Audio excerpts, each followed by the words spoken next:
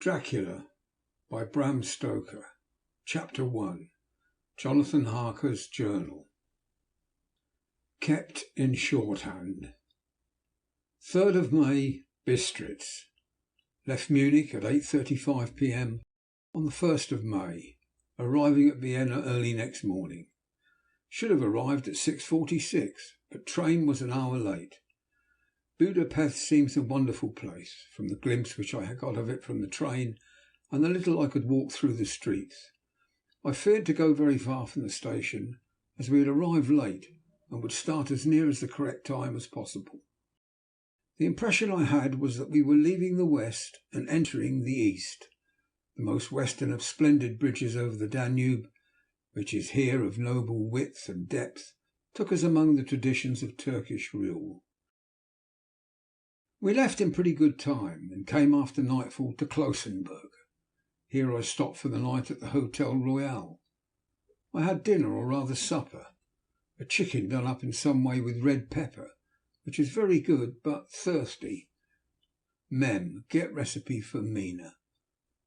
I asked the waiter, and he said it was called paprika Hendel, and that it was a national dish. I should be able to get it anywhere along the Carpathian. I found my smattering of German very useful here indeed.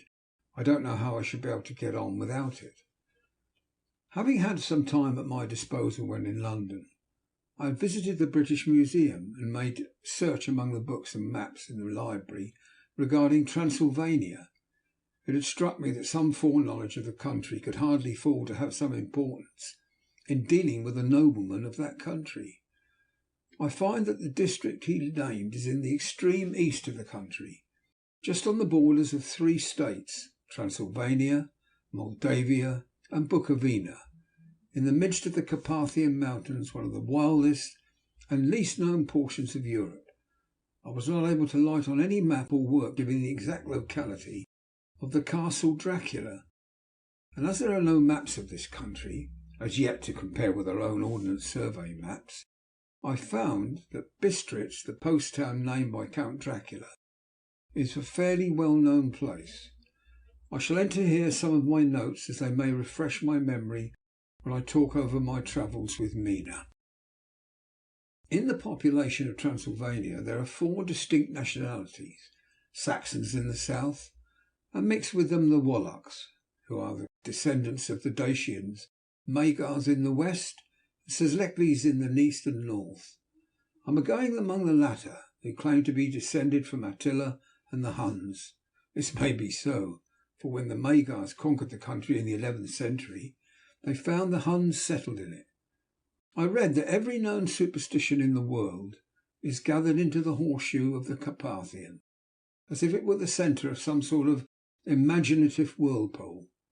If so, my stay may be very interesting. Mem, must ask the Count all about them. I did not sleep well, though my bed was comfortable enough, for I had all sorts of queer dreams. There was a dog howling all night under my window, which may have had something to do with it, or it may have been the paprika, for I had had to drink up all the water in my carafe and was still very thirsty. Towards morning I slept and was awakened by the continuous knocking at my door, so I guessed I must have been sleeping soundly then. I had for breakfast more paprika and a sort of porridge of maize flour, which they said was mamaliga, and eggplant stuffed with forcemeat, a very excellent dish which they call implitata. Mem, get this recipe also. I had to hurry breakfast, for the train started a little before 8, or rather it ought to have done so. After rushing to the station at 7:30, I had to sit in the carriage for more than an hour before we began to move. It seems to me that the further east you go, the more unpunctual are the trains. What ought they to be in China? All day long we seemed to dawdle through a country which was full of beauty of every kind.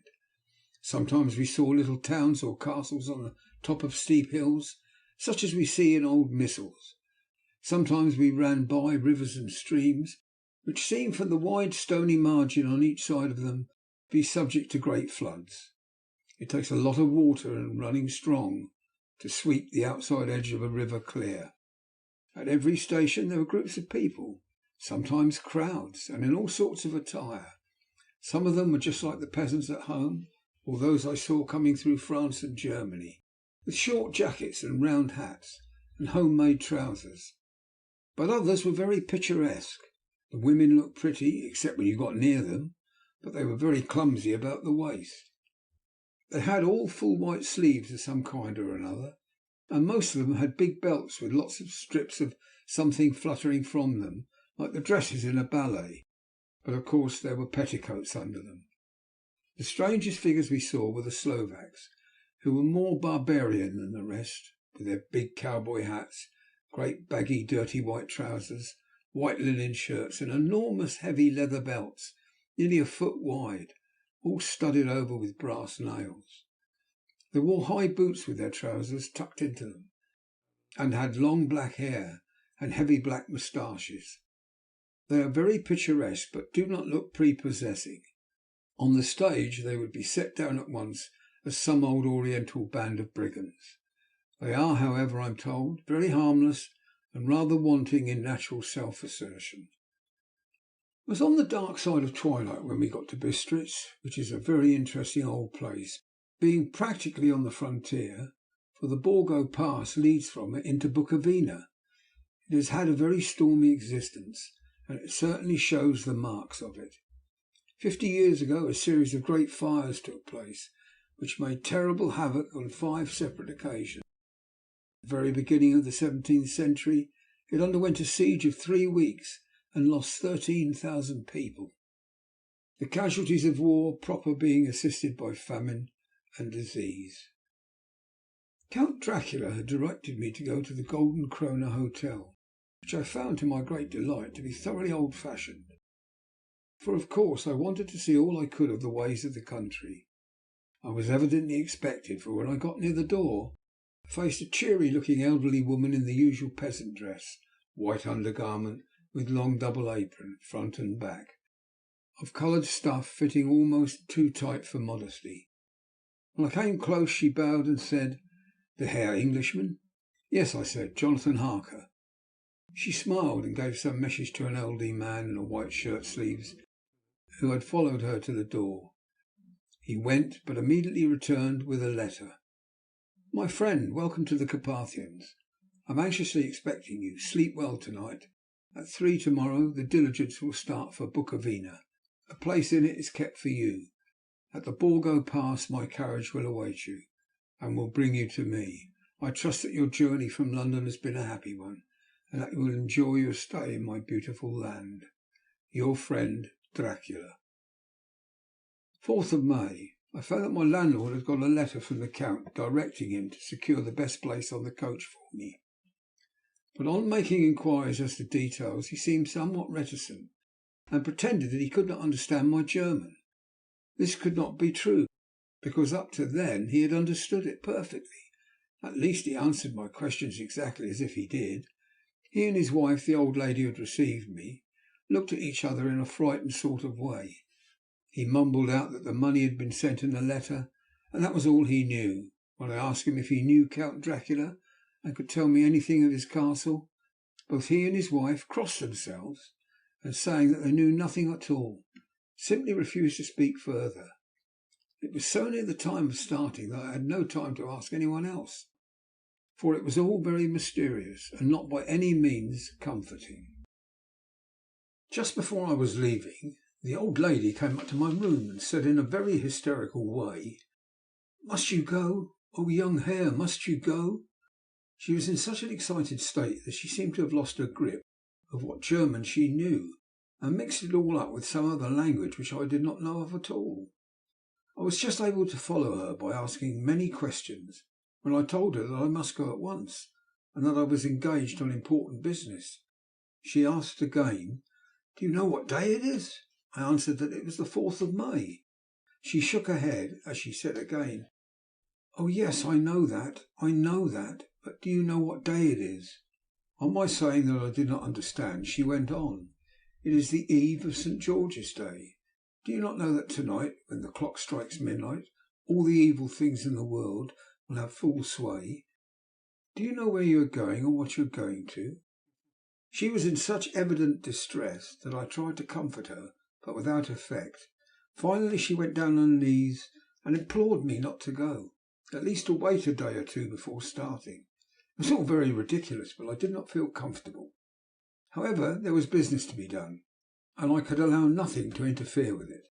I therefore tried to raise her up, and said as gravely as I could that I thanked her, but my duty was imperative, and that I must go. She then rose and dried her eyes, and taking a crucifix from her neck, offered it to me. I didn't know what to do, for as an English churchman I had been taught to regard such things as in some measure idolatrous, and yet it seemed so ungracious to refuse an old lady meaning so well in such a state of mind. She saw, I suppose, the doubt in my face, for she put the rosary round my neck and said, "For your mother's sake," and went out of the room. I'm writing up this part of the diary whilst I am waiting for the coach, which is, of course, late, and the crucifix is still round my neck. Whether it is the old lady's fear, or the many ghostly traditions of this place, or the crucifix itself, I do not know, but I am not feeling nearly as easy in my mind as usual. If this book should ever reach Mina before I do, let it bring my goodbye. Here comes the coach. 5th of May. The Castle. The grey of the morning has passed, and the sun is high over the distant horizon, which seems jagged, whether with trees or hills that I know not, for it is so far off that big things and little are mixed. I am not sleepy, and as I am not to be called till I awake, naturally I write till sleep comes. There are many odd things to put down, and unless who reads them may fancy that I dined too well before I left Bistritz, let me put down my dinner exactly. I dined on what they call robber steak, bits of bacon, onion and beef, seasoned with red pepper and strung on sticks and roasted over the fire, in the simple style of the London cat's meat. The wine was a golden Madeiash, which produces a queer sting on the tongue, which is, however, not disagreeable. I had only a couple of glasses of this and nothing else. When I got on the coach, the driver had not taken his seat, and I saw him talking with the landlady. They were evidently talking of me, for every now and then they looked at me, and some of the people who were sitting on the bench outside the door, which they called by a name meaning word bearer, came and listened and looked at me, most of them pityingly. I could hear a lot of words often repeated, queer words, for there were many nationalities in the crowd. So I quietly got my polyglot dictionary from my bag and looked them out. I must say they were not cheering to me, for amongst them were Ordog, Satan, Pokol, Hell, Stregoica, Witch, Rolok and Vilkosak, both of which mean the same thing, one being Slovak, the other Serbian, for something that is either werewolf or vampire. Mem. I must ask the Count about these superstitions. When we started, the crowd round the inn door, which had by this time swelled to a considerable size, all made the sign of the cross and pointed two fingers towards me. With some difficulty I got a fellow passenger to tell me what they meant. He would not answer at first, but on learning that I was English, he explained that it was a charm or guard against the evil eye. This was not very pleasant for me, just starting for an unknown place to meet an unknown man, but everyone seemed so kind-hearted and so sorrowful, so sympathetic, that I could not but be touched. I shall never forget the last glimpse of which I had of the inn yard and its crowd of picturesque figures, all crossing themselves as they stood round the wide archway, with its background of rich foliage of oleander and orange trees in green tubs clustered in the centre of the yard. Then our driver, whose wide linen drawers covered the whole front of the box seat, Godso they call them, cracked his big whip over the four small horses, which ran abreast, and we set off on our journey. I soon lost sight and recollection of ghostly fears in the beauty of the scene as we drove along. Although I had known the language, or rather languages, which my fellow passengers were speaking, I might not have been able to have thrown them off so easily. Before us lay a green sloping land full of forests and woods, with here and there steep hills crowned with clumps of trees. or with farmhouses, the blank gable end to the road. There was everywhere a bewildering mass of fruit blossom, apple, plum, pear, cherry, and as we drove by I could see the green grass under the trees, spangled with the fallen petals. In and out amongst these green hills of what they call here Mittelland ran the road, losing itself as it swept round the grassy curve, or was shut out by the straggling ends of pine woods, which here and there ran down the hillside like tongues of flame. The road was rugged, but still we seemed to fly over it with a feverish haste. I could not understand then what the haste meant, but the driver was evidently bent on losing no time in reaching Borgo Prund. I was told that this road in summer time is excellent, but that it had not yet been put in order after the winter snows. In this respect it is different from the general run of roads in the Carpathians, for it is an old tradition that they are not to be kept in too good order. Of the old hospodars would not repair them, lest the Turk should think that they were preparing to bring in foreign troops, and so hasten the war which was always really at loading point. Beyond the green swelling hills of the Mittelland rose mighty slopes of forest up to the lofty steeps of the Carpathians themselves. Right and left of us they towered, with the afternoon sun falling full upon them, and bringing out all the glorious colours of this beautiful range. Deep blue and purple in the shadows of the peaks, green and brown where grass and rock mingled, and an endless perspective of jagged rock and pointed crags, till these were themselves lost in the distance, where the snowy peaks rose grandly. Here and there seemed mighty rifts in the mountains, through which, as the sun began to sink, we saw now and again the white gleam of falling water.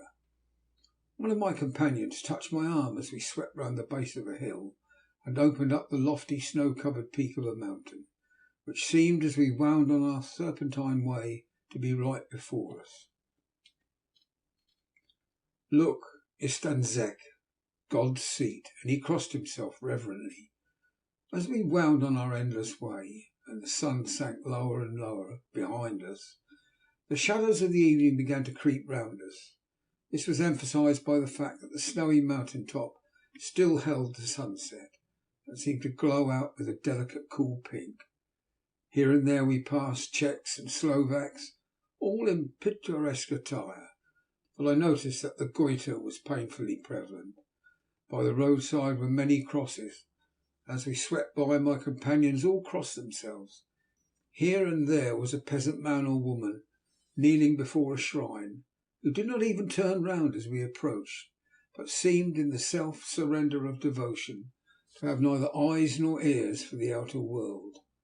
There were many things new to me, for instance, hayricks in the trees, and here and there very beautiful masses of weeping birch, their white stems shining like silver through the delicate green of the leaves.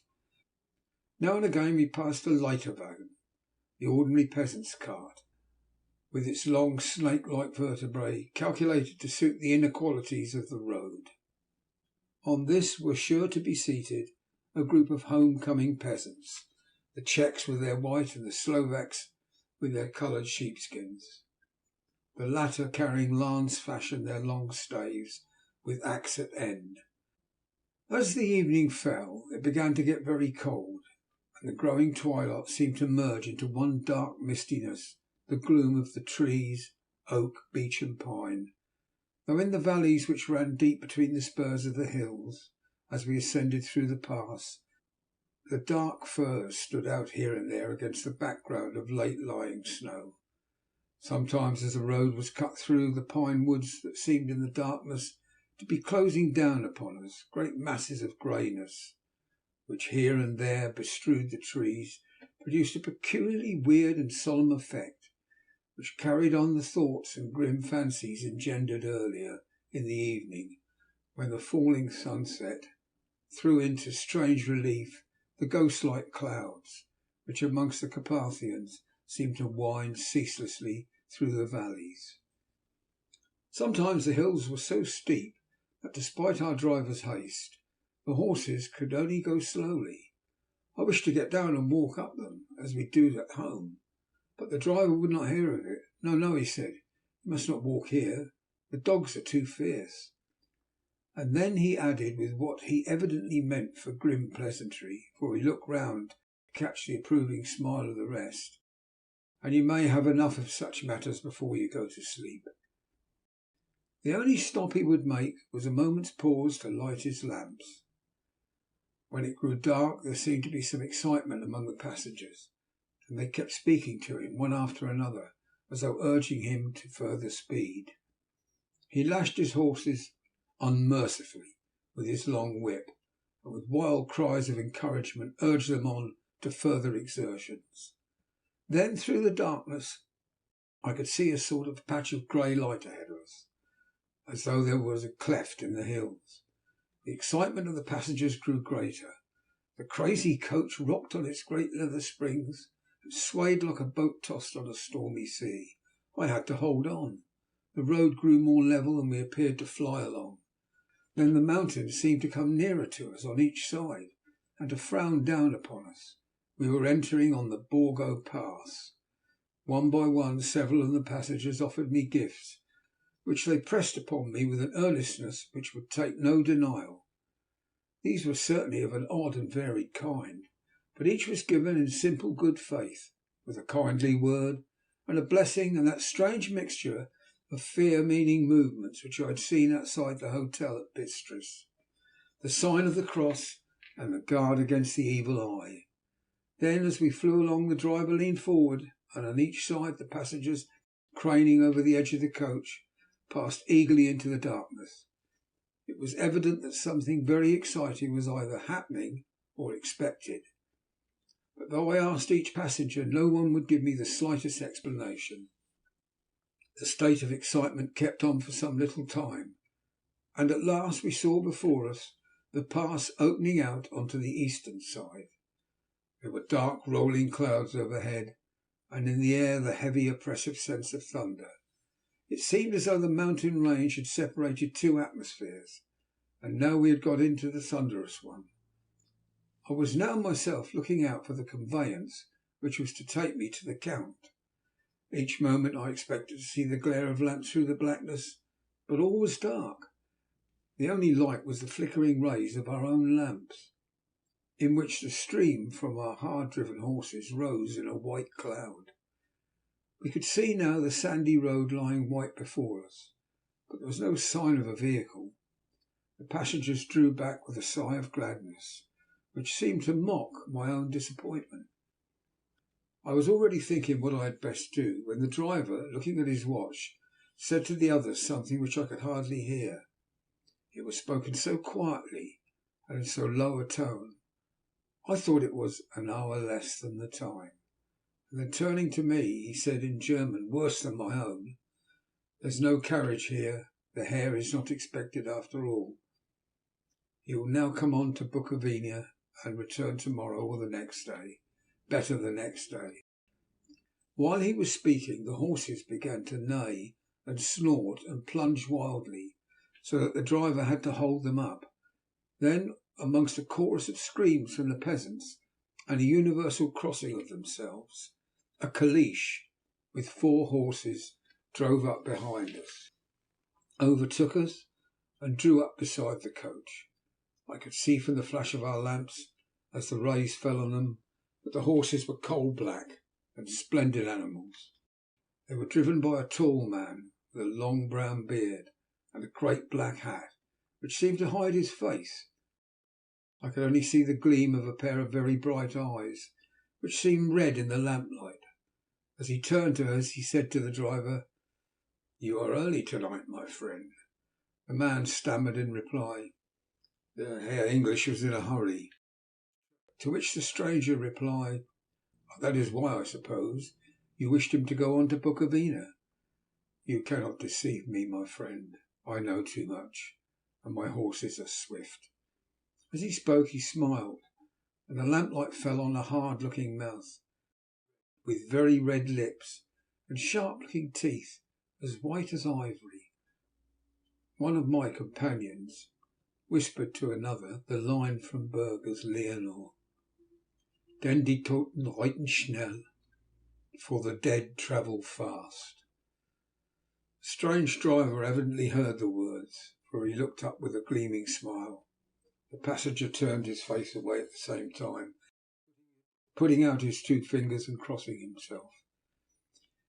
"Give me the Hare's luggage," said the driver, and with exceeding alacrity my bags were handed out and put in the caliche. Then I descended from the side of the coach as the caliche was close up alongside, the driver helping me with a hand which caught my arm in a grip of steel. His strength must have been prodigious. Without a word he shook his reins, the horses turned, and we swept into the darkness of the pass. A wild howling began, which seemed to come from all over the country, as far as the imagination could grasp it through the gloom of the night. At the first howl the horses began to strain and rear, but the driver spoke to them soothingly, and they quieted down, but shivered and sweated as though after a runaway from a sudden fright. Then far off in the distance, from the mountains on each side of us, began a louder and sharper howling, that of wolves, which affected both the horses and myself in the same way, for I was minded to jump from the caliche and run, whilst they reared again and plunged madly, so that the driver had to use all his great strength to keep them from bolting. In a few minutes, however, my own ears got accustomed to the sound, and the horses so far became quiet that the driver was able to descend and stand before them. He petted and soothed them, and whispered something in their ears, as I have heard of horse tamers doing, and with extraordinary effect, for under his caresses they became quite manageable again, though they still trembled.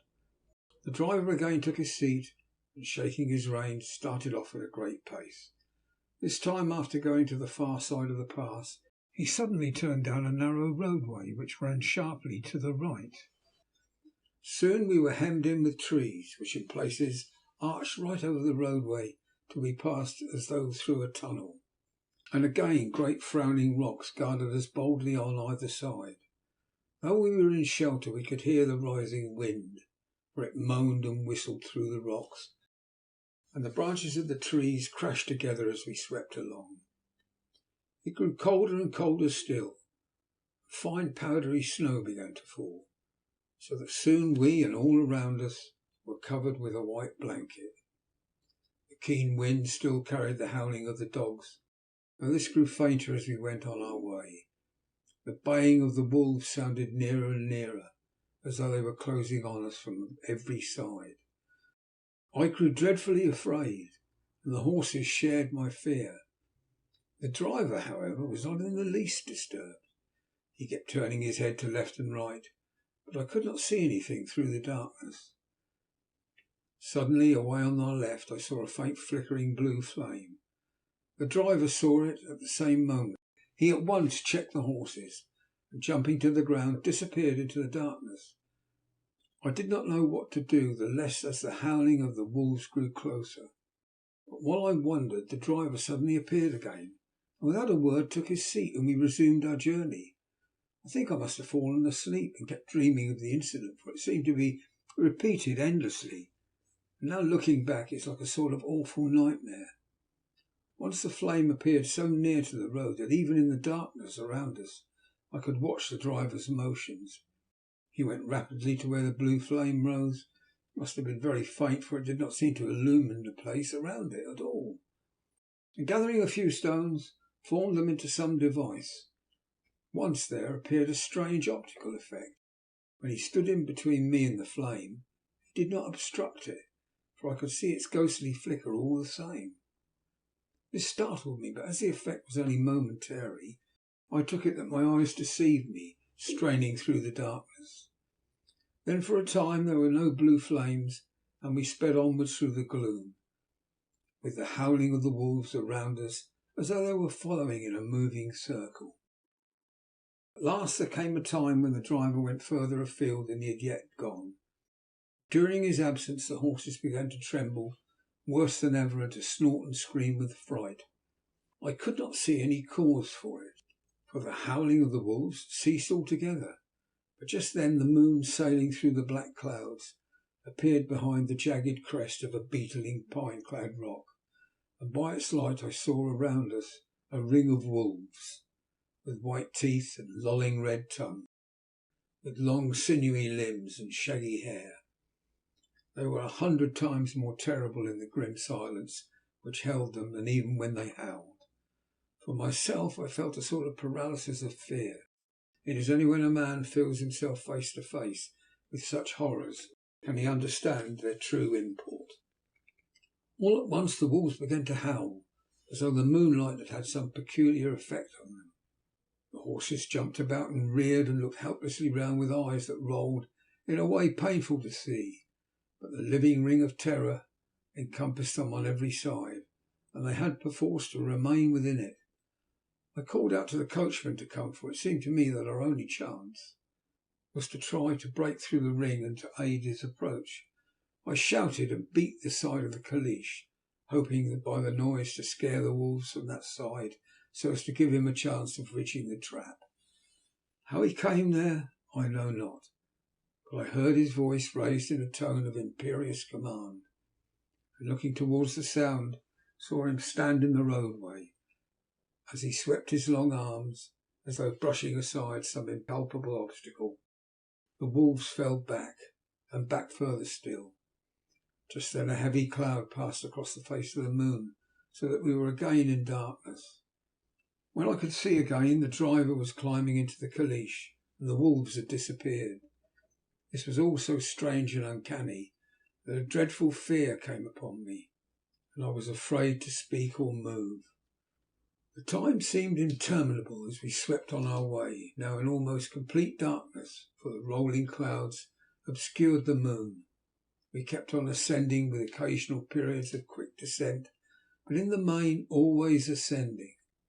Suddenly I became conscious of the fact that the driver was in the act of pulling up the horses in the courtyard of a vast ruined castle, from whose tall black windows came no ray of light, and whose broken battlements showed a jagged line against the moonlit sky.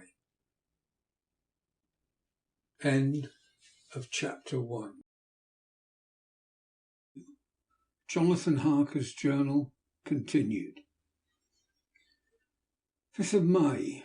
I must have been asleep, for certainly if I had been fully awake I must have noticed the approach of such a remarkable place. In the gloom the courtyard looked of considerable size, and as several dark ways led from it under great round arches, perhaps seemed bigger than it really is. I have not yet been able to see it by daylight. When the caleche stopped, the driver jumped down and held out his hand to assist me to alight. Again I could not but notice his prodigious strength. His hand actually seemed like a steel vice that could have crushed mine if he had chosen.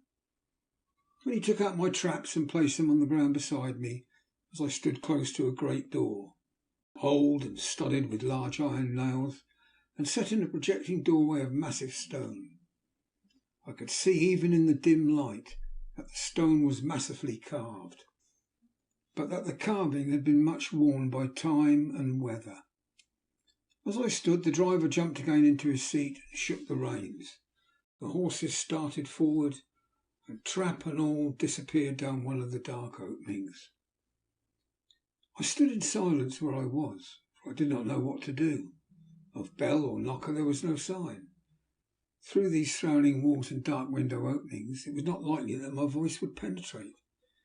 The time I waited seemed endless, and I felt doubts and fears crowding upon me. What sort of place had I come to, and among what kind of people? What sort of grim adventure was it on which I had embarked? Was this a customary incident in the life of a solicitor's clerk sent out to explain the purchase of a London estate to a foreigner? Solicitor's clerk, Mina would not like that. Solicitor, for just before leaving London I got word that my examination was successful, and I am now a full-blown solicitor. I began to rub my eyes and pinch myself to see if I were awake. It all seemed like a horrible nightmare to me, and I expected that I should suddenly awake and find myself at home, with the dawn struggling in through the windows, as I had now and again felt in the morning after a day of overwork. But my flesh answered the pinching test, and my eyes were not to be deceived. I was indeed awake, and among the Carpathians. All I could do now was to be patient and to wait the coming of the morning. Just as I had come to this conclusion, I heard a heavy step approaching behind the great door, and saw through the chinks the gleam of a coming light. Then there was the sound of rattling chains and the clanking of massive bolts drawn back.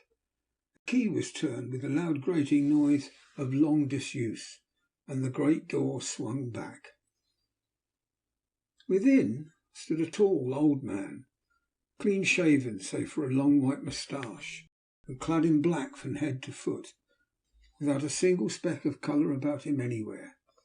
He held in his hand an antique silver lamp, in which the flame burned without chimney or globe of any kind, throwing long quivering shadows as it flickered in the draught of the open door.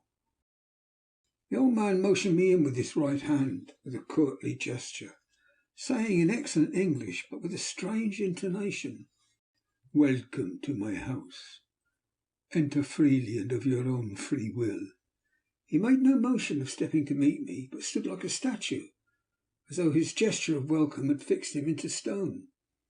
The instant, however, that I had stepped over the threshold, he moved impulsively forward, and holding out his hand, grasped mine with strength which made me wince, which was not lessened by the fact that it seemed as cold as ice, more like the hand of a dead than a living man. Again he said, "Welcome to my house. Come freely, go safely, and leave something of the happiness you bring." The strength of the handshake was so much akin to that which I had noticed in the driver, whose face I had not seen, that for a moment I doubted if it were not the same person to whom I was speaking. So, to make sure, I said interrogatively, "Count Dracula?" He bowed in a courtly way as he replied, "I am Dracula, and I bid you welcome, Mr. Harker, to my house. Come in. The night air is chill, and you must need to eat and rest." As he was speaking, he put the lamp on the bracket on the wall, and stepping out, took my luggage. He had carried it in before I could forestall him. I protested, but he insisted. "Nay, sir, you are my guest. It is late, and my people are not available. Let me see to your comfort myself." He insisted on carrying my traps along the passage, then up a great winding stair and along another great passage, on whose stone floor our steps rang heavily. At the end of this he threw open a heavy door, and I rejoiced to see within a well-lit room in which a table was spread for supper, and on whose mighty hearth great fire of logs, freshly replenished, flamed and flared. The Count halted, putting down my bags, closed the door, crossing the room opened another door, which led into a small octagonal room lit by a single lamp, and seemingly without a window of any sort. Passing through this, he opened another door, and motioned me to enter.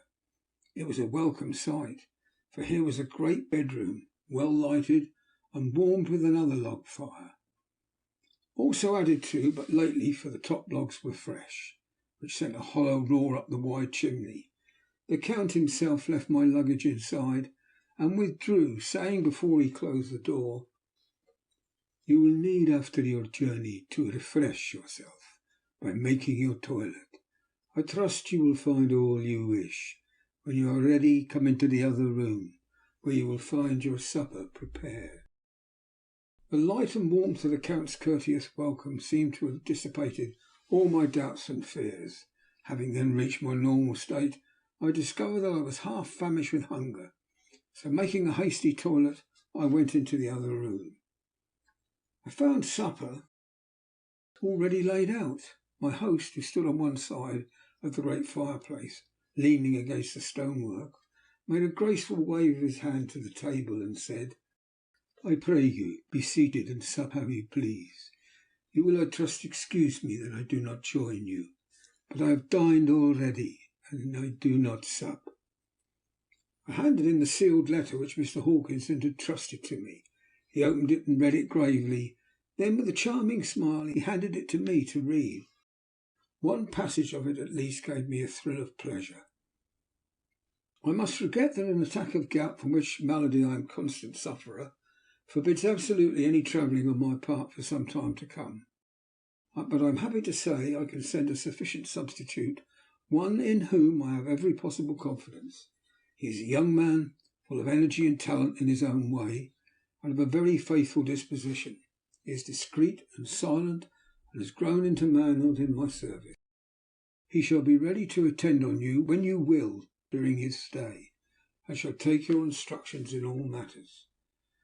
The Count himself came forward and took off the cover of the dish, and I fell to at once an excellent roast chicken. This, with some cheese and a salad and a bottle of old Tokay, of which I had 2 glasses, was my supper.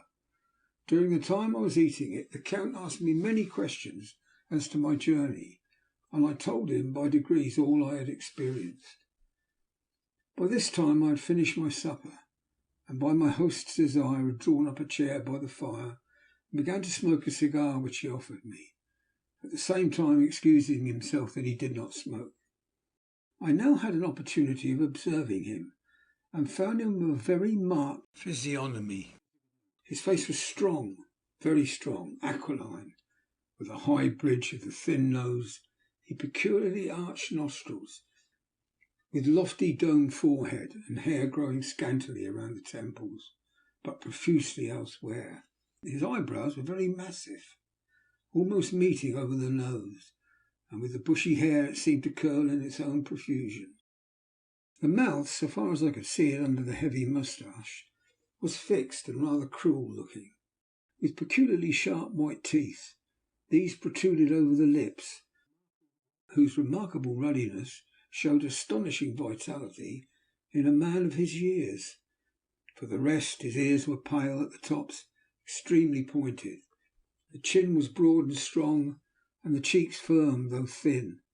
The general effect was one of extraordinary power. Hitherto I had noticed that the backs of his hands, as they lay on his knees in the firelight, and they had seemed rather white and fine.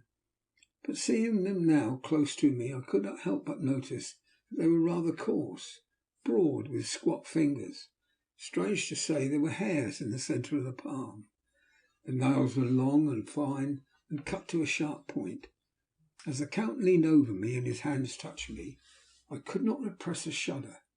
It may have been that his breath was rank, but a horrible feeling of nausea came over me, which, do what I would, I could not conceal. The Count, evidently noticing it, drew back, and with a grim sort of smile, which showed more than he had yet done of his protuberant teeth, sat himself down again on his own side of the fireplace. We were both silent for a while, and as I looked towards the window I saw the first dim streak of the coming dawn. There seemed a strange stillness over everything, but as I listened I heard, as if from down below in the valley, the howling of many wolves. The Count's eyes gleamed, and he said, "Listen to them, the children of the night, what music they make." Seeing, I suppose, some expression in my face strange to him, he added, "Ah, sir, you dwellers in the city cannot enter into the feelings of the hunter." And he rose and said, "But you must be tired. Your bedroom is all ready, and tomorrow you shall sleep as late as you will. I have to be away till the afternoon, so sleep well and dream well." With a courteous bow, he opened for me himself the door to the octagonal room, and I entered my bedroom. I am all in a sea of wonders. I doubt, I fear, I think strange things, which I dare not confess to my own soul. God keep me, if only for the sake of those dear to me. 7th of May. It is again early morning, but I have rested and enjoyed the last 24 hours. I slept till late in the day, and awoke of my own accord. When I dressed myself, I went into the room where we had supped, and found a cold breakfast laid out, with coffee kept hot by the pot being placed on the hearth. There was a card on the table, on which was written, "I have to be absent for a while. Do not wait for me. D." I set to and enjoyed a hearty meal. When I had done, I looked for a bell so that I might let the servants know I had finished, but I could not find one. There are certainly odd deficiencies in the house, considering the ordinary evidences of wealth which are around me. The table service is of gold and so beautifully wrought that it must be of immense value. Curtains and upholstery of the chairs and sofas and the hangings of my bed are of the costliest and most beautiful fabrics, and must have been of fabulous value when they were made, for they are centuries old, though in excellent order. I saw something like them in Hampton Court, but there they were worn and frayed and moth-eaten. But still in none of the rooms is there a mirror. There's not even a toilet glass on my table. I had to get the little shaving glass from my bag before I could either shave or brush my hair. I have not yet seen a servant anywhere, or heard a sound near the castle except the howling of wolves. Some time after I had finished my meal, I do not know whether to call it breakfast or dinner, for it was between 5 and 6 o'clock when I had it, I looked about for something to read, for I did not like to go about the castle until I had asked the Count's permission. There was absolutely nothing in the room, book, newspaper, or even writing materials. So I opened another door in the room and found a sort of library. The door opposite mine I tried, but found it locked. In the library I found to my great delight a vast number of English books, whole shelves full of them, with bound volumes of magazines and newspapers. The table in the centre was littered with English magazines and newspapers, though none of them were of very recent date. The books were of the most varied kind: history, geography, politics, political economy, botany, geology, law, all relating to England and English life and customs and manners. There were even such books of reference as the London Directory, the Red and Blue books, Whitaker's Almanac, the Army and Navy lists. It somehow gladdened my heart to see it, the Law List. Whilst I was looking at the books, the door opened and the Count entered. He saluted me in a hearty way, and hoped that I had had a good night's rest. Then he went on. I am glad you found your way in here, for I am sure there's much that will interest you. These companions, and he laid his hand on some of the books, have been good friends to me, and for some years past, ever since I had the idea of going to London, have given me many hours of pleasure. Through them I have come to know your great England, and to know her is to love her. I long to go through the crowded streets of your mighty London, to be in the midst of the whirl and rush of humanity, to share its life, its change, its death, and all that makes it what it is. But alas, as yet, I know only your tongue through books. To you, my friend, I look that I know it to speak. But, Count, I said, you know and speak English thoroughly. He bowed gravely. I thank you, my friend, for your all too flattering estimate. But yet I fear that I am a little way on the road. I would travel, true. I know the grammar and the words, but yet I do not know how to speak them. Indeed, I said, you speak excellently. Not so, he answered.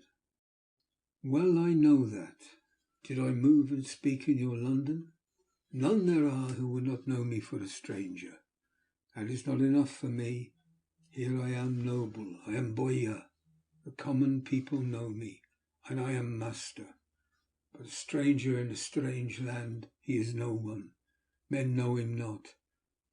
And to know not is to care not for. I am content if I am like the rest, so that no man stops if he see me, or pause in his speaking if he hear my words. Aha, stranger! I have been so long master that I would be master still, or at least that none other should be master of me. You come to me not alone as an agent of my friend Peter Hawkins of Exeter to tell me all about my new estate in London. You shall, I trust, rest here with me a while, so that by our talking I may learn the English intonation, and I would that you tell me when I make error, even of the smallest in my speaking. I am sorry that I had to be away so long today, but you will, I know, forgive one who has so many important affairs in hand. Of course, I said all I could do about being willing, and asked if I might come to that room when I choose. He answered, yes, certainly, and added, you may go anywhere you wish in the castle. except where the doors are locked, where of course you will not wish to go. There is reason that all things are as they are, and did you see with my eyes and know with my knowledge, you would perhaps better understand. I said I was sure of this, and then he went on. We are in Transylvania, and Transylvania is not England. Our ways are not your ways, and there shall be to you many strange things. Nay, from what you have told me of your experiences already, you know something of what strange things there may be. This led to much conversation, and it was evident that he wanted to talk, if only for talking's sake. I asked him many questions regarding things that had already happened to me or come within my notice. Sometimes he sheered off the subject or turned the conversation by pretending not to understand. But generally he answered all I asked most frankly. And as time went on, and I had got somewhat bolder, I asked him some of the strange things of the preceding night. For instance, why the coachman went to the places where he had seen the blue flames. Then he explained to me that it was commonly believed that on a certain night of the year, last night in fact, when all the evil spirits are supposed to have been checked sway, a blue flame is seen over any place where treasure has been concealed. That treasure has been hidden, he went on, in the region through which you came last night. There can be little doubt, for it was the ground fought over for centuries by the Wallachian, the Saxon and the Turk.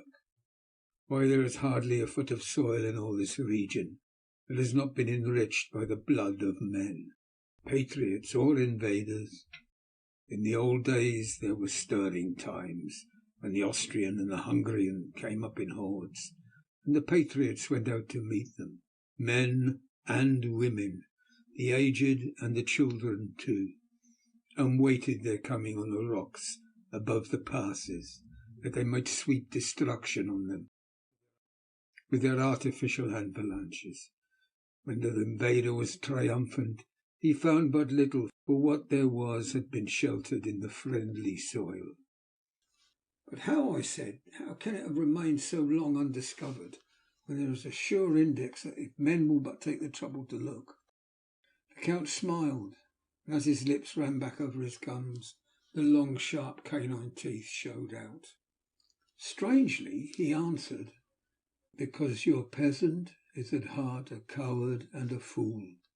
Those flames only appear on one night, and on that night no man of this land will, if he can help it, stir without his doors. And, dear sir, even if he did, he would not know what to do.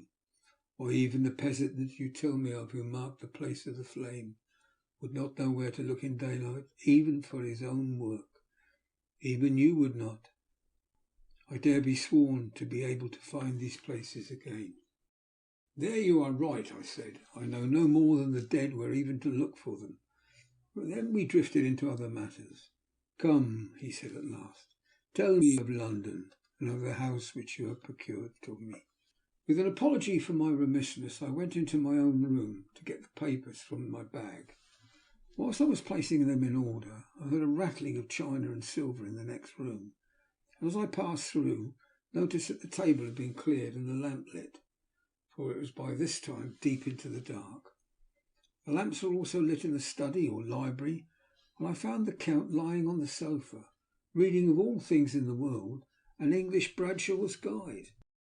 When I came in, he cleared the books and papers from the table, and with him I went into plans and deeds and figures of all sorts. He was interested in everything, and asked me myriad questions about the place and its surroundings. He had clearly studied beforehand all he could get on the subject of the neighbourhood, for he evidently at the end knew very much more than I did. When I remarked this, he answered, "Well, but, my friend, it is not needful that I should. When I go there, I shall be all alone, and my friend Harker, Jonathan, nay, pardon me, I fall into my country's habit of putting your patronymic first.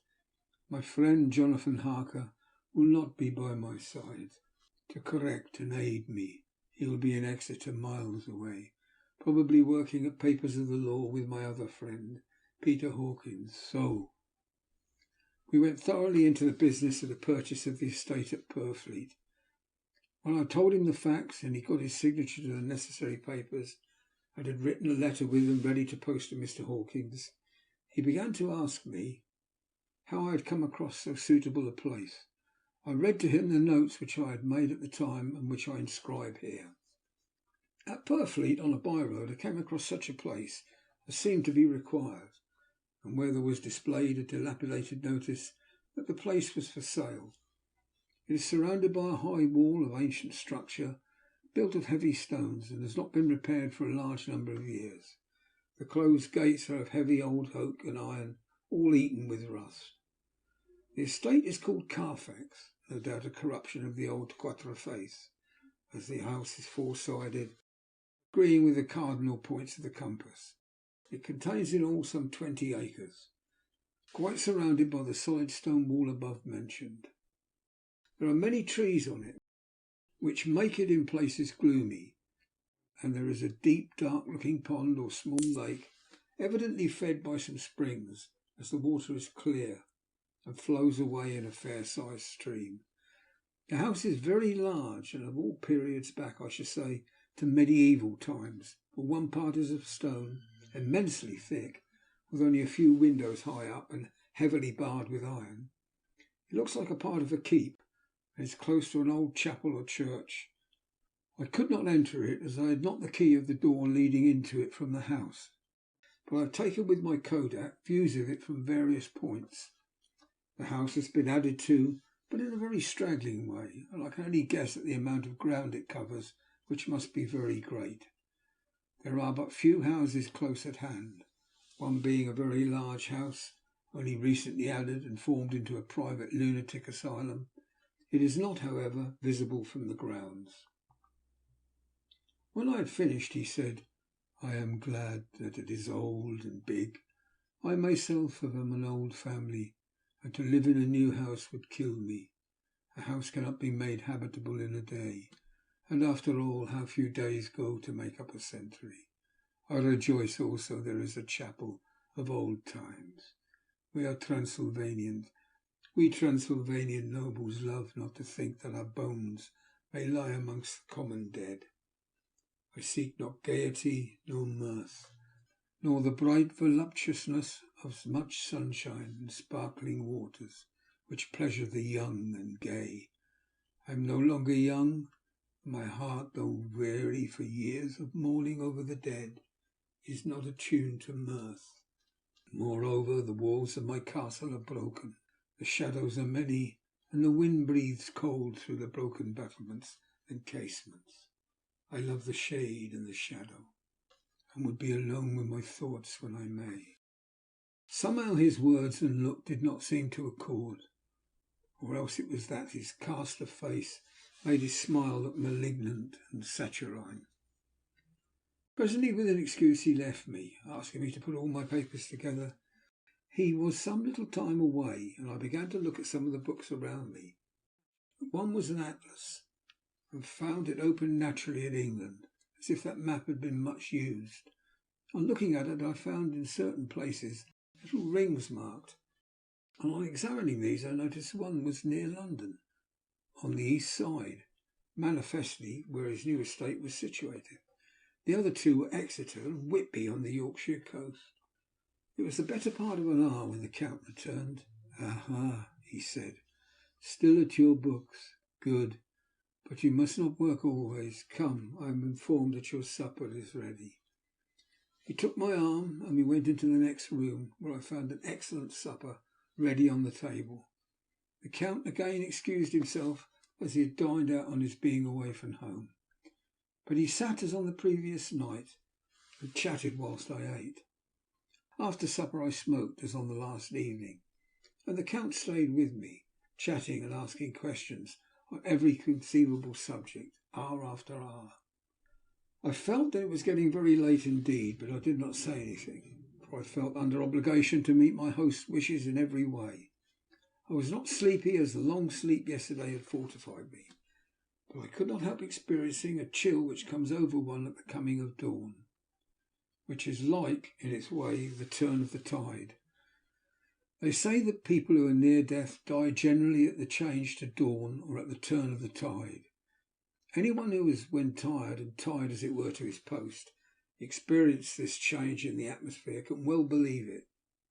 At once we heard the crow of a cock coming up with preternatural shrillness through the clear morning air. Count Dracula, jumping to his feet, said, "Why, there is the morning again. How remiss I am to let you stay up so long.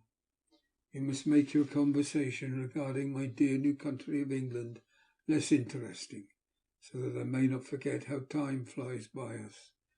With a courtly bow, he quickly left me. I went to my own room and drew the curtains, but there was little to notice. My window opened into the courtyard. All I could see was the warm grey quickening sky, so I pulled the curtains again and have written of this day. 8th of May.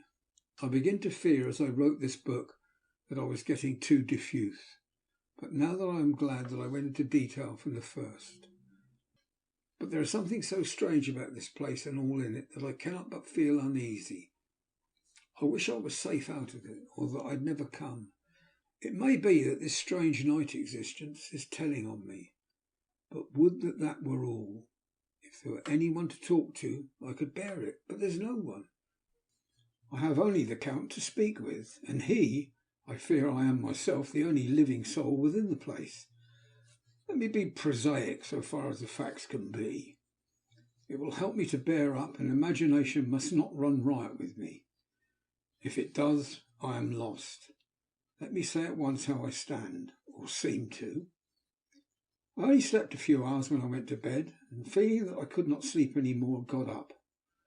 I'd hung my shaving glass by the window and was just beginning to shave. Suddenly I felt a hand on my shoulder, and I heard the Count's voice saying to me, "Good morning."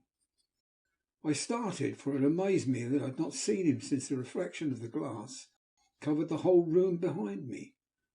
In starting I had cut myself slightly, but I did not notice it at the moment. Having answered the Count's salutation, I turned to the glass again to see how I had been mistaken. This time there could be no error, for the man was close to me, and I could see him over my shoulder, but there was no reflection of him in the mirror. The whole room behind me was displayed, but there was no sign of a man in it, except myself. This was startling, and coming on top of so many strange things, was beginning to increase that vague feeling of uneasiness which I always have when the Count is near. But at the instant I saw that the cut had bled a little, and the blood was trickling over my chin, I laid down the razor, turning as I did so half round to look for some sticking plaster. When the Count saw my face, his eyes blazed with a sort of demoniac fury, and he suddenly made a grab at my throat. I drew away, and his hand touched a string of beads which held the crucifix. It made an instant change in him, for the fury passed so quickly that I could hardly believe that it was ever there. "Take care," he said. "Take care how you cut yourself. It is more dangerous than you think in this country." And seizing the shaving glass, he went on. "And this is the wretched thing that has done the mischief. It is a foul bauble of man's vanity. Away with it." And opening the heavy window with one wrench of his terrible hand, he flung out the glass, which was shattered into 1,000 pieces on the stones of the courtyard below.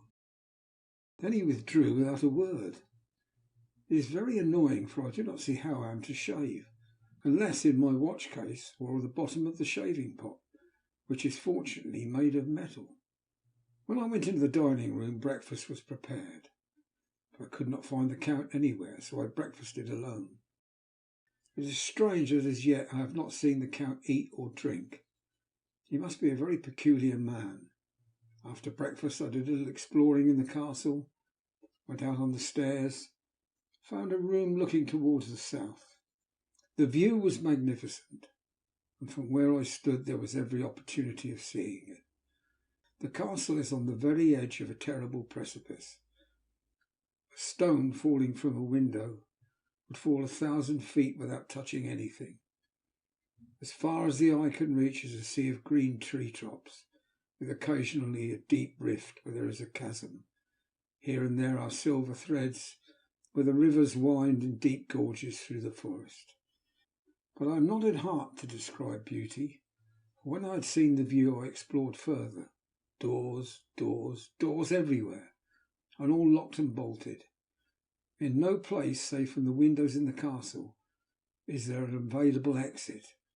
The castle is a veritable prison, and I am a prisoner. End of chapter 2. Chapter 3. Jonathan Harker's Journal. Continued. When I found out that I was a prisoner, a sort of wild feeling came over me. I rushed up and down the stairs, trying every door and peering out of every window I could find. But after a little, the conviction of my helplessness overpowered all other feelings. But when I look back after a few hours, I think I must have been mad for the time, for I behaved much as a rat does in a trap. When, however, the conviction had come to me that I was helpless, I sat down quietly, as quietly as I have ever done anything in my life, and began to think over what was best to be done. I am thinking still, and as yet have come to no definite conclusion. Of one thing only I am certain, that it is no use making my ideas known to the Count. He knows well that I am imprisoned, as he has done it himself, and has doubtless his own motives for it. He would only deceive me if I trusted him fully with the facts. So far as I can see, my only plan will be to keep my knowledge and my fears to myself, and my eyes open. I am, I know, either being deceived like a baby by my own fears, or else I am in desperate straits, and if the latter be so, I need and shall need all my brains to get through. I had hardly come to this conclusion when I heard the great door below shut, and knew that the Count had returned. He did not come at once into the library, so I went cautiously to my own room and found him making the bed. This was odd, but it only confirmed what I had all along thought, that there were no servants in the house. When later I saw him through the chink of the hinges of the door, laying the table in the dining room, I was assured of it. For if he does himself all these menial offices, surely it is proof that there is no one else to do them. This gave me a fright, for if there was no one else in the castle, it must have been the Count himself, who was the driver of the coach that brought me here. This is a terrible thought, for if so, what does it mean that he could control the wolves as he did, by only holding up his hand in silence? How was it that all the people at Bistritz and on the coach had some terrible fear for me? What meant the giving of the crucifix, the garlic, of the wild rose, the mountain ash? Bless that good woman who hung the crucifix round my neck, for it is a comfort and a strength to me whenever I touch it. It's an odd thing that which I have been taught to regard with disfavour as idolatrous should in a time of loneliness and trouble be of help. Is it that there is something in the essence of sympathy and comfort? Some time, if may be, I must examine this matter to try and make up my mind about it. In the meantime, I must find out all I can about Count Dracula, as it may help me to understand. Tonight he may talk of himself if I turn the conversation that way. I must be very careful, however, not to awake his suspicion. Midnight. I have had a long talk with the Count. I asked him a few questions on Transylvania history, and he warmed up to the subject wonderfully. In his speaking of things and people, and especially of battles, he spoke as if he had been present at them all. This he afterwards explained by saying that to a Boyar, the pride of his house and name is his own pride, and their glory is his glory, and their fate is his fate. Whenever he spoke of his house, he always said we, and spoke almost in the plural, like a king speaking. I wish I could put down all he said exactly as he said it to me, for to me it was most fascinating. It seemed to have in it a whole history of the country. He grew excited as he spoke, and walked around the room, pulling his great white moustache and grasping anything on which he laid his hands, as though he would crush it by main strength. One thing he said, which I shall put down as nearly as I can, for it tells in its way the story of his race. We Sletskis have a right to be proud, for in our veins flows the blood of many brave races who fought as a lion fights for lordship. Here in the whirlpool of European races, the Ugric tribe bore down from the Iceland the fighting spirit which Thor and Woden gave them, which their berserkers displayed to such fell intent on the seaboards of Europe, aye, and of Asia and Africa too, till the people thought that the werewolves themselves had come. Here too, when they came, they found the Huns, whose warlike fury had swept the earth like a living flame, till the dying peoples held that in their veins ran the blood of those old witches who, expelled from Scythia, had mated with the devils in the desert. Fools, fools, what devil or what witch was ever so great as Attila, whose blood is in these veins? He held up his arms. Is it a wonder that we were a conquering race, that we were proud when the Magyar, the Lombard, the Avar, the Bulgar, or the Turk poured his thousands on our frontiers? We drove them back. Is it strange that when Arpad and his legions swept through the Hungarian fatherland, he found us here when he reached the frontier, and that the Onfogalas was completed there? And when the Hungarian flood swept eastward, the Szeklis were claimed as kindred by the victorious Magyars, and to us for centuries was trusted the guarding of the frontier of Turkeyland. Aye, more than that, endless duty of the frontier guard, for as the Turks say, water sleeps and an enemy is sleepless. Who more gladly than we throughout the four nations received the bloody sword, or at its warlike call flocked quicker to the standard of the king, when was redeemed after that great shame of my nation, the shame of Kosovo, when the flags of the Wallach and the Magyar went down beneath the crescent? Who was it but one of my own race, who as Voivode crossed the Danube and beat the Turk on his own ground? This was a Dracula indeed. Woe was it that his own unworthy brother, when he had fallen, sold his people to the Turk and brought the shame of slavery on them. Was it not this Dracula indeed who inspired that the other of his race, who in a later age again and again brought his forces over the great river into Turkeyland, who, when he was beaten back, came again and again and again, though he had to come himself? Ah, what good are peasants without a leader? Where ends the war without a brain and a heart to conduct it? Again, when after the battle of Mohics we threw off the Hungarian yoke, we of the Dracula blood were amongst their leaders, for our spirit would not brook that we were not free. Ah, young sir, the Szeklis and the Dracula is their heart's blood. Their brains and their swords can boast a record that mushroom growths like the Habsburgs and the Romanovs can never reach. The warlike days are over. Blood is too precious a thing in these days of dishonourable peace, and the glories of the great races are in a tale that is told. It was by this time close on morning, and we went to bed. Mem. This diary seems horribly like the beginning of the Arabian Nights, for everything has to break off at cockcrow, or like the ghost of Hamlet's father. 12th of May. Let me begin with facts, bare, meagre facts, verified by books and figures, and of which there can be no doubt. I must not confuse them with experiences which will have to rest on my own observation or my memory of them. Last evening, when the Count came from his room, he began by asking me questions on legal matters and on the doing of certain kinds of business.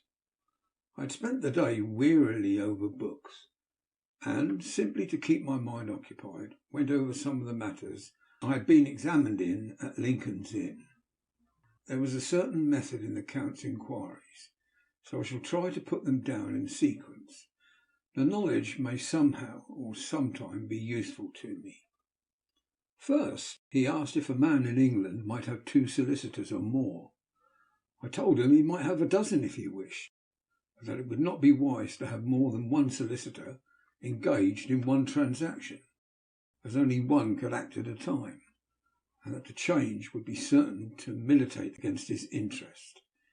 He seemed thoroughly to understand, and went on to ask if there would be any practical difficulty in having one man to attend, say, to banking, and another to look after shipping, in case local help were needed in a place far from the home of the banking solicitor. I asked him to explain more fully so that I might not by any chance mislead him. So he said, "I shall illustrate. Your friend and mine, Mr. Peter Hawkins, from under the shadow of your beautiful cathedral at Exeter, which is far from London, buys from me through your good self my place at London. Good. Now here let me say frankly, lest you should think it strange that I have sought the services of one so far off from London instead of some one resident there, that my motive was no local interest might be served save my wish only, and that as one of London's residents might perhaps have some purpose of himself or friend to serve, I went thus afield to seek my agent, whose labours should be only to my interest. Now I suppose I, who have much affairs, wish to ship goods, say, to Newcastle, or Durham, or Harwich, or Dover. Might it not be that I could more ease be done by consigning to one in these ports?" I answered that certainly it would be most easy, but that we solicitors had a system of agency, one for the other, so that local work could be done locally on instruction from any solicitor, so that the client, simply placing himself in the hands of one man, could have his wishes carried out by him without further trouble. "But," said he, "I could be at liberty to direct myself. Is it not so?" "Of course," I replied, "and such often done by men of business who do not like the whole of their affairs to be known by any one person." "Good," he said, and then went on to ask about the means of making consignments and the forms to be gone through, and all sorts of difficulties which might arise, but by forethought could be guarded against. I explained all these things to him to the best of my ability, and he certainly left me under the impression that he would have made a wonderful solicitor, for there was nothing that he did not think of or foresee. For a man who was never in the country, and who did not evidently do much in the way of business, his knowledge and acumen were wonderful. When he had satisfied himself on these points of which he had spoken, and I had verified all as well as I could by the books available, he suddenly stood up and said, "Have you written since your first letter to our friend Mr. Peter Hawkins, or to any other?" It was with some bitterness in my heart that I answered I had not, and as yet I had not seen any opportunity of sending letters to anybody. "Then write now, my young friend," he said, laying a heavy hand on my shoulder.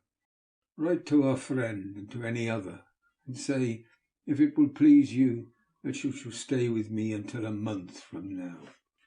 "Do you wish me to stay so long?" I asked, for my heart grew cold at the thought. "I desire it much. Nay, I will take no refusal. When your master, employer, what you will, engaged in that someone would come on his behalf, it was understood that my needs were only to be consulted. I have not stinted, is it not so? What could I do but bow acceptance? It was Mr. Hawkins' interest, not mine, and I had to think of him, not myself. And beside, while Count Dracula was speaking, there was that in his eyes and in his bearing which made me remember that I was a prisoner, that if I wished it I could have no choice. The Count saw his victory in my bow, and his mastery in the trouble of my face, for he began at once to use them, but in his own smooth, resistless way. I pray you, my good young friend, that you will not discourse of things other than business in your letters.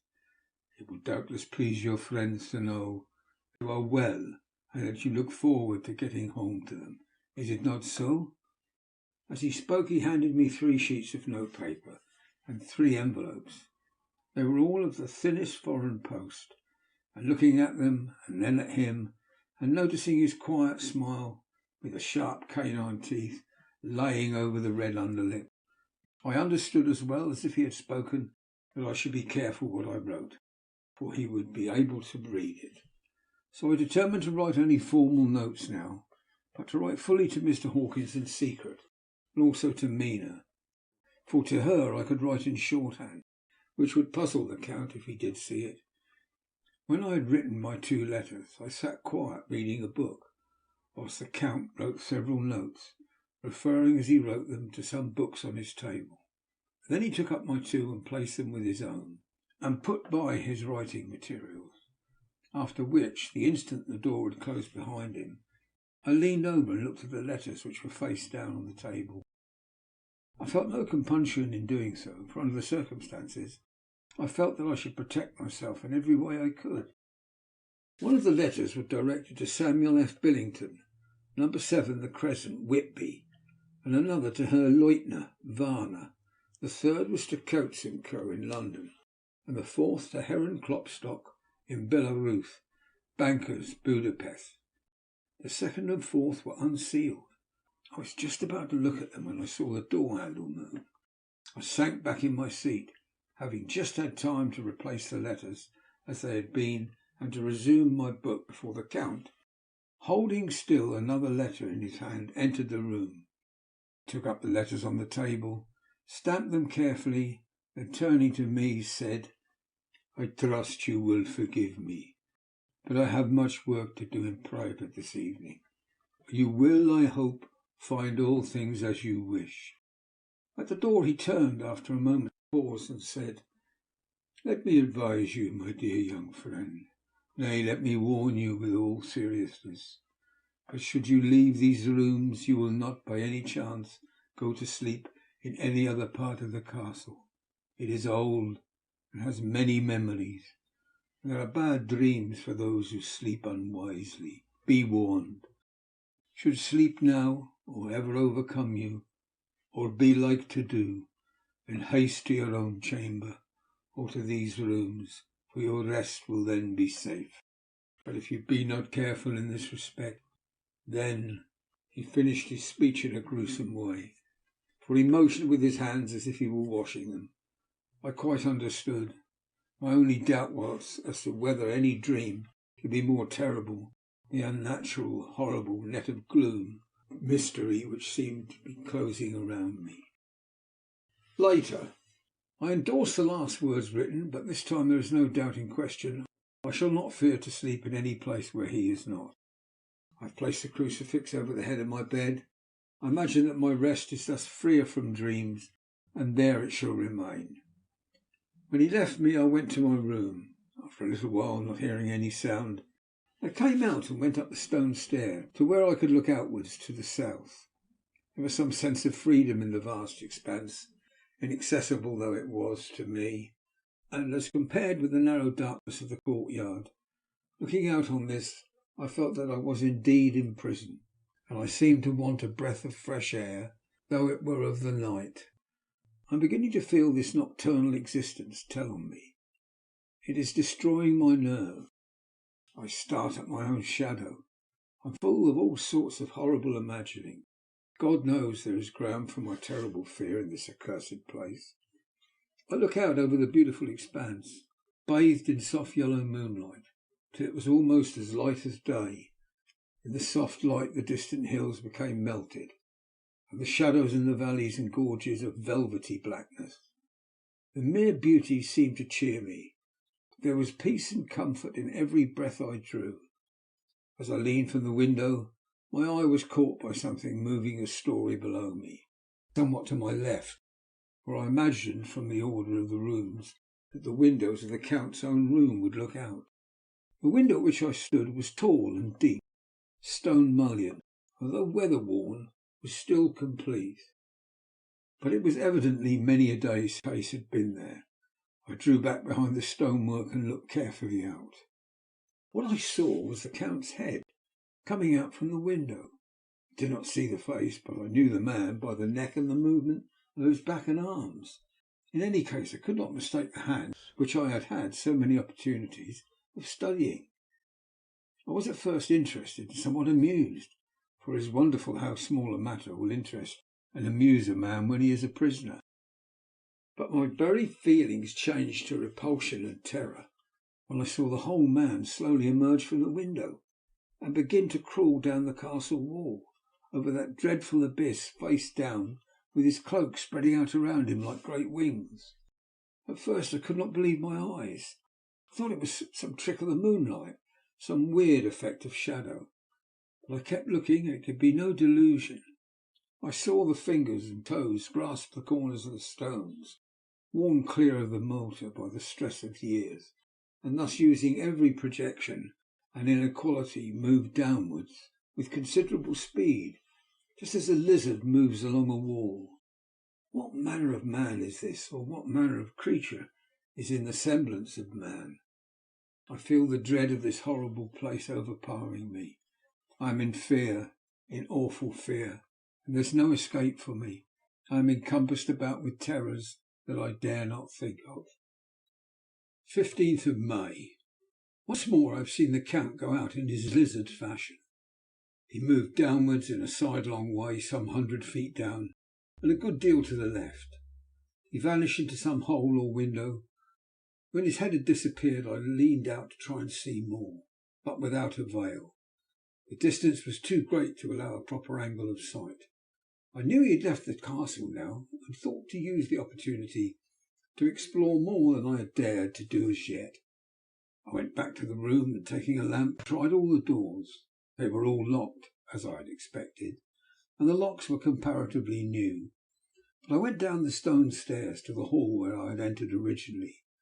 I found I could pull back the bolts easily and unhook the great chains, but the door was locked and the key was gone. That must be the key in the Count's room. I must watch should his door be unlocked so that I might get it and escape. I went on to make a thorough examination of the various stairs and passages, and to try the doors that opened from them. One or two small rooms near the hall were open, but there was nothing to see in them except old furniture, dusty with age and moth-eaten.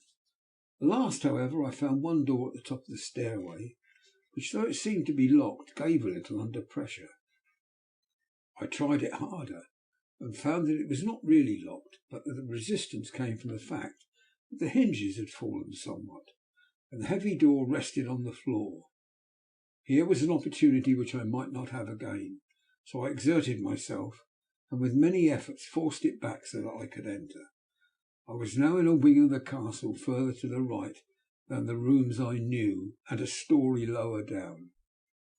From the windows I could see that the suites of rooms laying along to the south of the castle, the windows of the end room looking out both west and south. On the latter side, as well as to the former, there was a great precipice.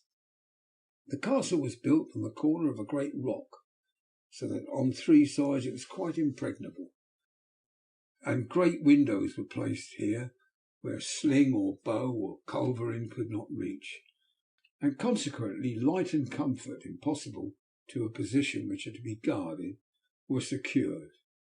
To the west was a great valley, rising far away, great jagged mountain fastness, rising peak on peak, the sheer rock studded with mountain ash and thorn, whose roots clung in cracks and crevices and crannies of the stone. This was evidently the portion of the castle occupied by the ladies in bygone days, for the furniture had more an air of comfort than any I had seen. The windows were curtainless, and the yellow moonlight flooding in through the diamond panes enabled one to see even colours, whilst it softened the wealth of dust which lay over all, and disguised in some measure the ravages of time and the moth. My lamp seemed to be of little effect in the brilliant moonlight, but I was glad to have it with me, for there was a dread loneliness in the place which chilled my heart and made my nerves tremble. Still, it was better than living alone in the rooms which I had come to hate from the presence of the Count, and after trying a little to school my nerves, I found a soft quietude come over me. Here I am, sitting at a little oak table, where in old times possibly some fair lady sat to pen. with much thought and many blushes, her ill-spelt love letter, and writing in my diary in shorthand all that has happened since I closed it last.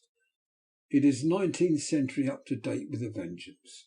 And yet, unless my senses deceive me, the old centuries had and have powers of their own, which mere modernity cannot kill. Later, the morning of the 16th of May, God preserve my sanity, for to this I am reduced. Safety and the assurance of safety are things of the past. Whilst I live on here, there is one thing to hope for, that I may not go mad, if indeed I be not mad already. If I be sane, then surely it is maddening to think of that all the foul things that lurk in this hateful place. The Count is the least dreadful to me, that to him alone I can look for safety, even though this be only whilst I can serve his purpose. Great God, merciful God, let me be calm, for out of that way lies madness indeed. I begin to get new lights on certain things which have puzzled me. Up to now I never quite knew what Shakespeare meant when he made Hamlet say, "My tablets, quick, my tablets, 'tis meet that I put it down," etc. For now, feeling as though my own brain were unhinged, or as if the shock had come which must end its undoing, I turned to my diary for repose. The habit of entering accurately must help to soothe me. The Count's mysterious warning frightened me at the time. It frightens me more now when I think of it, for in the future he has a fearful hold upon me. I shall fear, no doubt, what he may say. When I had written in my diary and fortunately replaced the book and pen in my pocket, I felt sleepy. The Count's warning came into my mind, but I took a pleasure in disobeying it. The sense of sleep was upon me, and with it the obstinacy which sleep brings as an outrider. The soft moonlight soothed, and the wide expanse without gave a sense of freedom, which refreshed me. I determined not to turn tonight to the gloom-haunted rooms, but to sleep here, whereof ladies had sat and sung and lived sweet lives, whilst their gentle breasts were sad for their menfolk, away in the midst of remorseless wars. I drew a great couch out of its place near the corner, so that as I lay I could look at the lovely view to the east and south, and unthinking of and uncaring for the dust, composed myself for sleep. I suppose I must have fallen asleep, I hope so, but I fear, for all that followed was startlingly real, so real that now, sitting here in the broad full sunlight of the morning, I cannot in the least believe that it was all sleep. I was not alone. The room was the same, unchanged in any way since I came into it. I could see along the floor in the brilliant moonlight my own footsteps, marked where I had disturbed the long accumulation of dust. In the moonlight opposite me were three young women, ladies by their dress and manner. I thought at the time that I must be dreaming when I saw them, for, though the moonlight was behind them, they threw no shadow on the floor. They came close to me and looked at me for some time, and then whispered together. Two were dark, and had high aquiline noses like the Count, great dark piercing eyes that seemed to be almost red when contrasted with the pale yellow moon. The other was fair as can be, with great wavy masses of golden hair, and eyes like pale sapphires. I seemed somehow to know her face, and to know it in connection with some dreamy fear, but I could not recollect at the moment how or where. All three had brilliant white teeth that shone like pearls against the ruby of their voluptuous lips. There was something about them that made me uneasy, some longing and at the same time some deadly fear. I felt in my heart a wicked burning desire that they would kiss me with those red lips. It is not good to note this down, lest some day it should meet Mina's eyes and cause her pain, but it is the truth. They whispered together, and then they all three laughed. Such a silvery musical laugh, but as hard as though the sound never could have come through the softness of human lips. It was like the intolerable tingling of sweetness of water glasses when played on by a cunning hand. The fair girl shook her head coquettishly, and the other two urged her on. One said, "Go on, You are first, and we shall follow. Yours is the right to begin." The other added, "He is young and strong. There are kisses for us all." I lay quiet, looking out under my eyelashes in an agony of delightful anticipation. The fair girl advanced and bent over me till I could feel the movement of her breath. Sweet it was in one sense, honey sweet, and sent the same tingling through my nerves as her voice, but with a bitter underlying, the sweet, a bitter offensiveness, as one smells in blood. I was afraid to raise my eyelids, but looked out and saw perfectly under the lashes. The girl went on her knees and bent over me, simply gloating. There was a deliberate voluptuousness which was both thrilling and repulsive, and as she arched her neck she actually licked her lips like an animal, till I could see in the moonlight the moisture shining on the scarlet lips and on the red tongue as it lapped the white sharp teeth. Lower and lower went her head as her lips went down below the range of my mouth and chin, and seemed about to fasten on my throat.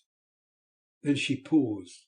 I could hear the churning sound of her tongue as it licked her teeth and lip, and could feel the hot breath on my neck. Then the skin of my throat began to tingle, as one's flesh does when the hand that is to tickle it approaches nearer and nearer. I could feel the soft shivering touch of the lips on the supersensitive skin of my throat, and the hard dents of two sharp teeth, just touching and pausing there. I closed my eyes in a languorous ecstasy, and waited with a beating heart. But at that instant another sensation swept through me as quick as lightning. I was conscious of the presence of the Count, and I saw his strong hand grasp the slender neck of the fair woman, and with a giant's power drew it back, the blue eyes transformed with fury, the white teeth champing with rage, and the fair cheeks blazing red with passion. But the Count, never did I imagine such wrath and fury, even to the demons of the pit. His eyes were positively blazing. The red light in them was lurid, as if the flames of hell blazed behind them. His face was deathly pale, and the lines of it were hard like drawn wires. Thick eyebrows that met up the nose now seemed like a heaving bar of white hot metal. With a fierce sweep of his arm he hurled the woman from him, then motioned to the others as though he were beating them back. It was the same imperious gesture that I had seen used to the wolves. In a voice which, though low and almost in a whisper, seemed to cut through the air and ring round the room, he said, "How dare you touch him, any of you? How dare you cast your eyes on him when I had forbidden it? Back, I tell you all. This man belongs to me. Beware how you meddle with him, or you'll have to deal with me." The fair girl, with a laugh of rival coquetry, turned to answer him. "You yourself never loved, you never loved." On this the other women joined, and such mirthless, hard, soulless laughter rang through the room it almost made me faint to hear. It seemed like the pleasure of fiends. Then the Count turned, after looking at my face attentively, and said in a soft whisper, "Yes, too, I can love. You yourselves can tell it from the past. Is it not so? Well, now I promise you that when I am done with him, you shall kiss him at your will. Now go, I must awaken him, for there is work to be done." "Are we to have nothing tonight?" said one of them with a low laugh. She pointed to the bag which she had thrown upon the floor, and which moved as though there was some living thing within it. For answer he nodded his head. One of the women jumped forward and opened it. My ears did not deceive me. There was a gasp and a low wail, as of a half-smothered child. The woman closed round, while I was aghast with horror. But as I looked they disappeared, and with them the dreadful bag. There was no door near them. They could not have passed me without my noticing. They simply seemed to fade into the rays of the moonlight and pass out through the window, for I could see outside the dim, shadowy forms for a moment before they entirely faded away. Then the horror overcame me. I sank down unconscious. End of chapter 3. Chapter 4. Jonathan Harker's Journal. Continued. I awoke in my own bed. If it be that I had not dreamt, the Count must have carried me here. I tried to satisfy myself on the subject, but could not arrive at any unquestionable result. To be sure, there were certain small evidences, such that my clothes were folded and laid by in a manner which was not my habit. My watch was still unwound, and I am rigorously accustomed to wind it in the last thing before going to bed, and many such details. But these things are no proof, for they may have been evidences that my mind was not as usual, and from some cause or another I had certainly been much upset. I must watch for proof. Of one thing I am glad, it was that the Count carried me here and undressed me. He must have been hurried in his task, for my pockets are intact. I am sure this diary would have been a mystery to him, which he would not have brooked. He would have taken or destroyed it. As I look around this room, although it has been to me so full of fear, it is now a sort of sanctuary, for nothing can be more dreadful than those awful women who are, waiting to suck my blood. 18th of May. I have been down to look at that room again in daylight, for I must know the truth. When I got to the doorway at the top of the stairs, I found it closed. It had been so forcibly driven against the jamb that part of the woodwork was splintered. I could see that the bolt of the lock had not been shot, but the door was fastened from the inside. I fear it was no dream, and I must act on this surmise. 19th of May. I am surely in the toils.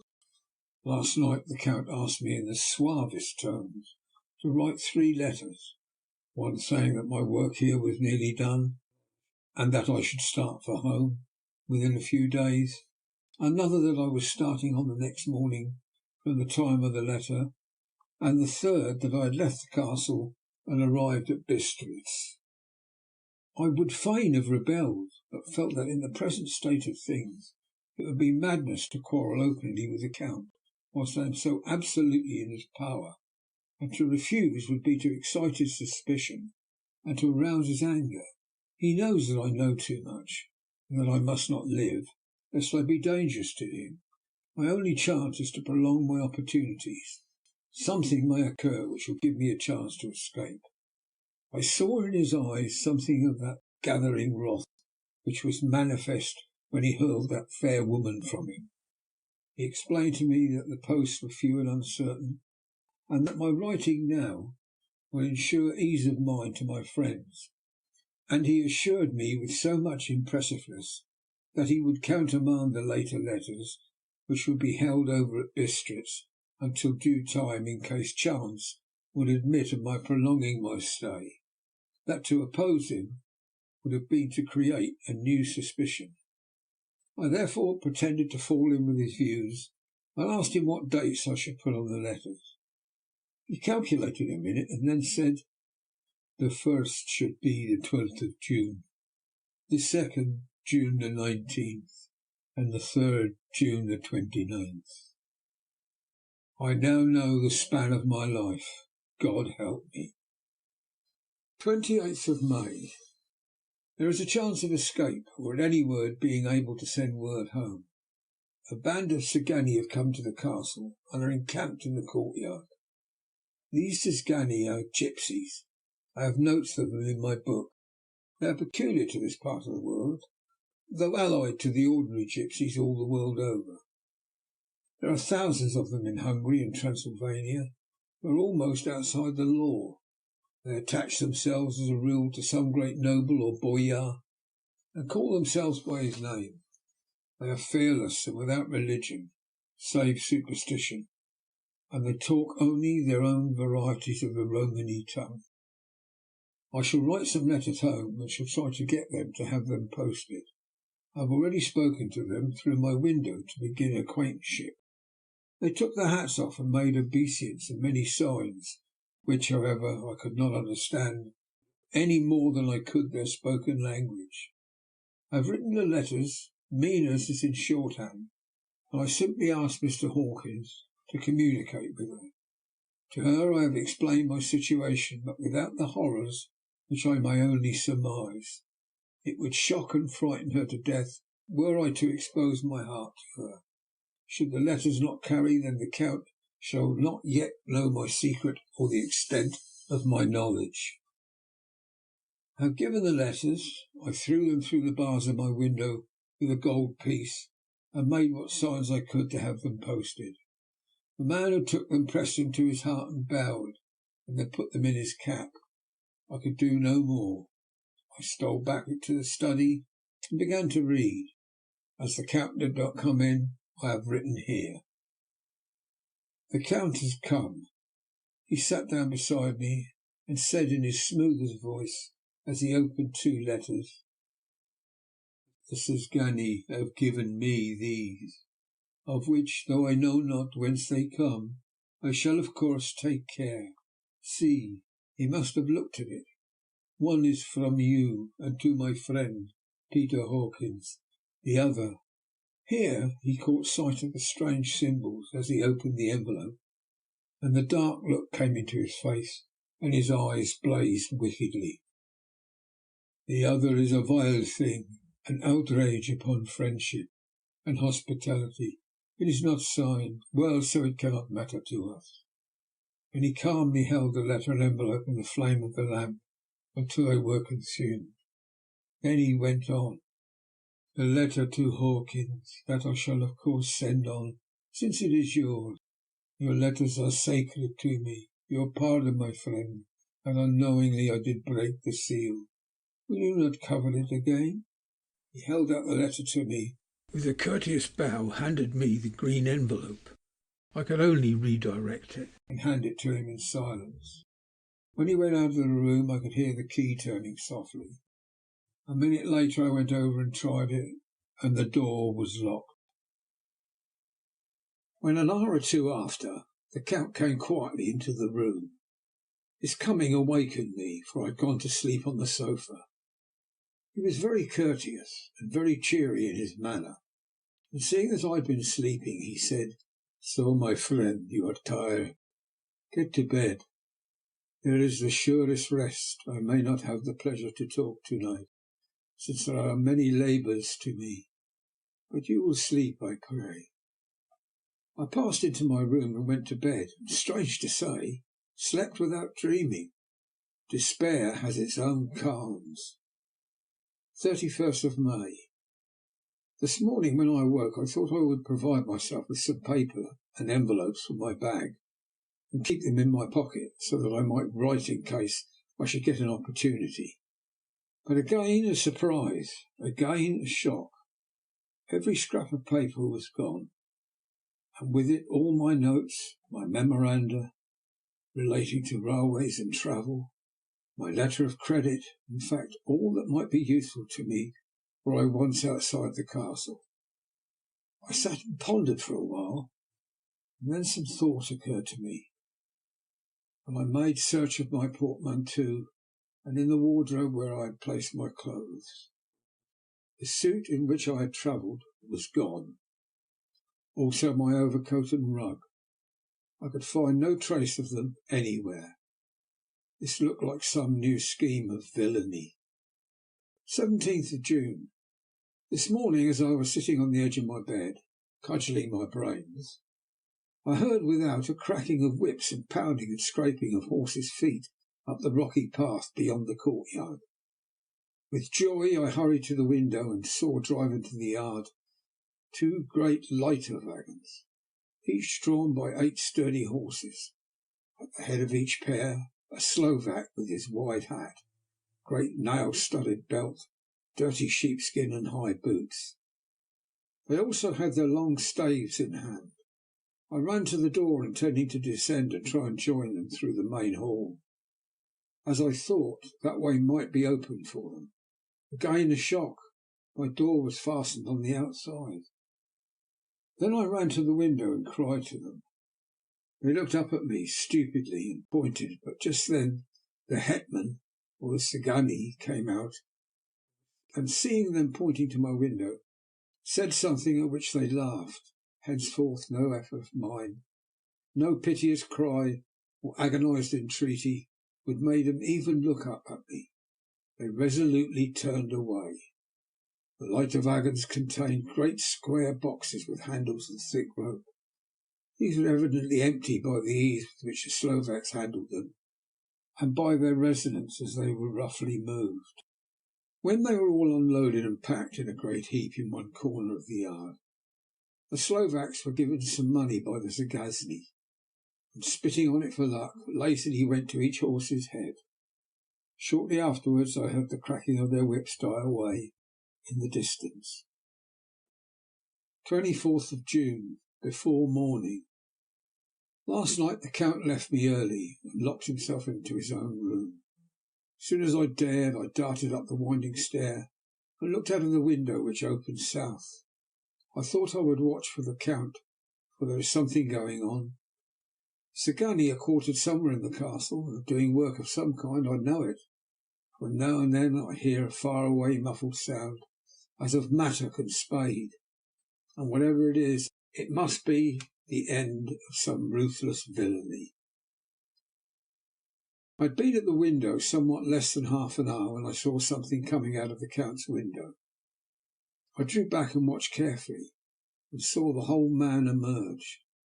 It was a new shock to me to find out he had on the suit of clothes which I had worn whilst travelling here, and slung over his shoulder the terrible bag which I had seen the women take away. There could be no doubt as to his quest, and in my garb too. This then is his new scheme of evil, that he will allow others to see me as they think, so that he may both leave evidence that I have been seen in the towns or villages posting my own letters, and that any wickedness which he do shall by the local people be attributed to me. It makes me rage to think that this can go on, and whilst I am shut up here, a veritable prisoner, but without that protection of the law which is even a criminal's right and consolation. I thought I would watch for the Count's return, and for a long time sat doggedly at the window. Then I began to notice there were some quaint little specks floating in the rays of the moonlight. They were like the tiniest grains of dust, and they whirled round and gathered in clusters in a nebulous sort of way. I watched them with a sense of soothing, and a sort of calm stole over me. I leaned back in the embrasure in a more comfortable position, so that I could enjoy more fully the aerial gambolling. Something made me start up. A low, piteous howling of dogs somewhere far below in the valley, which was hidden from my sight. Louder it seemed to ring in my ears, and the floating motes of dust to take new shapes to the sound as they danced in the moonlight. I felt myself struggling to awake to some call of my instincts. Nay, my very soul was struggling, and my half-remembered sensibilities were striving to answer the call. I was becoming hypnotized. Quicker and quicker danced the dust. The moonbeams seemed to quiver as they went by me in the mass of the gloom beyond. More and more they gathered till they seemed to take dim phantom shape. Then I started, broad awake and in full possession of my senses, and ran screaming from the place. The phantom shapes which were becoming gradually materialized from the moonbeams were those of three ghostly women to whom I was doomed. I fled, and I felt somewhat safer in my own room, where there was no moonlight and where the lamp was burning brightly. When a couple of hours had passed, I heard something stirring in the Count's room, something like a sharp wail quickly suppressed. Then there was silence, deep, awful silence, which chilled me. With a beating heart I tried the door, but I was locked in my prison and could do nothing. I sat down and simply cried. As I sat, I heard a sound in the courtyard without, the agonized cry of a woman. I rushed to the window, and throwing it up, peered out between the bars. There indeed was a woman with a dishevelled hair, holding her hands over her heart as one distressed with running. She was leaning against the corner of the gateway when she saw my face at the window, and threw herself forward and shouted in a voice laden with menace, Monster, give me my child." She threw herself on her knees, and raising up her hands, cried the same words in tones which wrung my heart. Then she tore her hair and beat her breast, and abandoned herself to all the violences of extravagant emotion. Finally she threw herself forward, and though I could not see her, I could hear the beating of her naked hands against the door. Somewhere high overhead, probably on the tower, I heard the voice of the Count, calling in his harsh metallic whisper. His call seemed to be answered from far and wide by the howling of wolves. Before many minutes had passed, a pack of them poured like a pent-up dam when liberated through the wide entrance into the courtyard. There was no cry from the woman, and the howling of the wolves was but short. Before long they streamed away singly, licking their lips. I could not pity her, for I knew what had become of her child, and she was better dead. What shall I do? What can I do? How can I escape from this dreadful thing of night and gloom and fear? 25th of June, morning. No man knows till he has suffered from the night how sweet and how dear to his heart and eye the next morning can be. When the sun grew so high this morning that it struck the top of the great gateway opposite my window, the high spot which it touched seemed to me as if the dove from the ark had alighted there. My fear fell from me, as if it had been a vaporous garment which dissolved in the warmth. I must take action of some sort whilst the courage of the day is upon me. Last night one of my post-dated letters went to post, the first of that fatal series which is to blot out the very traces of my existence from earth. Let me not think of it. Action! It has always been at night time that I have been molested or threatened, or in some way in danger or in fear. I have not yet seen the Count in the daylight. Can it be that he sleeps when others wake? That he may be awake whilst they sleep? If only I could get into his room. But there is no possible way. The door is always locked. No way for me. Yes, there is a way, if one dares to take it. Where his body is gone, why may not another body go? I have seen him myself crawl from his window. Why should I not imitate him and go in by his window? The chances are desperate, but my need is more desperate still. I shall risk it. At the worst it can only be death, and a man's death is not a calf's, and the dreaded hereafter may still be open to me. God help me in my task. Good-bye, Mina. If I fail, good-bye, my faithful friend and second father. Good-bye all, and last of all, Mina. Same day, later. I have made the effort, and, God helping me, have come safely back to this room. I must put down every detail in order. I went whilst my courage was fresh straight to the window on the south side, and at once got out of the narrow ledge of stone which runs around the building on this side. The stones are big and roughly cut, and the mortar has by process of time been washed away between them. I took off my boots and ventured out on the desperate way. I looked down once so as to make sure that a sudden glimpse of the awful depth would not overcome me, but after that kept my eyes away from it.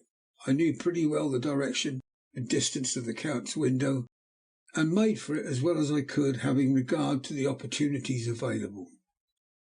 I did not feel dizzy. I suppose I was too excited, and the time seemed ridiculously short till I found myself standing on the window sill and trying to raise up the sash. I was filled with agitation. However, when I bent down and slid feet foremost in through the window, then looked around for the Count, but with surprise and gladness made a discovery. The room was empty. It was barely furnished with odd things which seemed to have never been used.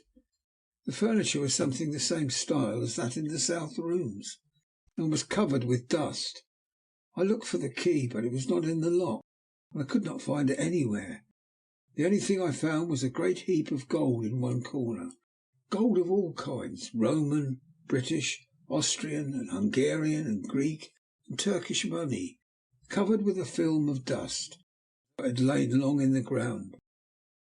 None of it that I noticed was less than 300 years old. There were also chains and ornaments, some jewelled, but all of them old and stained. At one corner of the room was a heavy door. I tried it, for since I could not find the key to the room or the key to the outer door, which was the main object of my search, I must make further examination, or all my efforts would be in vain. It was open, and led through a stone passage to a circular stairway which went steeply down. I descended, minding carefully where I went, for the stairs were dark, being only lit by loopholes in the heavy masonry. At the bottom there was a dark tunnel-like passage, through which came a deathly sickly odour, the odour of old earth newly turned. As I went through the passage, the smell grew closer and heavier. At last I pulled open a heavy door which stood ajar, and found myself in an old ruined chapel, which had evidently been used as a graveyard. The roof was broken, and in two places were steps leading to vaults, but the ground had recently been dug over, and the earth placed in great wooden boxes, manifestly those which had been brought by the Slovak. There was nobody about. I made a search for any further outlet, but there was none. Then I went over every inch of ground, so as not to lose a chance. I went down even into the vaults where the dim light struggled, although to do so was a dread to my very soul. Into two of these I went, but I saw nothing except fragments of old coffins and piles of dust. In the third, however, I made a discovery. There, in one of the great boxes, of which there were 50 in all, on a pile of newly dug earth, lay the Count. He was either dead or asleep. I could not say which, for his eyes were open and stony, but without the glassiness of death, and the cheeks had warmth of life through all their pallor. The lips were as red as ever, but there was no sign of movement, no pulse, no breath, no beating of the heart. I bent over him and tried to find any sign of life, but in vain. He could not have lain there long, for the earthy smell would have passed away in a few hours. By the side of the box was its cover, pierced with holes here and there. I thought he might have the keys on him, but when I went to search I saw the dead eyes, and in them, dead though they were, such a look of hate, though unconscious of me or my presence, that I fled from the place, and leaving the Count's room by the window, crawled up against the castle wall.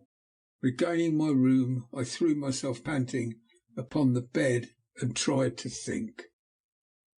29th of June. Today is the date of my last letter, and the Count has taken steps to prove that it was genuine, for again I saw him leave the castle by the same window, and in my clothes.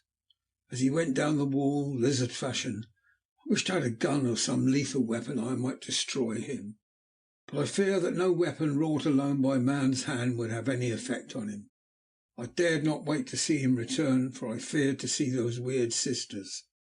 I came back to the library and read there till I fell asleep. I was awakened by the Count, who looked at me grimly as a man could look, as he said, "Tomorrow, my friend, we must part. You return to your beautiful England, I to some work which may have such an end that we may never meet. Your letter home has been dispatched. Tomorrow I shall not be here, but all shall be ready for your journey. In the morning come the Zingani, who have some labours of their own here, and also come some Slovaks. When they have gone, my carriage shall come for you, and shall bear you to the Borgo Pass, to meet the diligence from Bukovina to Bistritz. I am in hopes that I shall see more of you at Castle Dracula." I suspected him, and determined to test his sincerity. Sincerity, it seems, is like a profanation of the word to write it in connection with such a monster. So I asked him point blank, "Why may I not go tonight?" "Because, dear sir, my coachman and horses are away on a mission." But I would walk with pleasure. I want to get away at once." He smiled, such a soft, smooth, diabolical smile that I knew there was some trick behind his smoothness. He said, "And your baggage?" "I do not care about it. I can send for it some other time." The Count stood up and said with a sweet courtesy which made me rub my eyes, it seemed so real, "You English have a saying which is close to my heart, for its spirit is that which rules our boyars. Welcome the coming, speed the parting guest. Come with me, my dear young friend. Not an hour shall you wait in my house against your will. Though sad I am at your going, and that you so suddenly desire it. Come." With a stately gravity, he with the lamp preceded me down the stairs and along the hall. Suddenly he stopped. Hark! Close at hand came the howling of many wolves. It was almost as if the sound sprang up at the rising of his hand, just as the music of a great orchestra seemed to leap under the baton of the conductor.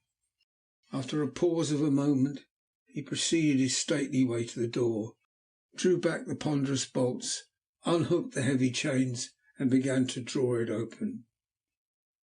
To my intense astonishment, I saw that it was unlocked. Suspiciously I looked all round. I could see no key of any kind. As the door began to open, the howling of the wolves without grew louder and angrier. Their red jaws, with champing teeth, and their blunt clawed feet as they leapt, came in through the opening door. I knew then that to struggle at that moment against the Count was useless. With such allies as these at his command I could do nothing. But still the door continued slowly to open, and only the Count's body stood in the gap. Suddenly it struck me this might be the moment and means of my doom. I was to be given to the wolves, and at my own instigation. There was a diabolical wickedness in the idea, great enough for the Count, and as a last chance I cried out, "Shut the door, I shall wait till morning," covered my face with my hands to hide my tears of bitter disappointment. With one sweep of his powerful arm the Count threw the door shut, and the great bolts clanged and echoed through the hall as they shot back into their places. In silence we returned to the library. After a minute or two I went to my own room. The last I saw of Count Dracula was his kissing his hand to me with a red light of triumph in his eyes, and with a smile that Judas in hell might be proud of. When I was in my room and about to lie down, I thought I heard a whispering at my door. I went to it softly and listened. Unless my ears deceived me, I heard the voice of the Count. "Back, back to your own place. Your time is not yet come. Wait, have patience. To-night is mine.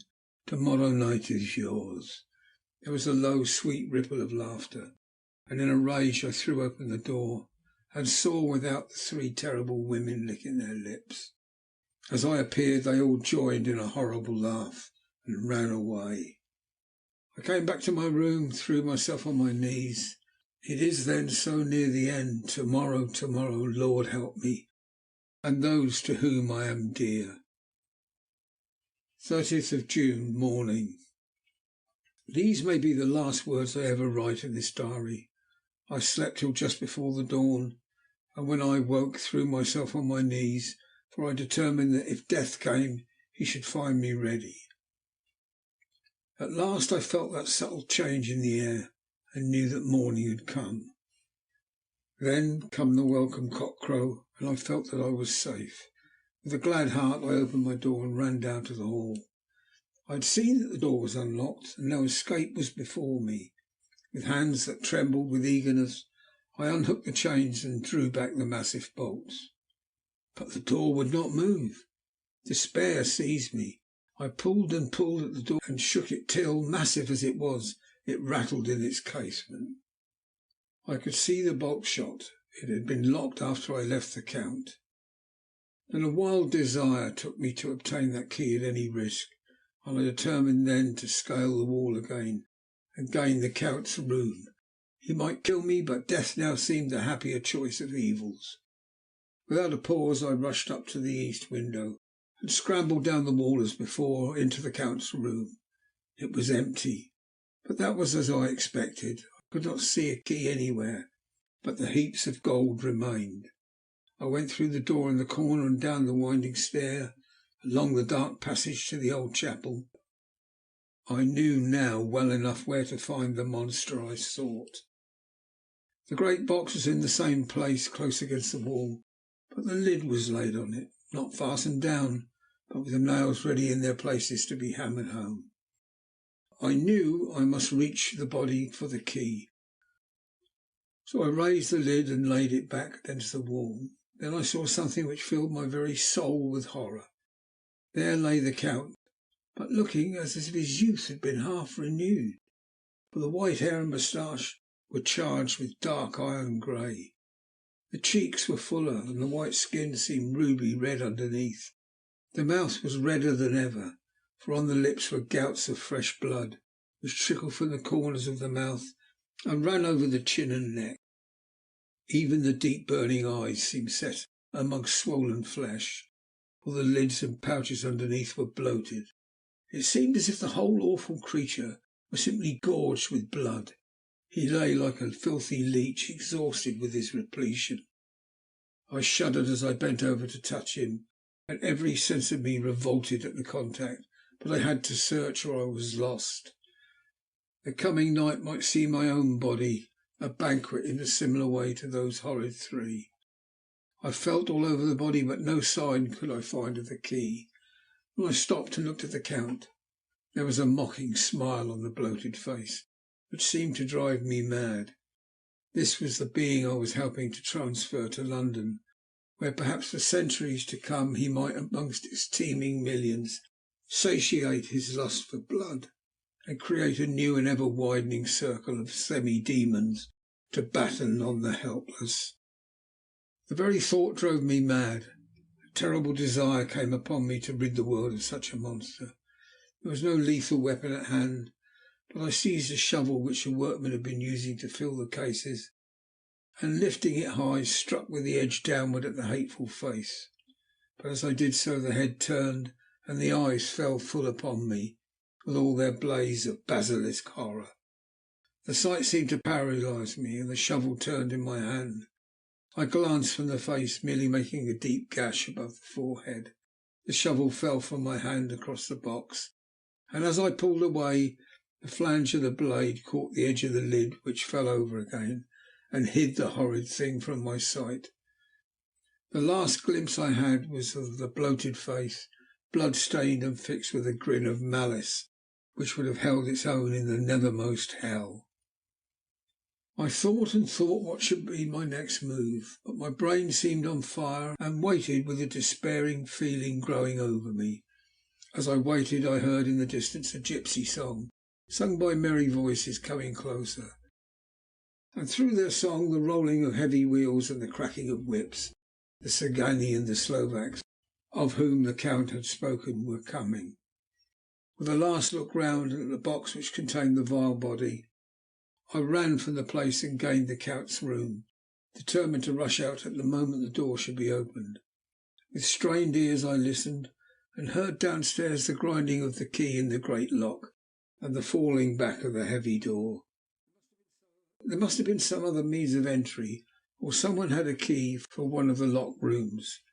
Then there came the sound of many feet, tramping and dying away in some passage, which sent up a clanging echo.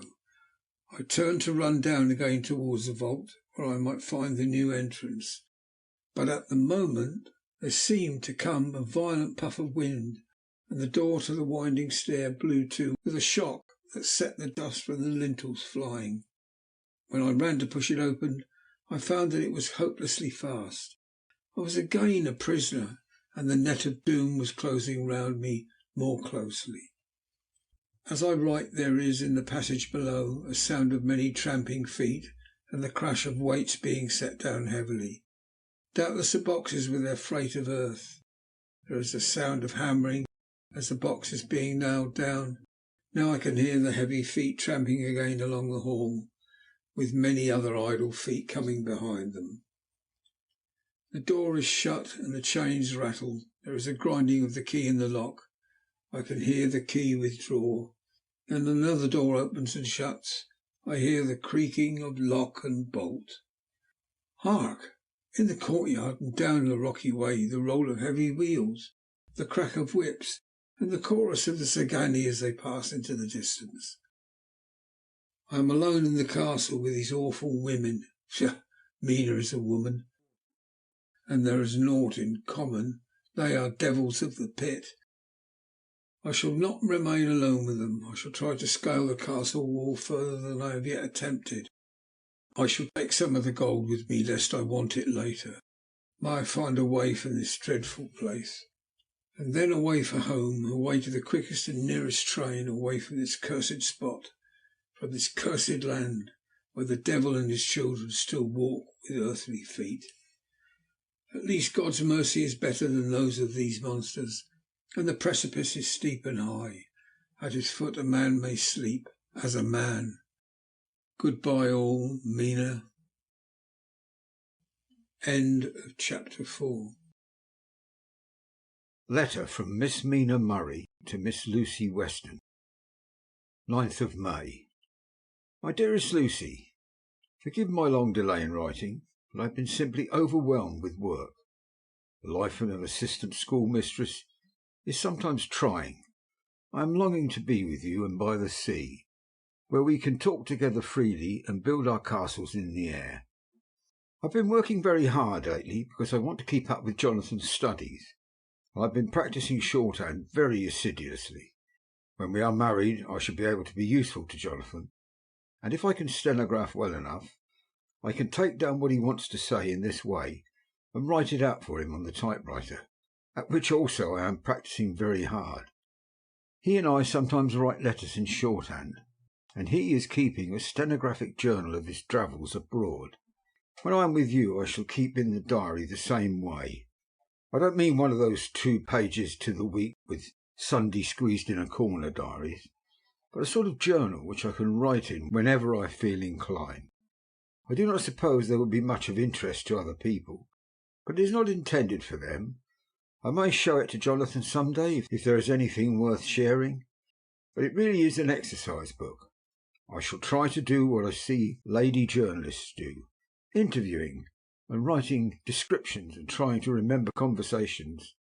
I am told that with a little practice one can remember all that goes on, or that one hears said during a day. However, we shall see. I will tell you of my little plans when we meet. I just had a few hurried lines from Jonathan from Transylvania. He is well and will be returning in about a week. I am longing to hear all his news. It must be so nice to see strange countries. I wonder if Jonathan and I, shall ever see them together. There's the 10 o'clock bell ringing. Goodbye. Your loving Mina. Tell me all the news when you write. You have not told me anything for a long time. I heard rumours, and especially of a tall, handsome, curly-haired man. Letter, Lucy Weston to Mina Murray. 17 Chatham Street, Wednesday. My dearest Mina, I must say you tax me very unfairly with being a bad correspondent. I wrote to you twice since we parted, and your last letter was only your second. Besides, I have nothing to tell you. There really is nothing to interest you. Town is very pleasant just now, and we go a good deal to the picture galleries and for walks and rides in the park. As to the tall, curly-haired man, I suppose it was the one who was with me at the last pop. Someone has evidently been telling tales. That was Mr. Homewood. He often comes to see us, and he and Mamma get on very well together. They have so many things to talk about in common. We met some time ago a man that would just do for you, if you are not already engaged to Jonathan. He's an excellent party, being handsome, well off, and of good birth. He is a doctor and really clever. Just fancy, he is only 29, and he has an immense lunatic asylum all under his own care. Mr. Holmwood introduced him to me, and he called here to see us, and often comes now. I think he is one of the most resolute men I ever saw, and yet the most calm. He seems absolutely imperturbable. I fancy what a wonderful power he must have over his patients. He has a curious habit of looking one straight in the face, as if trying to read one's thoughts. He tries this on very much with me, but I flatter myself that he's got a tough nut to crack. I know that from my glass. Do you ever try to read your own face? I do, and I can tell you that it is not a bad study, and gives you more trouble than you can well fancy if you have never tried it. He says that I afford him a curious psychological study, and I humbly think I do. I do not, as you know, take sufficient interest in dress to be able to describe the new fashions. Dress is a bore. That is a slang again, but never mind. Arthur says that every day. There it is, all out, Mina. We have told all our secrets to each other since we were children. We have slept together, eaten together, laughed and cried together. And now, though I have spoken, I would like to speak more. Oh, Mina, couldn't you guess? I love him. I am blushing as I write, for although I think he loves me, he has not told me so in words. But oh, Mina, I love him. I love him, I love him. There, that does me good. I wish I were you, dear, sitting by the fire undressing as we used to sit, and I would try to tell you what I feel. I do not know how I am writing this even to you. I am afraid to stop, or should I tear up the letter? I don't really want to stop, for I do so want to tell you all. Let me hear from you at once, and tell me all that you think about it. Mina, I must stop. Good night. Bless me in your prayers, and Mina, pray for my happiness. Lucy. P.S. I need not tell you this is a secret. Good night again, L. Letter, Lucy Westerner, to Mina Murray, 24th of May. My dearest Mina, thanks again for your sweet letter. It was so nice to be able to tell you and have your sympathy. My dear, it never rains but it pours. How true the old proverbs are. Here am I, who shall be 20 in September, and yet I never had a proposal until today, not a real proposal, and today I have had 3. Just fancy 3 proposals in one day. Isn't it awful? I feel sorry, really and truly, for 2 of the poor fellows. Oh, Mina, I am so happy that I don't know what to do with myself. And 3 proposals! But for goodness sake, don't tell any of the girls, or they would be getting all sorts of extravagant ideas and imagining themselves injured and slighted in their very first day at home. They did not get 6 at least. Some girls are so vain. You and I, Mina dear, who are engaged and are going to settle down soberly into old married women, can despise vanity. Well, I must tell you about the 3, but you must keep it a secret, dear, from everyone, except, of course, Jonathan. You will tell him, because I would, if I were in your place, certainly tell Arthur. A woman ought to tell her husband everything, don't you think so, dear? And I must be fair, men like women, certainly their wives, to be quite as fair as they are. And women, I am afraid, are not always quite as fair as they should be. Well, my dear, number 1 came just before lunch. I told you of him. Dr. John Seward, the lunatic asylum man, with a strong jaw and a good forehead. He was very cool outwardly, but was nervous all the same. He had evidently been schooling himself as to all sorts of little things, and remembered them, but he almost managed to sit down on his silk hat, which men don't generally do when they are cool. And then, when he wanted to appear at ease, he kept playing with a lancet in a way that made me nearly scream. He spoke to me, Mina, very straightforwardly. He told me how dear I was to him, though he had known me so little, and what his life would be like with me to help and cheer him. He was going to tell me how unhappy he would be if I did not care for him. But when he saw me cry, he said that he was a brute and would not add to my present trouble. Then he broke off and asked if I could love him in time. When I shook my head, his hands trembled. And then, with some hesitation, he asked me if I cared already for anyone else. He put it very nicely, saying that he did not want to wring my confidence from me, but only to know, because if a woman's heart was free, a man might have hope. And then, Mina, I felt a sort of duty to tell him there was someone. I only told him that much, and then he stood up, and he looked very strong and very grave as he took both my hands in his, and said he hoped I would be happy, and that if I ever wanted a friend I must count him one of my best. Oh, Mina, dear, I can't help crying, and you must excuse this letter for being all blotted. Being proposed to is all very nice and all that sort of thing, but isn't it all a happy thing when you have to see a poor fellow whom you know loves you honestly going away and looking all broken, and to know that no matter what he may say at the moment, you are passing quite out of his life? My dear, I must stop here at present. I feel so miserable, though I am so happy. Evening. Arthur has just gone, and I feel in better spirits than when I left off, so I can go on telling you about the day. Well, my dear, number 2 came after lunch. He's such a nice fellow, an American from Texas. He looks so young, so fresh, that it seems almost impossible that he has been to so many places and has had such adventures.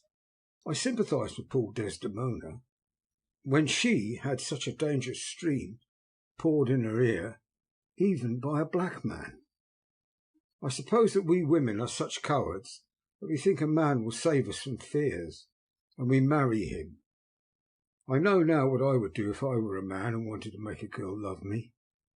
No, I don't, for there was Mr. Morris telling us his stories, and Arthur never told any. And yet, my dear, I am somewhat previous. Mr. Quincy P. Morris found me alone. It seems that a man always does find a girl alone. No, he doesn't, for Arthur tried twice to make a chance, and I helped him in all I could. I'm not ashamed to say it now. I must tell you beforehand that Mr. Morris doesn't always speak slang. That is to say, he never does so to strangers or before them, for he is really well educated and has exquisite manners. But he found out that it amused me to hear him talk American slang, and whenever I was present and there was no one to be shocked, he said such funny things.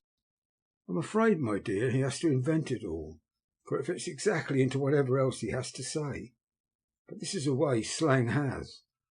I do not know myself if I shall ever speak slang. I do not know if Arthur likes it, as I have never heard him use any as yet. Well, Mr. Morris sat down beside me and looked as happy and jolly as he could, but I could see all the same that he was very nervous. He took my hand in his and said ever so sweetly, "Miss Lucy, I know I ain't good enough to regulate the fixings on your little shoes, but I guess if you wait till you find a man that is, you'll go and join them 7 young women with the lamps when you quit. Won't you just hitch up alongside of me and let us go down to the long road together, driving in double harness?" Well, he did look so good-humoured and so jolly that it didn't seem half so hard to refuse him as it did poor Dr. Seward. So I said as lightly as I could that I did not know anything of hitching, and I wasn't broken to harness at all yet. Then he said that he had spoken in a light manner, and he hoped that if he had made a mistake in doing so grave, so momentous an occasion for him, I would forgive him. He really did look serious when he was saying it. I couldn't help feeling a bit serious too. I know, Mina, you will think me a horrid flirt, though I couldn't help feeling a sort of exultation that he was number 2 in one day. And then, my dear, before I could say a word, he began pouring out a perfect torrent of love-making, laying his very heart and soul at my feet. He looked so earnest over it that I shall never again think that a man must be playful always and never earnest, because he is merry at times. I suppose he saw something in my face which checked him, for suddenly he stopped, and said with a sort of manly fervour that I could have loved him for had I been free, "Lucy, you are an honest-hearted girl, I know. I should not be here speaking to you as I am now if I did not believe you, clean grit, right through to the very depths of your soul. Tell me like one good fellow to another, is there anyone else you care for? And if there is, I'll never trouble you a hair's breadth again, but will be, if you will let me, a very faithful friend." My dear Mina, why are men so noble when we women are so little worthy of them? Here I was almost making fun of this great-hearted true gentleman. I burst into tears. I am afraid, my dear, you will think this is a very sloppy letter in more ways than one, and I really felt very badly. Why can't they let a girl marry 3 men or as many as want her, and save all this trouble? But this is heresy, and I must not say it. I am glad to say that though I was crying, I was unable to look into Mr. Morris's brave eyes, and I told him out straight. Yes, there is someone I love, though he has not told me yet that he even loves me. I was right to speak to him so frankly, for quite a light came into his face, and he put out both his hands and took mine. I think I put them into his, and said in a hearty way, "That's my brave girl. It's better worth being late for a chance of winning than you being in time for any other girl in the world. Don't cry, my dear, if it's for me. I'm a hard nut to crack. I'll take it standing up. If that other fellow doesn't know his happiness, well, he better look for it soon, or he'll have to deal with me. Little girl, your honesty and pluck have made me a friend, and that's rarer than a lover. It's more unselfish anyhow. My dear, I'm going to have a pretty lonely walk between this and Kingdom Come. Won't you give me one kiss? It'll be something to keep off the darkness now and then. You can, you know, if you like, for that other good fellow. He must be a good fellow, my dear, and a fine fellow, or you could not love him. Hasn't spoken yet. That quite won me, Mina, for it was brave and sweet of him, and noble too, to a rival, wasn't it? And he so sad. So I leant over and kissed him. He stood up with my 2 hands in his, and as he looked down into my face, I'm afraid I was blushing very much, he said, "Little girl, hold your hand, and you have kissed me. If these things don't make us friends, nothing ever will. Thank you for your sweet honesty to me, and good-bye." He wrung my hand, and taking up his hat, went straight out of the room without looking back, without a tear or a quiver or a pause. I'm crying like a baby. Oh, why must a man like that be made unhappy when there are lots of girls about who would worship the very ground he trod on? I know I would if I were free, only I don't want to be free. My dear, this has quite upset me, and I feel I cannot write of happiness just at once, after telling you of it, and I don't wish to tell of the number 3 until it can be all happy. Ever your loving Lucy. P.S. Oh, about number 3. I needn't tell you of a number 3, need I? Besides, it was all so confused. It seemed only a moment from his coming into the room till both his arms were round me and he was kissing me. I am very, very happy, and I don't know what I have done to deserve it. I am not ungrateful to God for all his goodness to me in sending to me such a lover, such a husband, and such a friend. Goodbye. Dr. Seward's Diary. Kept in phonograph. 25th of May. Ebb tide in appetite today. Cannot eat, cannot rest, so diary instead. Since my rebuff of yesterday, I have a sort of empty feeling. Nothing in the world seems of sufficient importance to be worth the doing. As I knew that the only cure for this sort of thing was work, I went down among the patients. I picked out one who had afforded me a study of much interest. He is so quaint that I am determined to understand him as well as I can. Today I seem to get nearer than ever before to the heart of this mystery. I questioned him more fully than I have ever done, with a view to making myself master of the facts of his hallucination. In my manner of doing it there was now, I see, something of cruelty. I seemed to wish to keep him to the point of his madness, a thing which I avoid with the patients as I would the mouth of hell. Memo. Under what circumstances would I not avoid the pit of hell? Omnia Romane venulia sunt. Hell has its price. Verb. Sat. If there be anything between this instinct, it will be valuable to trace it afterwards, accurately. So I had better commence to do so. Therefore, R. M. Renfield, age 59. Sanguine temperament. Great physical strength. Morbidly excitable. Periods of gloom, ending in some fixed idea which I cannot make out. I presume that the sanguine temperament itself and the disturbing influence end in a mentally accomplished finish. Possibly a dangerous man. Probably dangerous if unselfish. In selfish men, caution is as secure an armour for their foes as for themselves. What I think of on this point is, when self is the fixed point, the centripetal force is balanced with the centrifugal. When duty, cause, etc. is the fixed point, the latter force is paramount, and only an accident or a series of accidents can balance it.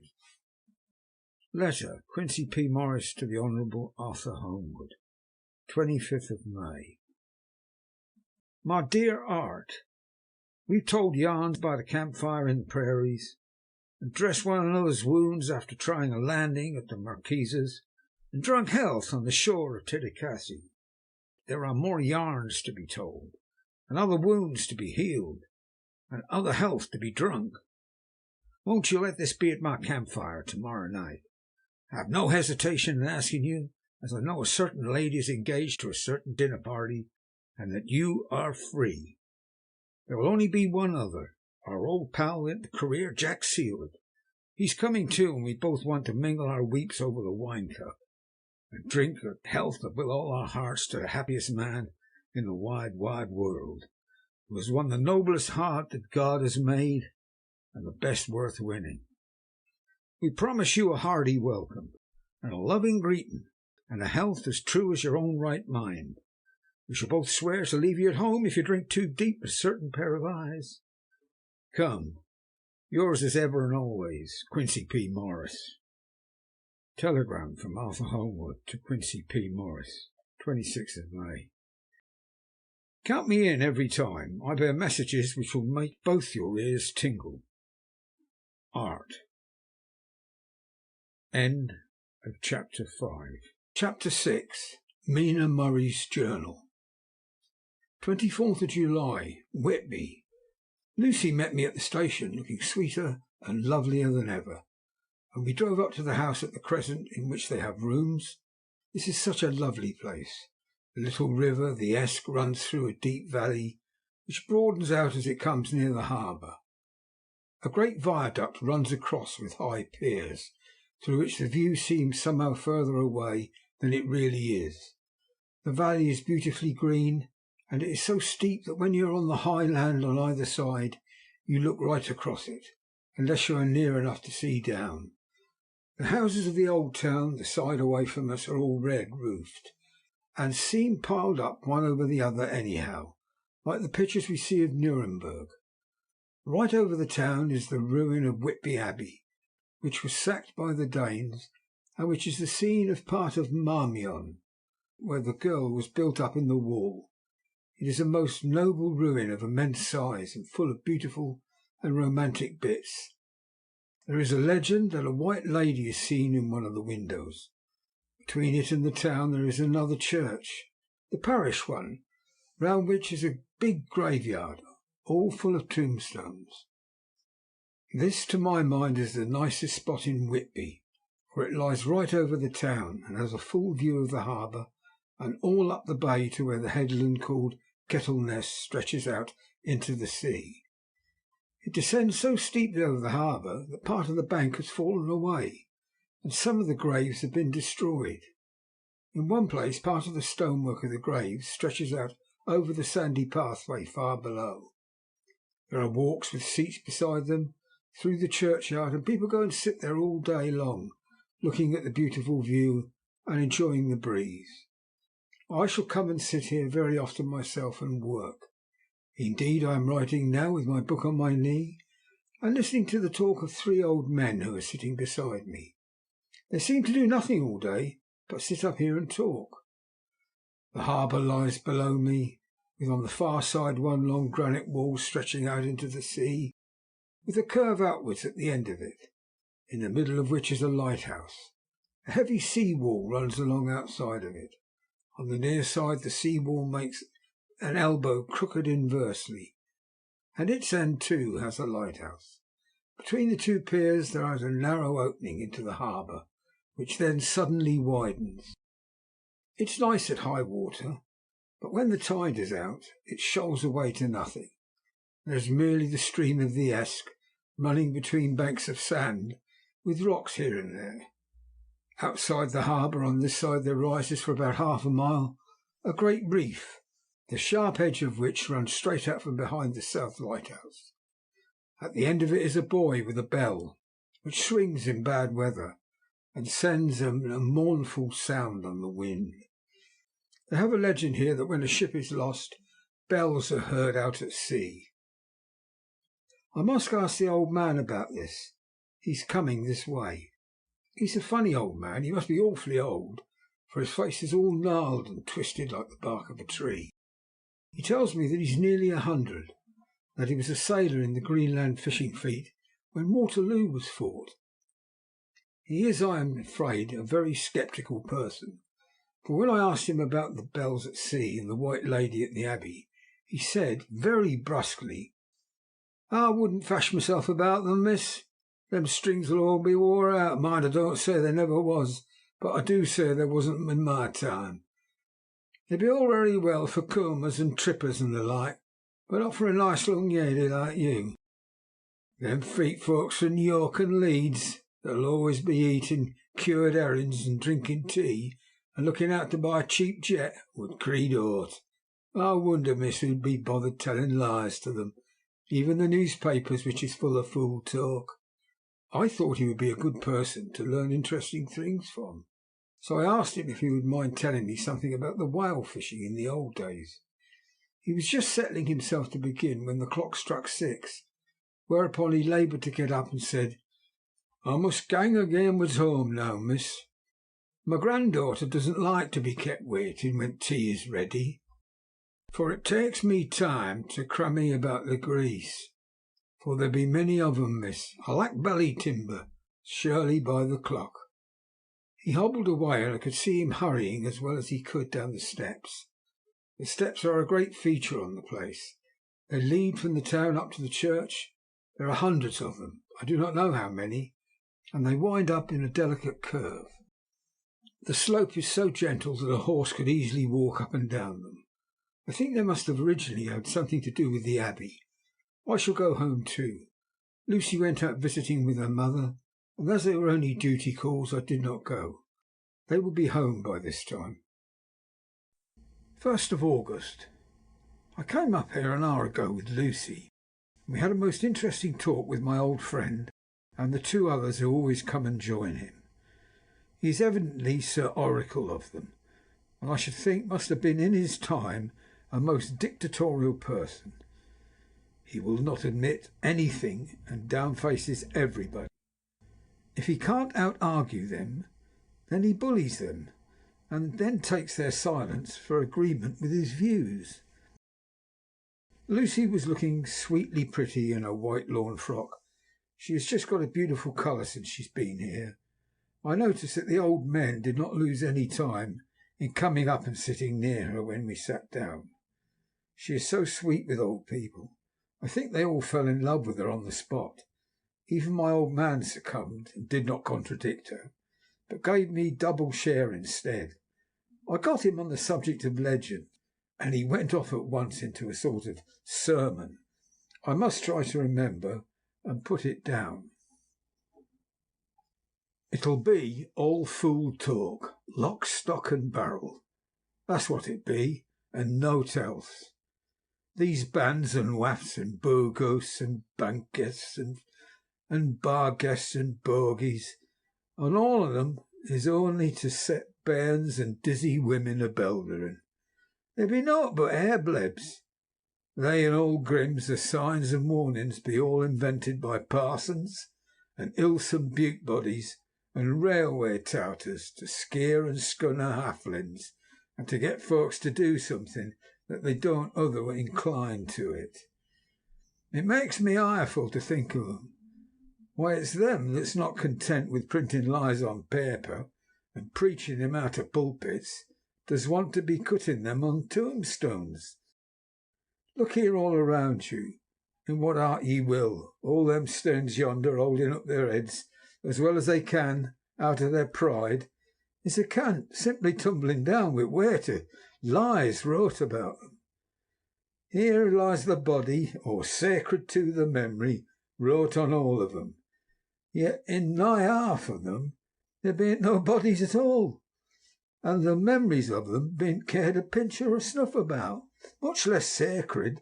Lies, all of them, nothing but lies of one kind or another. My God, but it'll be a queer scoldment on day of judgment when they come tumbling up in their death sarks, all grouped together, and trying to drag their tombstones with them to prove how good they was. Some of them trimming and dithering with their hands that doesn't and slippery from lying in sea, that they can't even keep their grip of them. I could see from the old fellow's self-satisfied air, and the way in which he looked round for the approval of his cronies, that he was showing off, so I put in a word to keep him going. "Oh, Mr. Swales, you can't be serious. Surely these tombstones are not all wrong?" "Yabblins! There may be a poorish few not wrong, saving where they make out the people too good, for there be folk that do think a barn board be like the sea, if only it be their own. The whole thing be only lies. Now look you here. You come here a stranger, and you see this Kirkgath." I nodded, for I thought it better to assent, though I did not quite understand his dialect.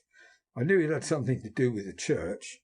He went on, "And you can say that all these stones be about folk that apt here snog and snog." I assented again. "Then that be just where the lie comes in.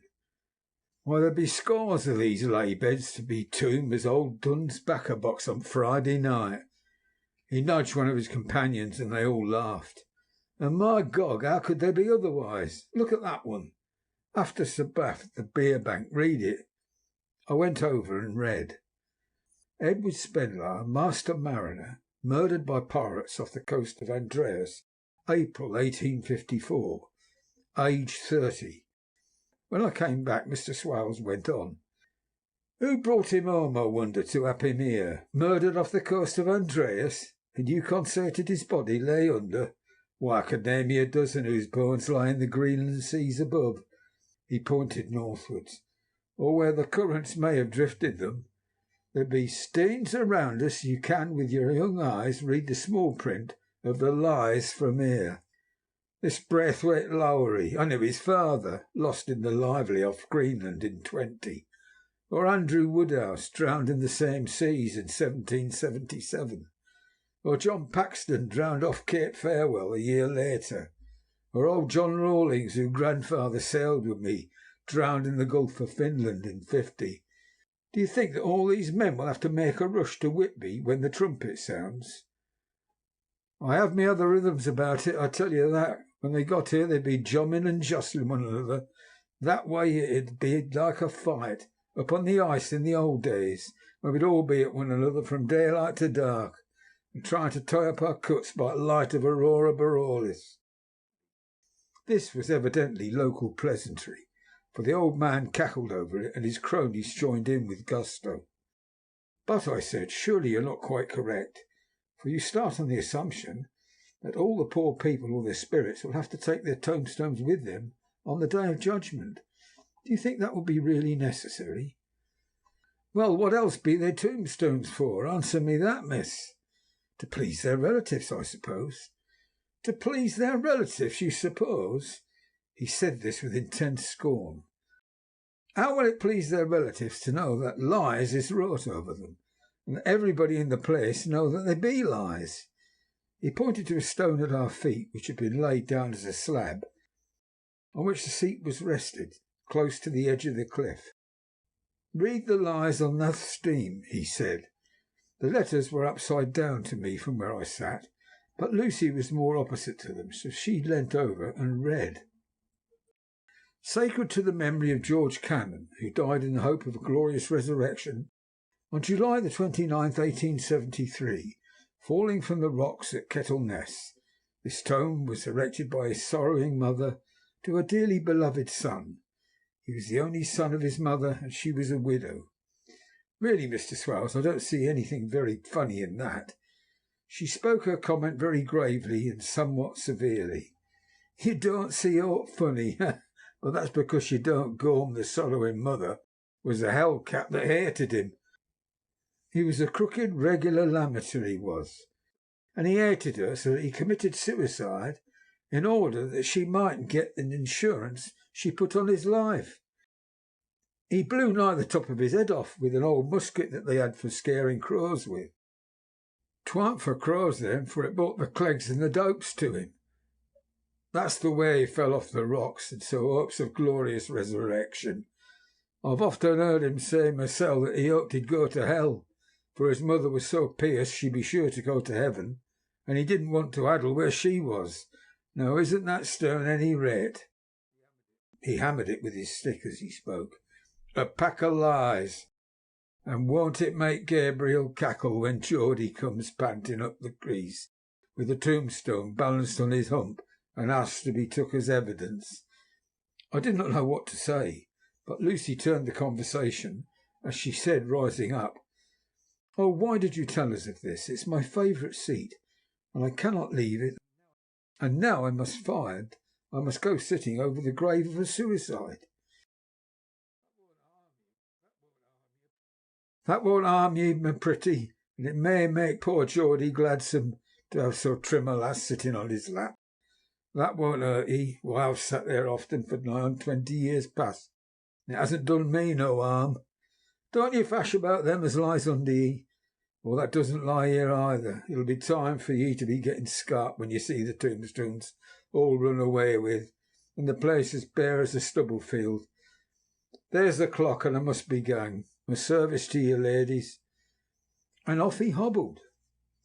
Lucy and I sat a while, and it was all so beautiful before us that we took hands as we sat.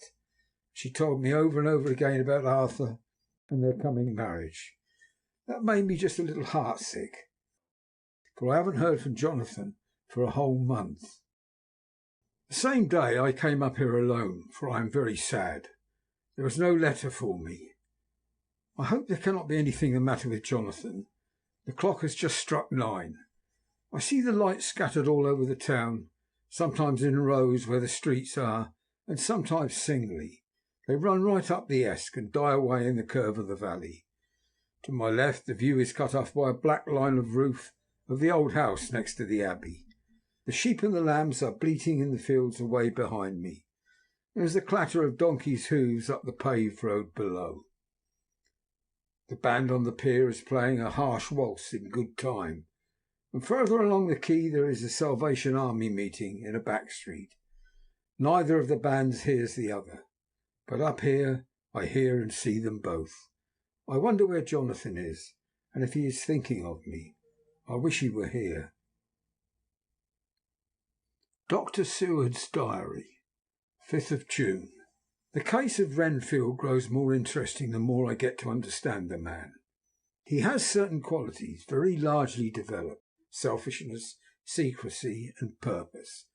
I wish I could get at what the object is of the latter. He seems to have some settled scheme of his own, but what it is I do not know yet. His redeeming quality is a love of animals, though indeed he has such curious turns in it that I sometimes imagine he is only abnormally cruel. His pets are of odd sorts. Just now his hobby is catching flies. He has at present such a quantity that I have had myself to expostulate. To my astonishment he did not break out into a fury as I expected, but took the matter in simple seriousness. He thought for a moment and said, "May I have 3 days? I shall clear them away." "Of course," I said, "that would do. I must watch him." 16th of June. He has turned his mind now to spiders, and has got several very big fellows in a box. He keeps feeding them with his flies, and the number of the latter is becoming sensibly diminished, although he has had to use half his food in attracting more flies from outside his room. 1st of July. His spiders are now becoming as great a nuisance as his flies, and today I told him that he must get rid of them. He looked very sad at this, so I said he must clear out some of them at all events. He cheerfully acquiesced in this, and I gave him the same time as before for reduction. He disgusted me much while with him, for when a horrid blowfly, bloated with some carrion food, buzzed into the room, he caught it, held it exultingly for a few moments between his finger and thumb, and before I knew what he was going to do, put it in his mouth and ate it. I scolded him for it, but he argued quietly that it was very good and very wholesome. that it was life, strong life, and gave life to him. This gave me an idea, or the rudiment, of one I must watch how he gets rid of his spiders. He has evidently some deep problem in his mind, for he keeps a little notebook in which he's always jotting down something. Whole pages of it are filled with masses of figures, generally single numbers, added up in batches, and then totals added in batches again, as though he were focusing some account, as the auditors put it. 8th of July. There is a method in his madness, and the rudimentary idea in my mind is growing. It will be a whole idea soon, and then, oh, unconscious celebration, you will have to give the wall to your conscious brother. I kept away from my friend for a few days, so that I might notice if there were any change. Things remain as they were, except that he has parted with some of his pets and got a new one. He's managed to get a sparrow, and has already partially tamed it. His means of taming is simple, for already the spiders have diminished, and those that do remain, however, are well fed, for he still brings in the flies by tempting them with his food.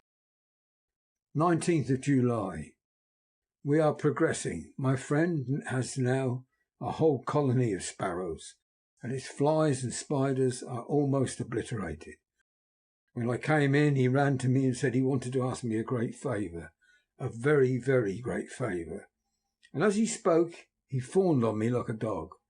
I asked him what it was. He said, with a sort of rapture in his voice and bearing, a kitten, a nice little sleek, playful kitten that I can play with and teach and feed and feed and feed. I was not unprepared for this request, for I had noticed how his pets went on increasing in size and vivacity, but I did not care that his pretty family of tame sparrows should be wiped out in the same manner as the flies and the spiders. So I said I would see about it, and asked him if he would not rather have a cat than a kitten. His eagerness betrayed him as he answered, "Oh yes, I would like a cat. I only asked for a kitten lest you should refuse me a cat. No one would refuse me a kitten, would they?" I shook my head and said that at present I feared it would not be possible, but that I would see about it. His face fell, and I could see a warning of danger in it, for there was a sudden fierce sidelong look which meant killing. The man is an undeveloped homicidal maniac. I shall test him with his present craving to see how it will work out, then I shall know more. 10 p.m. I have visited him again and found him sitting in a corner brooding. When I came in, he threw himself on his knees before me and implored me to let him have a cat, that his salvation depended upon it. I was firm, however, and told him that he could not have it, whereupon he went without a word and sat down, gnawing his fingers in the corner where I had found him. I shall see him in the morning early. 20th of July.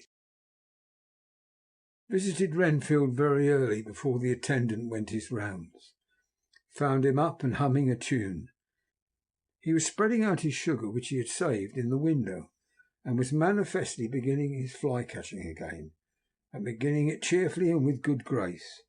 I looked around for his birds, and not seeing them, asked where they were. He replied without turning round that they had flown away. There were a few feathers about the room and on his pillow, and a drop of blood. I said nothing, but went out and told the keeper to report to me if there was anything odd about him during the day. The attendant had just been to me and said that Grenfield had been very sick and was disgorging a whole lot of feathers. My belief is, doctor, he said, that he has eaten his birds, and that he just took and ate them raw. 11 p.m.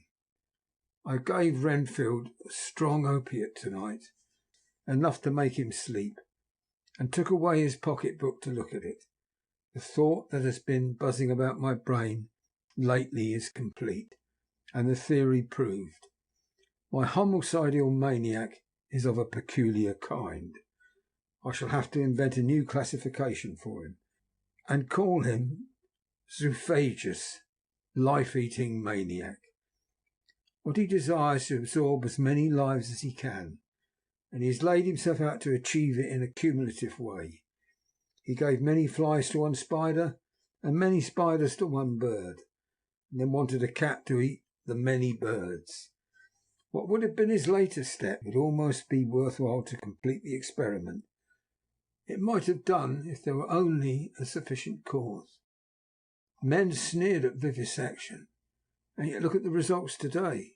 Why not advance science in its most difficult and vital aspect, the knowledge of the brain? Had I even the secret of one such mind? Did I hold the key to the fancy of even one lunatic? I might advance my own branch of science to a pitch compared which Burton Sanderson's physiology or Ferrier's brain knowledge would be as nothing. If only there was a sufficient cause. I must not think too much of this, or I might be tempted. A good cause might turn the scale with me, for may I not too be of an exceptional brain, congenitally? How well the man reasoned. Lunatics always do with their own scope. I wonder how many lives he values a man, or if only one. Closed the account most accurately, and today began a new record. How many of us begin a new record with each day of our lives? To me it seemed only yesterday that my whole life ended with my new hope, and I truly began a new record. So it will be until the great recorder sums me up and closes my ledger account with a balance to profit or loss. Oh, Lucy, Lucy, I cannot be angry with you, nor can I be angry with my friend whose happiness is yours. But I must only wait on happiness and work. If I only could have as strong a cause as my poor mad friend there, a good unselfish cause to make me work, that would indeed be happiness. Mina Murray's Journal. The 26th of July. I am anxious, and it soothes me to express myself here. It is like whispering to oneself and listening at the same time. And there is also something about the shorthand symbols that make it different from writing. I am unhappy about Lucy and about Jonathan. I had not heard from Jonathan for some time, and was very concerned. But yesterday dear Mr. Hawkins, who was always so kind, sent me a letter from him. I had written asking him if he had heard, and he said the enclosed had just been received, and it is only a line dated from Castle Dracula, and he says that he's just starting for home. That is not like Jonathan. I do not understand it, and it makes me uneasy. And then, too, Lucy, although she is so well, has lately taken to her old habit of walking in asleep. Her mother has spoken to me about it, and we have decided that I am to lock the door of our room every night. Mrs. Westerner has got the idea that sleepwalkers always go out on roofs of houses and along edges of cliffs, and then get suddenly wakened and fall over with a despairing cry that echoes all over the place. Poor dear, she is naturally anxious about Lucy. Lucy's father had the same habit, that he would get up in the night, dress himself and go out. But if he were not stopped, Lucy is to be married in the autumn, and she is already planning her dresses and how her house is to be arranged. I sympathize with her, for I do the same, only Jonathan and I will start in life in a very simple way, and I shall have to try to make both ends meet. Mr. Holmwood, he is the Honourable Arthur Holmwood, the only son of Lord Godalming, is coming up here very shortly, as soon as he can leave town, for his father is not well, and I think dear Lucy is counting the moments till he comes. She wants to take him up to the seat on the churchyard and show him off the beauty of Whitby. I dare say the waiting which disturbs her. She will be all right when he arrives. 27th of July. No news from Jonathan. I am getting quite uneasy about him, though why I should I do not know. But I do wish that he would write, if it were only a single line. Lucy walks more than ever, and each night I am awakened by her moving about the room. Fortunately the weather is so hot that she cannot get cold, but still the anxiety and the perpetually being awakened is beginning to tell on me, and I am getting nervous and wakeful myself. Thank God Lucy's health keeps up. Mr. Holmwood has been suddenly called to ring to see his father, who has been taken seriously ill. Lucy frets at the postponement of seeing him, but it does not touch her looks. She is a trifle stouter, and her cheeks are a lovely rose pink. She's lost that anemic look which she had. I pray it will last. 3rd of August. Another week gone, and no news from Jonathan. Not even to Mr. Hawkins, from whom I have heard. Oh, I do hope he's not ill. He surely would have written. Look at the last letter of his, but somehow it does not satisfy me. It does not read like him, yet it is in his writing. There is no mistake of that. Lucy has not walked much in her sleep the last week, but there's an odd concentration about her which I do not understand. Even in her sleep she seems to be watching me. She tries the door, and finding it locked, goes about the room searching for the key. 6th of August. Another 3 days and no news. This suspense is getting dreadful. If I only knew where to write to or where to go to, I should feel easier. But no one has heard a word of Jonathan since the last letter. I must only pray to God for patience. Lucy is more excitable than ever, but is otherwise well. Last night was very threatening. When the fishermen say that we are in for a storm, I must try to watch it and learn the weather signs. Today is a grey day, and the sun, as I write, is hidden in thick clouds high over Kettleness. Everything is grey except the green grass, which seems like an emerald amongst it. Grey earthy rock, grey clouds, tinged with sunburst at the far edge, hang over the grey sea, into which the sand points stretch like grey fingers. The sea is tumbling over in the shallows, and the sandy flats with a roar, muffled in the sea mists drifting inland. The horizon is lost in a grey mist. All is vastness. The clouds are piled up like giant rocks, and there is a brool over the sea that sounds like some presage of doom. Dark figures are on the beach here and there, sometimes half shrouded in the mist, and seem men like trees walking. The fishing boats are racing for home, and rise and dip in the groundswell as they sweep into the harbour, bending to the scuppers. Here comes old Mr. Swales. He's making straight for me. I can see by the way that he lifts his hat that he wants to talk.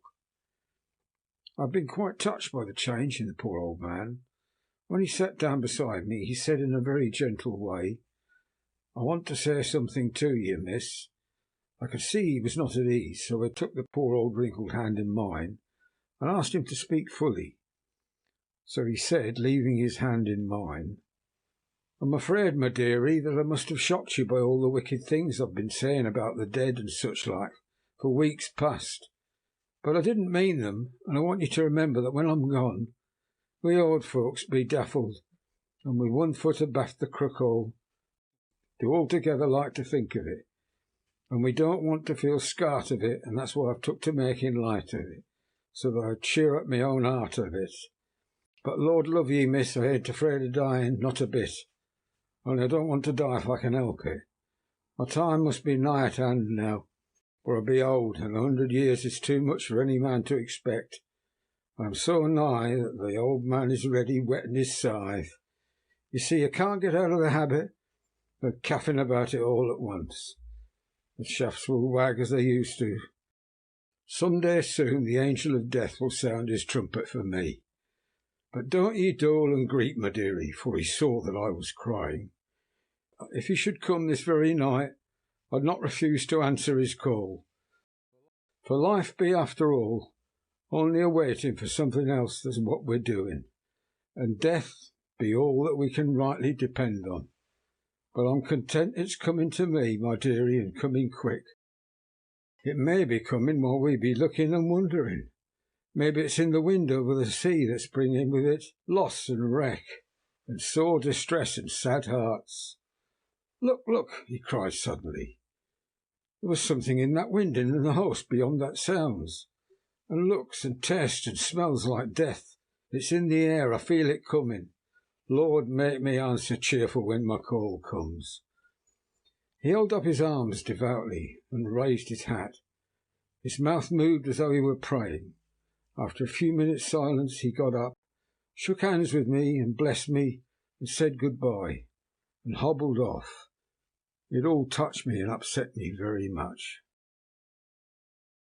I was glad when the coastguard came along with his spyglass under his arm. He stopped to talk with me, as he always does, but all the time kept looking at a strange ship. "Can't make her out," he said. "She's a Russian by the look of her, but she's knocking about in the queerest way. She doesn't know her mind a bit. She seems to see storm coming, but can't decide whether to run up north in the open or to put in here. Look, there again, she steered mightily strangely, for she doesn't mind the hand on the wheel, changes about with every puff of wind. We'll hear more of her before this time tomorrow." End of Chapter 6. Chapter 7. Cutting from the Daily Graph, 8th of August. Pasted in Mina Murray's journal. From a correspondent, Whitby. One greatest and suddenest storms on record has just been experienced here, with results both strange and unique. The weather had been somewhat sultry, but not to any degree uncommon in the month of August. Saturday evening was as fine as was ever known, and the great body of holiday makers laid out yesterday for visits to Mulgrave Woods, Robin Hood's Bay, Rig Mill, Runswick, Staithes, and the various trips in the neighbourhood of Whitby. The steamers Emma and Scarborough made trips up and down the coast, and there was an unusual amount of tripping both to and fro from Whitby. The day was unusually fine till the afternoon, and some of the gossips who frequent the East Cliff churchyard, and from that commanding eminence watched the wide sweep of sea visible to the north and east, called attention to a sudden show of mares' tails high in the sky to the northwest. The wind was then blowing from the southwest in the mild degree which in barometrical language is ranked number 2 light breeze. The coastguard on duty at once made a report, and one old fisherman, who for more than half a century has kept watch on weather signs from the East Cliff, foretold in an emphatic manner the coming of a sudden storm. The approach of sunset was so very beautiful, so grand in its masses of splendidly coloured clouds, that there was quite an assemblage on the walk along the cliff of the old churchyard to enjoy the beauty. Before the sun dipped below the black mass of Kettle Ness, standing boldly athwart the western sky, its downward way was marked by myriad clouds of every sunset colour, flame purple, pink, green, violet, and all the tints of gold, with here and there masses not large but of seemingly absolute blackness, in all sorts of shapes, as well outlined as colossal silhouettes. The experience was not lost on the painters, and doubtless some of the sketches of the prelude to the great storm will grace the R.A. and R.I. walls in May next. More than one captain made up his mind then and there that his cobble, or his mule, as they term the different classes of boats, would remain in the harbour till the storm had passed. The wind fell away entirely during the evening, and at midnight there was a dead calm. A sultry heat, and that prevailing intensity which on the approach of thunder affects persons of a sensitive nature. There were but few lights in sight at sea. Even the coasting steamers, which usually hug the shore so closely, kept well to seaward, and but a few fishing boats were in sight. The only sail noticeable was a foreign schooner, with all sails set, which was seemingly going westwards. The foolhardiness or ignorance of her officers was the prolific theme for comment while she remained in sight, and efforts were made to signal her to reduce sail in face of her danger. Before the night shut down she was seen with sails idly flapping as she gently rolled on the undulating swell of the sea, as idle as a painted ship upon a painted ocean. Shortly before 10 o'clock the stillness of the air grew quite oppressive, and the silence was so marked that the bleating of sheep inland or the barking of a dog in the town was distinctly heard, and the band on the pier, with its lively French air, was like a discord in the great harmony of nature's silence. A little after midnight came a strange sound from over the sea, and high overhead the air began to carry a strange, faint, hollow booming. Then, without warning, the tempest broke, with a rapidity which at the time seemed incredible, and even afterwards as impossible to realise. The whole aspect of nature at once became convulsed. The waves rose in growing fury, each overtopping its fellow, till, in a very few minutes, the lately glassy sea was like a roaring and devouring monster. White-crested waves beat madly on the level sands and rushed up the shelving cliffs. Others broke over the piers, and with their spume-swept lanterns of the lighthouses, which rise from the end of either pier of Whitby harbour, the wind roared like thunder, and blew with such a force that it was difficult even that strong men kept their feet, or clung with grim grasp to the iron stanchions. It was found necessary to clear the entire piers from the mass of onlookers, or else the fatalities of the night would have been increased manifold. To add to the difficulties and dangers of the time, masses of sea fog came drifting inland, white wet clouds which swept by in ghostly fashion, so dank and damp and cold that it needed but little effort of imagination to think that the spirits of those lost at sea were touching their living brethren with clammy hands of death. And many a one shuddered as the wreaths of sea mist swept by. At times the mist cleared, and the sea for some distance could be seen in the glare of the lighting, which now came back thick and fast, followed by such sudden peals of thunder that the whole sky overhead seemed trembling under the shock of the footsteps of the storm.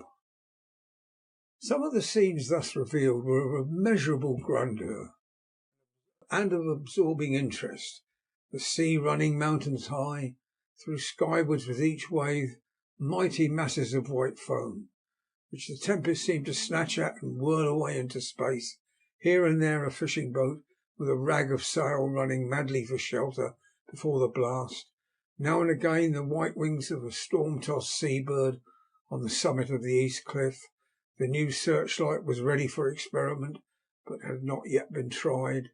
The officers in charge of it got into working order, and in the pauses of the inrushing mists swept with it the surface of the sea. Once or twice its service was most effective, as when a fishing boat, with a gunwale under water, rushed into the harbour, able, by the guidance of the sheltering light, so to avoid the danger of dashing against the piers. By the guidance of the sheltering light, to avoid the danger of dashing against the piers. As each boat achieved the safety of the port, there was a shout of joy from the mass of people on shore, a shout which for a moment seemed to cleave the gale, and was then swept away in its rush. Before long the searchlight discovered some distance away a schooner with all sails set, apparently the same vessel which had been noticed earlier in the evening. The wind had by this time backed to the east. There was a shudder amongst the watchers on the cliff as they realised the terrible danger in which she now was.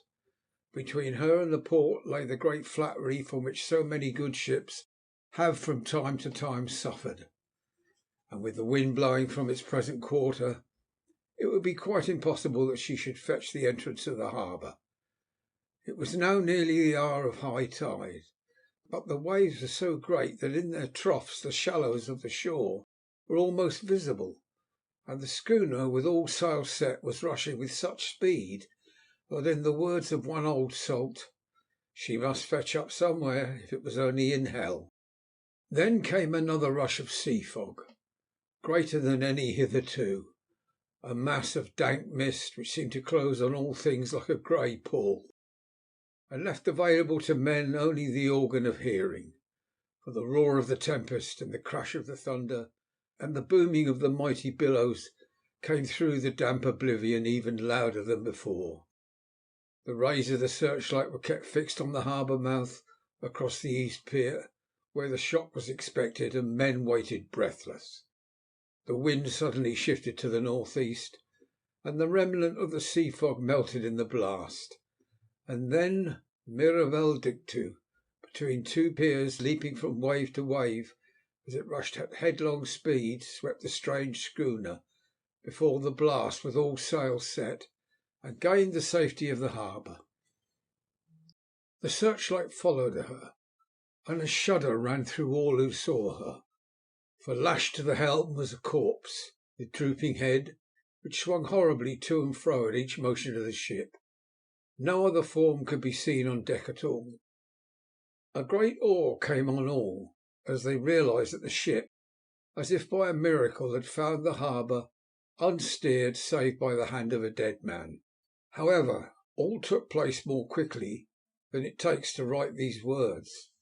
The schooner paused not, but rushing across the harbour, pitched herself onto that accumulation of sand and gravel, washed by many tides and many storms, into the south-east corner of the pier, jutting under the east cliff, known locally as Tate Hill Pier. There was, of course, a considerable concussion as the vessel drove up on the sand heap. Every spar, rope and stay was strained, and some of the top hammer came crashing down. But strangest of all, the very instant the shore was touched, an immense dog sprang up on deck from below, as if shot up by the concussion, and running forward jumped from the bow onto the sand, making straight for the steep cliff where the churchyard hangs over the laneway to the east pier, so steeply that some of the flat tombstones, thruststeins, or through-stones as they call them in the Whitby vernacular, actually project over where the sustaining cliff has fallen away, disappeared into the darkness, which seemed intensified just beyond the focus of the searchlight. It so happened that there was no one at the moment on Tate Hill Pier. All those whose houses are in close proximity were either in bed or were out on the heights above. Thus the coastguard on duty on the eastern side of the harbour, who at once ran down to the little pier, was the first to climb on board. The men working the searchlight, after scouring the entrance of the harbour without seeing anything, then turned the light on the derelict and kept it there. The coastguard ran aft, and then when he came beside the wheel, bent over to examine it, and recoiled at once as though under some sudden emotion. This seemed to pique general curiosity, and quite a number of people began to run. It is a good way round from the West Cliff by the drawbridge to Tate Hill Pier, but your correspondent is a fairly good runner, and came well ahead of the crowd.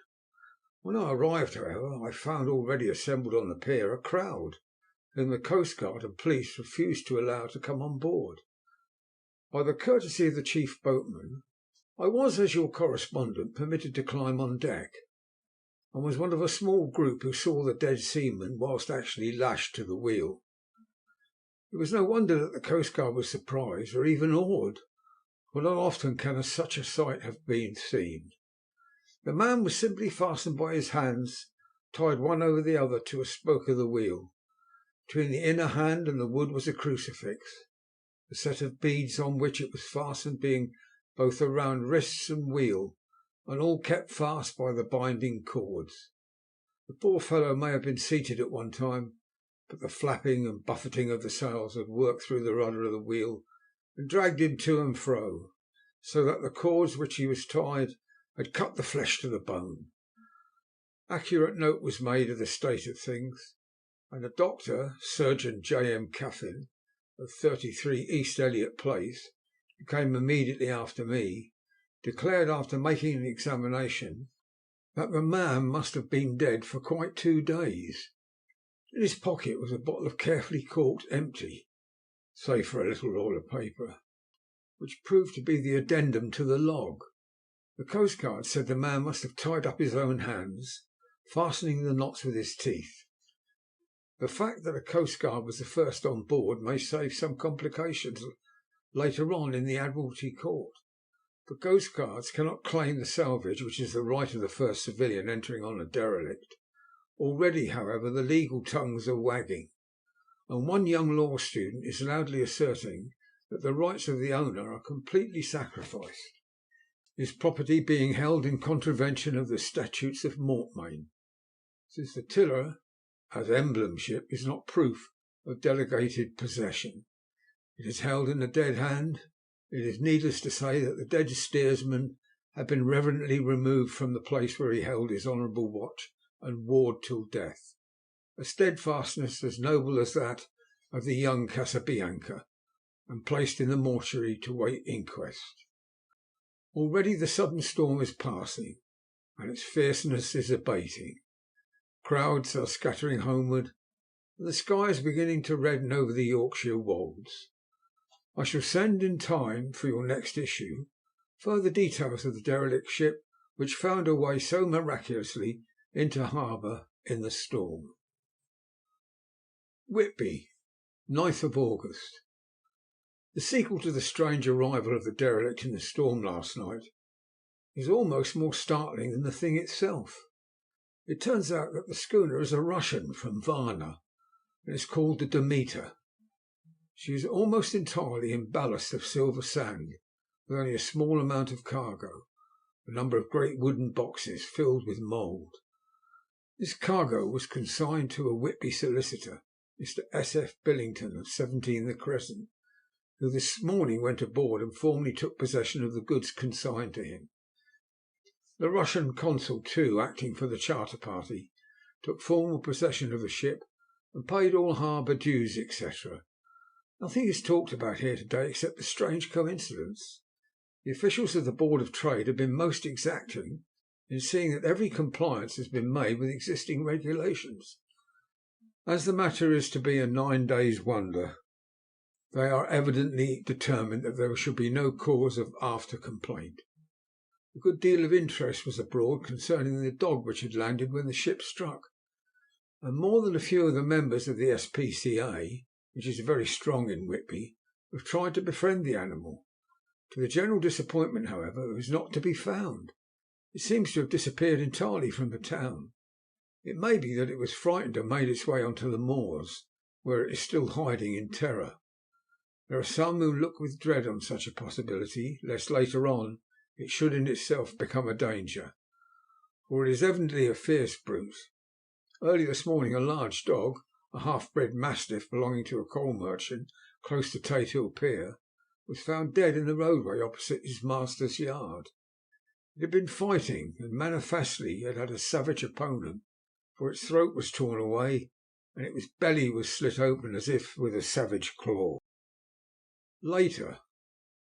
By the kindness of the Board of Trade Inspector, I have been permitted to look over the logbook of the Demeter, which was in order up to within 3 days, but contained nothing of special interest, except as to facts of missing men.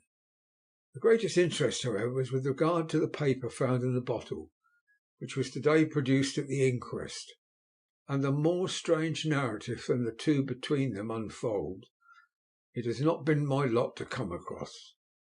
As there is no motive for concealment, I am permitted to use them, and accordingly send you a rescript simply omitting technical details of seamanship and supercargo. It almost seems as though the captain had been seized with some kind of mania before he got well into blue water, and that this had developed persistently throughout the voyage. Of course, my statement must be taken cum grano, since I am writing from the dictation of a clerk of the Russian consul, who kindly translated for me, time being short. The log of the Demeter, Varna to Whitby, written 18th July. Things so strange happening that I shall keep an accurate note henceforth till we land.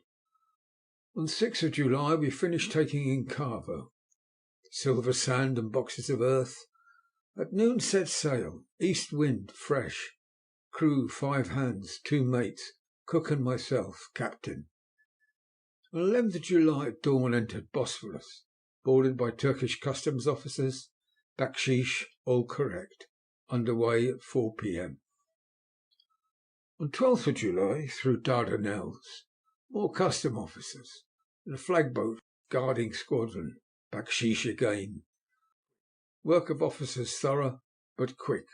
Want us off soon. Dark, passed into archipelago. On 13th of July we passed Cape Matapan. Crew dissatisfied about something. Seemed scared, but would not speak out. On 14th of July, somewhat anxious about crew, men all steady, fellows who have sailed with me before. Mate could not make out what was wrong. They only told him there was something and crossed themselves. Mate lost temper with them that day and struck him. Expected a fierce quarrel, but all was quiet. On 16th July, mate reported in the morning that one of the crew, Petrovsky, was missing. Could not account for it. Took larboard watch 8 bells last night. Was relieved by Abumov. Did not go to bunk. Men more downcast than ever. All said they expected something of the kind, but would not say more than there was something aboard. Mate getting very impatient with them. Feared some trouble ahead. On 17th of July, yesterday, one of the men, Olgarden, came to my cabin and in an awestruck way confided to me that he thought there was a strange man aboard the ship. He said that in his watch he had been sheltering behind the deck-house as there was a rainstorm, when he saw a tall, thin man, who was not like any of the crew, come up the companion-way and go along the deck forward and disappear. He followed cautiously, but when he had got to bows found no one, and the hatchways were all closed. He was in a panic of superstitious fear, and I am afraid the panic may spread. To allay it, I shall today search the entire ship carefully, from stem to stern. Later in the day I got together the whole crew, told them, as they evidently thought there was someone in the ship, we would search from stem to stern. First the mate, angry, said it was folly to yield to such foolish ideas and would demoralise the men. Said he would engage to keep them out of trouble with the handspike. I let him take the helm while the rest began a thorough search. All keeping abreast with lanterns, we left no corner unsearched, and there were only the big wooden boxes. There were no odd corners where a man could hide. Men much relieved when search over, and went back to work cheerfully. First mate scowled, but said nothing. 22nd of July. Rough weather the last 3 days, and all hands busy with the sails. No time to be frightened. Men seem to have forgotten their dread. Mate cheerful again, and all on good terms. Praise men for work in bad weather. Past Gibraltar and out through straits. All well. 24th of July. There seems some doom over this ship. Already a hand short, and entering the Bay of Biscay with wild weather ahead. Yet last night another man lost. Disappeared. Like the first, he came off his watch and was not seen again. Men all in a panic of fear. Sent a round robin, asking to have double watch as they feared to be alone. Mate angry, fear there will be some trouble, as either he or the men will do some violence. 28th of July. Another tragedy. Had a single watch tonight, as crew too tired to double. When morning watch came on deck he could find no one except steersman. Raised an outcry and all came on deck. Thorough search, but no one found. And now without second mate and crew in a panic. Mate and I agree to go armed henceforth and wait for any sign of cause. 30th of July. Last night rejoiced. We are nearing England. Weather fine, all sails set. Retired, worn out, slept soundly. Awakened by mate telling me that both men of the watch steersman are missing. Only self and mate and 2 hands left to work the ship. August the 1st. 2 days of fog and not a sail sighted. I'd hoped when in the English Channel to be able to signal for help or get in somewhere. Not having power to work sails, I have to run before the wind. Dare not lower, as could not raise them again. We seem to be drifting into some terrible doom. Mate now more demoralised than either of the men. His stronger nature seems to have worked inwardly against himself. Men are beyond fear, working stolidly and patiently with minds made up. They are Russian, he a Romanian. 2nd August, midnight. Woke up from a few minutes' sleep by hearing a cry, seemingly outside my port. I could see nothing in the fog. Rushed on deck and ran against the mate. Tells me he heard a cry and ran, but no sign of the man on watch. One more gone. Lord help us. Mate says we must be past the Straits of Dover. As in a moment of fog lifting he saw North Foreland, just as he heard the man cry out. So we are now off in the North Sea, and only God can guide us in the fog. which seems to move with us, and God seems to have deserted us. 3rd of August. At midnight I went to relieve the man at the wheel, and when I got to it found no one there. The wind was steady, and as we ran before it there was no yawing. I dared not leave it, so shouted for the mate. After a few minutes he rushed up on deck in his flannels. He looked wild-eyed and haggard, and I greatly fear his reason had given way. He came close to me and whispered hoarsely with his mouth to my ear, as though fearing the very air might hear. "It is here. I know it now. On the watch last night I saw it, like a man, tall and thin and ghastly pale. It was in the bows looking out. I crept up behind it and gave it my knife, but the knife went through it, empty as the air." As he spoke he took his knife and drove it savagely into space. Then he went on, "But it is here, and I'll find it. It is in the hold, perhaps in one of those boxes. I'll unscrew them one by one and see. You work the helm." And with a warning look and his finger on his lip, he went below. There was springing up a choppy wind, and I could not leave the helm. I saw him come out on deck again with a tool chest and a lantern, and go down the forward hatchway. He is mad, stark raving mad, and it is no use my trying to stop him. He can't hurt those big boxes, they are invoiced as clay, and to pull them about is as harmless a thing as he could do. So here I stay and mind the helm and write these notes. I can only trust in God and wait until the fog clears. Then, if I can't steer into any harbour, with the wind that is, I shall cut down the sails and lie by and signal for help. It is nearly all over now, just as I was beginning to hope that the mate would come out calmer, for I heard him knocking away at something in the hold, and work is good for him. There came up the hatchway a sudden startled scream, which made my blood run cold, and up on the deck he came as if shot from a gun, a raging madman with his eyes rolling, his face convulsed with fear. "Save me, save me!" he cried. And then he looked round on the blanket of fog. His horror turned to despair, and in a steady voice he said, "You'd better come to, Captain, before it's too late. He is there. I know the secret now. The sea will save me from him, and that's all that is left." Before I could say a word or move forward to seize him, he sprang on the bulwark and deliberately threw himself into the sea. I suppose I know the secret too now. It was this madman who had got rid of the men one by one, and now he has followed them himself. God help me!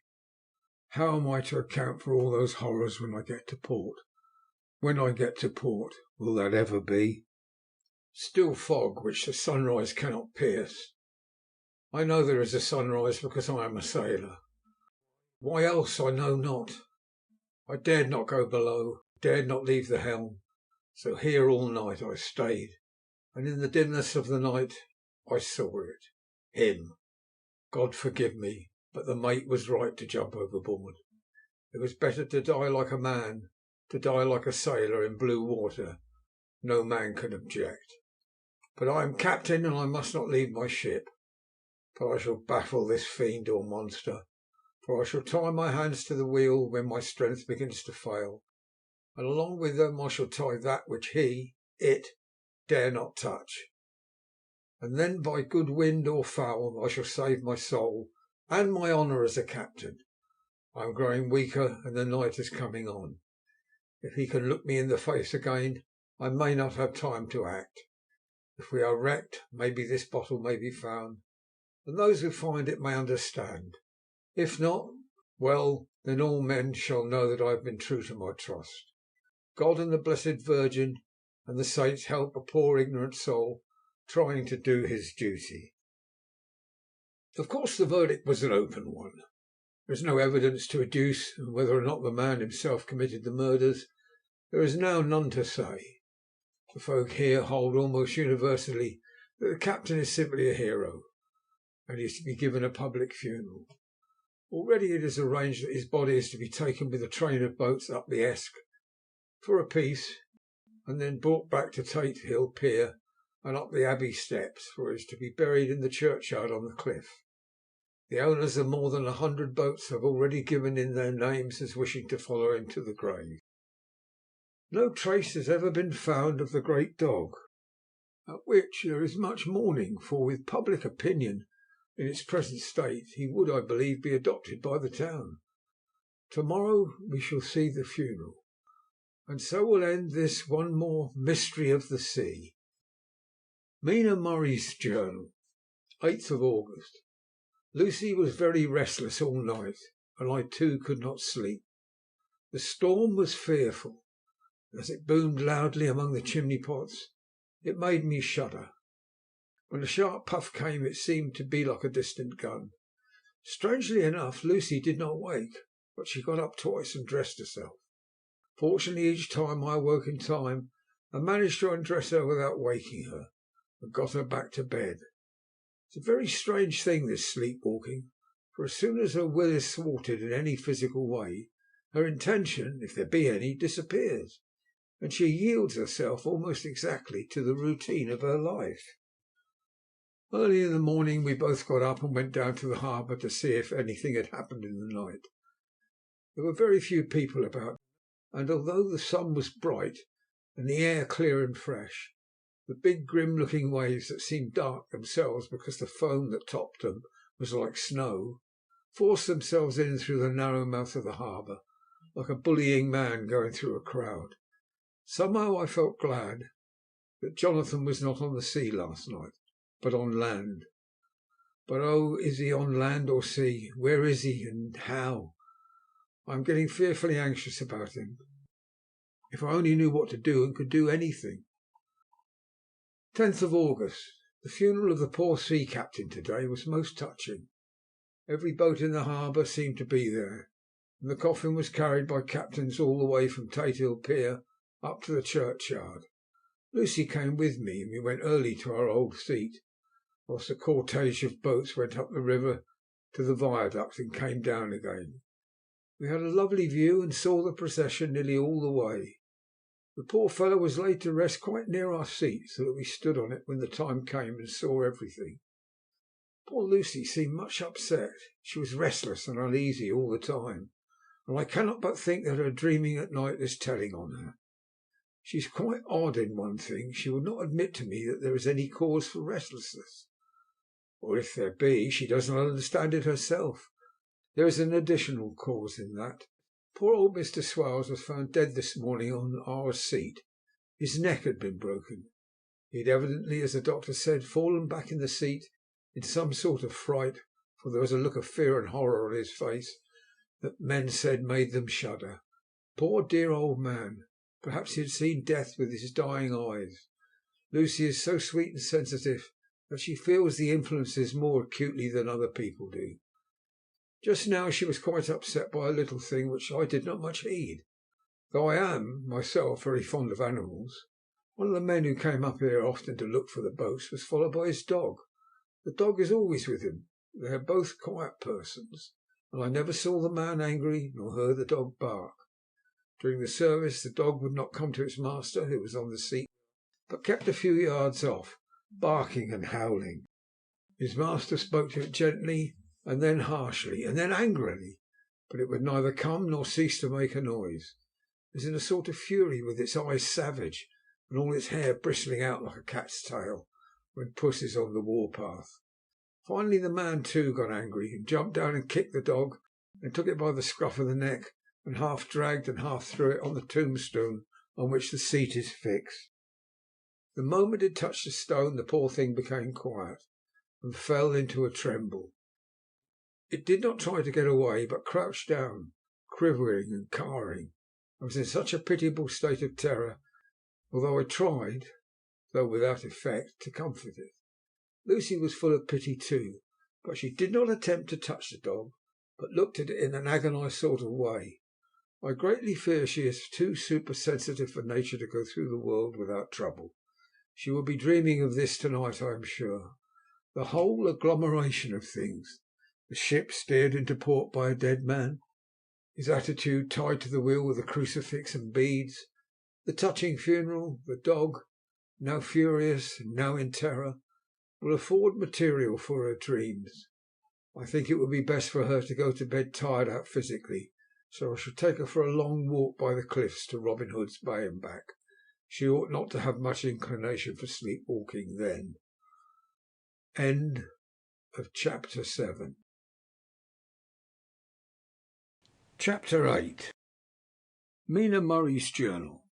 Same day, 11 o'clock. Oh, but I am tired.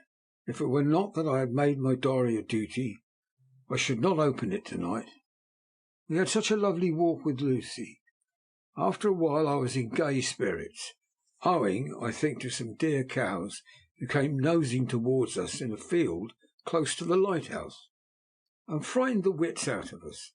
I believe we forgot everything except, of course, personal fear, and it seemed to wipe the slate clean and give us a fresh start. We had a capital severe tea at Robin Hood's Bay in a sweet little old-fashioned inn, with a bow window right over the seaweed-covered rocks of the Strand. I believe we should have shocked the new woman with our appetites. Men are more tolerant, bless them. Then we walked home, with some or rather many stoppages to rest, and with our hearts full of a constant dread of wild bulls. Lucy was really tired, and we intended to creep off to bed as soon as we could. The young curate came in, however, and Mrs. Westerner asked him to stay for supper. Lucy and I had both a fight for it with the dusty miller. I knew it was a hard fight on my part, but I am quite heroic. I think that some day the bishops must get together and see about breeding up a new class of curates who don't take supper, no matter how they may be pressed to, and who will know when girls are tired. Lucy is asleep and breathing softly. She has more colour in her cheeks than usual, and looks oh so sweet. If Mr. Holmwood fell in love with her, seeing her only in the drawing-room, I wonder what he would say if he saw her now. Some of the new women writers will some day start an idea that men and women should be allowed to see each other asleep before proposing or accepting, but I suppose that the new woman wouldn't condescend in future to accept. She will do the proposing herself, and a nice job she will make of it too.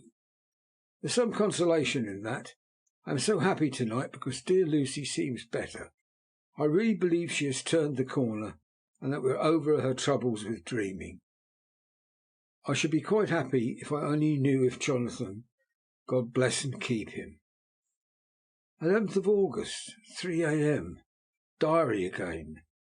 No sleep now, so I may as well write. I'm too agitated to sleep. We had such an adventure, such agonizing experiences. I fell asleep as soon as I'd closed my diary.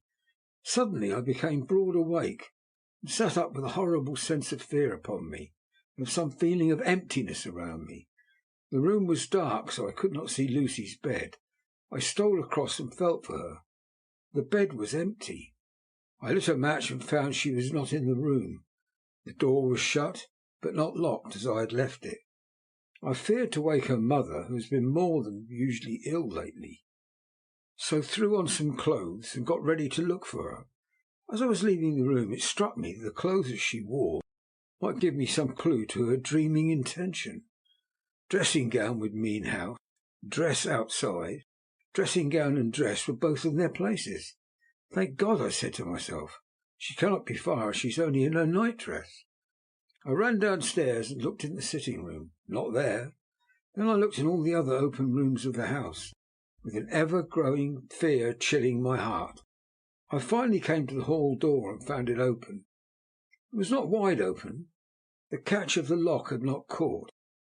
The people of the house are careful to lock the door every night, so I feared that Lucy must have gone out, as she was. There was no time to think of what might happen. A vague, overmastering fear obscured all details. I took a big heavy shawl and ran out. The clock was striking 1 as I was in the Crescent. There was not a soul in sight. I ran along the north terrace, but could see no sign of the white figure which I expected. At the edge of the west cliff above the pier, I looked across the harbour to the east cliff, in the hope, or fear, I don't know which, of seeing Lucy in our favourite seat. There was a bright full moon with heavy black driving clouds, which threw the whole scene into a fleeting diorama of light and shade as they sailed across. For a moment or two I could see nothing, as the shadow of a cloud obscured St. Mary's Church and all around it. Then, as the cloud passed, I could see the ruins of the Abbey coming into view, and as the edge of a narrow band of light, sharp as a sword cut, moved along, the church and the churchyard became gradually visible. Whatever my expectation was, it was not disappointed, for there, on our favourite seat, the silver light of the moon struck a half-reclining figure, snowy white. The coming of the cloud was just too quick for me to see much, but shadow shut down on light almost immediately. But it seemed to me as though something dark stood behind the seat, where the white figure shone, and bent over it. What it was, whether man or beast, I could not tell. I did not wait to catch another glance, but flew down the steep steps to the pier, along by the fish market to the bridge, which was the only way to reach the east cliff. The town seemed as dead, for not a soul did I see. I rejoiced that it was so, for I wanted no witness to poor Lucy's condition. Time and distance seemed endless, and my knees trembled, and my breath became laboured as I toiled up the endless steps to the Abbey. I must have gone fast, yet it seemed to me as if my feet were weighted with lead, and as though every joint in my body were rusty.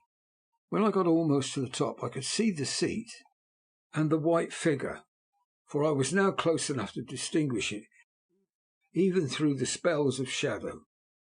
There was undoubtedly something long and black bending over the half-reclining white figure. I called in fright, "Lucy, Lucy!" and something raised a head, and from where I was I could see a white face and red gleaming eyes. Lucy did not answer. I ran into the entrance of the churchyard.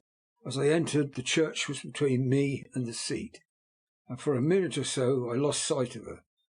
When I came in view again, the cloud had passed, and the moonlight struck so brilliantly that I could see Lucy half reclining, with her head lying over the back of the seat. She was quite alone, and there was not a sign of any living thing about. When I bent over her, I could see that she was still asleep. Her lips were parted, and she was breathing, not softly as usual with her, but in long, heavy gasps, as though striving to get her lungs full at every breath. As I came close, she put up her hand in her sleep and pulled the collar of her nightdress close around her throat. While she did so, there came a little shudder through her, as though she felt the cold. I flung the warm shawl over her and drew the edges tight round her neck, for I dreaded lest she should get some deadly chill from the night air, unclad as she was. I feared to wake her all at once, so in order to have my hands free that I might help her, I fastened the shawl at her throat with a big safety pin. But I must have been clumsy in my anxiety, and pinched or pricked her with it, for by and by, when her breathing became quieter, she put her hand to her throat again and moaned. When I had her carefully wrapped up, I put my shoes on her feet, and then began very gently to wake her. At first she did not respond, but gradually she became more uneasy in her sleep, moaning and sighing occasionally. At last, as time was passing fast, and for many other reasons I wished to get her home at once, I shook her more forcibly, till finally she opened her eyes and awoke. She did not seem surprised to see me, as of course she did not realize all at once where she was. Lucy always wakes prettily, and even at such a time, when her body must have been chilled with cold, and her mind somewhat appalled at waking unclad in the churchyard at night, she did not lose her grace. She trembled a little, and clung to me when I told her to come at once with me home. She rose without a word, with the obedience of a child. As we passed along, the gravel hurt my feet, and Lucy noticed me wince. She stopped and wanted to insist upon my taking my shoes, but I could not. However, when we got to the pathway outside the churchyard, there was a puddle of water remaining from the storm. I daubed my feet with mud, using each foot in turn, so that as we went home, no one, in case we should meet anyone, should notice my bare feet. Fortune favoured us, and we got home without meeting a soul. Once we saw a man who seemed not quite sober passing along the street in front of us, but we hid in a door till he had disappeared up an opening such as there are here, steep little closes, or wynds as they call them in Scotland. My heart beat so loud all the time that sometimes I thought I should faint. I was filled with anxiety about Lucy, not only for her health, lest she should suffer from the exposure, but for her reputation, in case the story should get wind. When we got in and had washed our feet, and had said a prayer of thankfulness together, I tucked her into bed. Before falling asleep she asked, even implored me, not to say a word to anyone, even her mother, about her sleepwalking adventure. I hesitated at first to promise, but on thinking of the state of her mother's health, and how the knowledge of such a thing would fret her, and thinking too of how such a story might become distorted, nay, infallibly would, in case it should leak out, I thought it wiser to do so. I hope I did right. I have locked the door and the key is tied to my wrist, so perhaps I shall not be again disturbed. Lucy is sleeping soundly.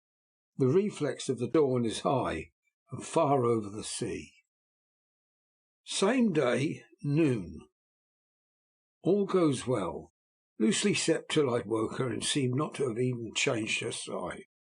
The adventures of the night does not seem to have harmed her. On the contrary, it has benefited her, for she looks better this morning than she has done for weeks.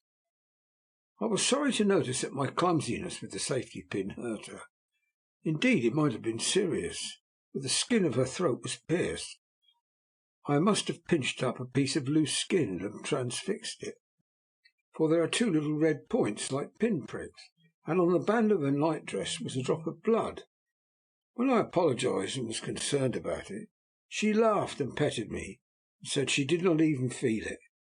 Fortunately, it cannot leave a scar, as it is so tiny. Same day, night. We passed a happy day. The air was clear, the sun bright. There was a cool breeze. We took our lunch to Mulgrave Woods, Mrs. Westenra driving by the road, and Lucy and I walking by the cliff path, and joining her at the gate.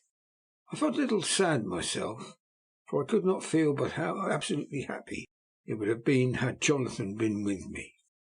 But there I must only be patient. In the evening we strolled in the casino terrace and heard some good music by Spohr and Mackenzie, and went to bed early. Lucy seemed more restful than she has been for some time, and fell asleep at once. I shall lock the door and secure the key the same as before, though I do not expect any trouble tonight. 12th of August.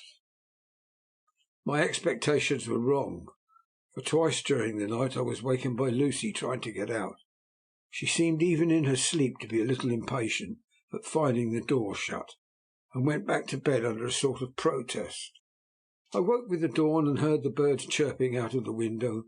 Lucy woke too, and I was glad to see it was even better than on the previous morning.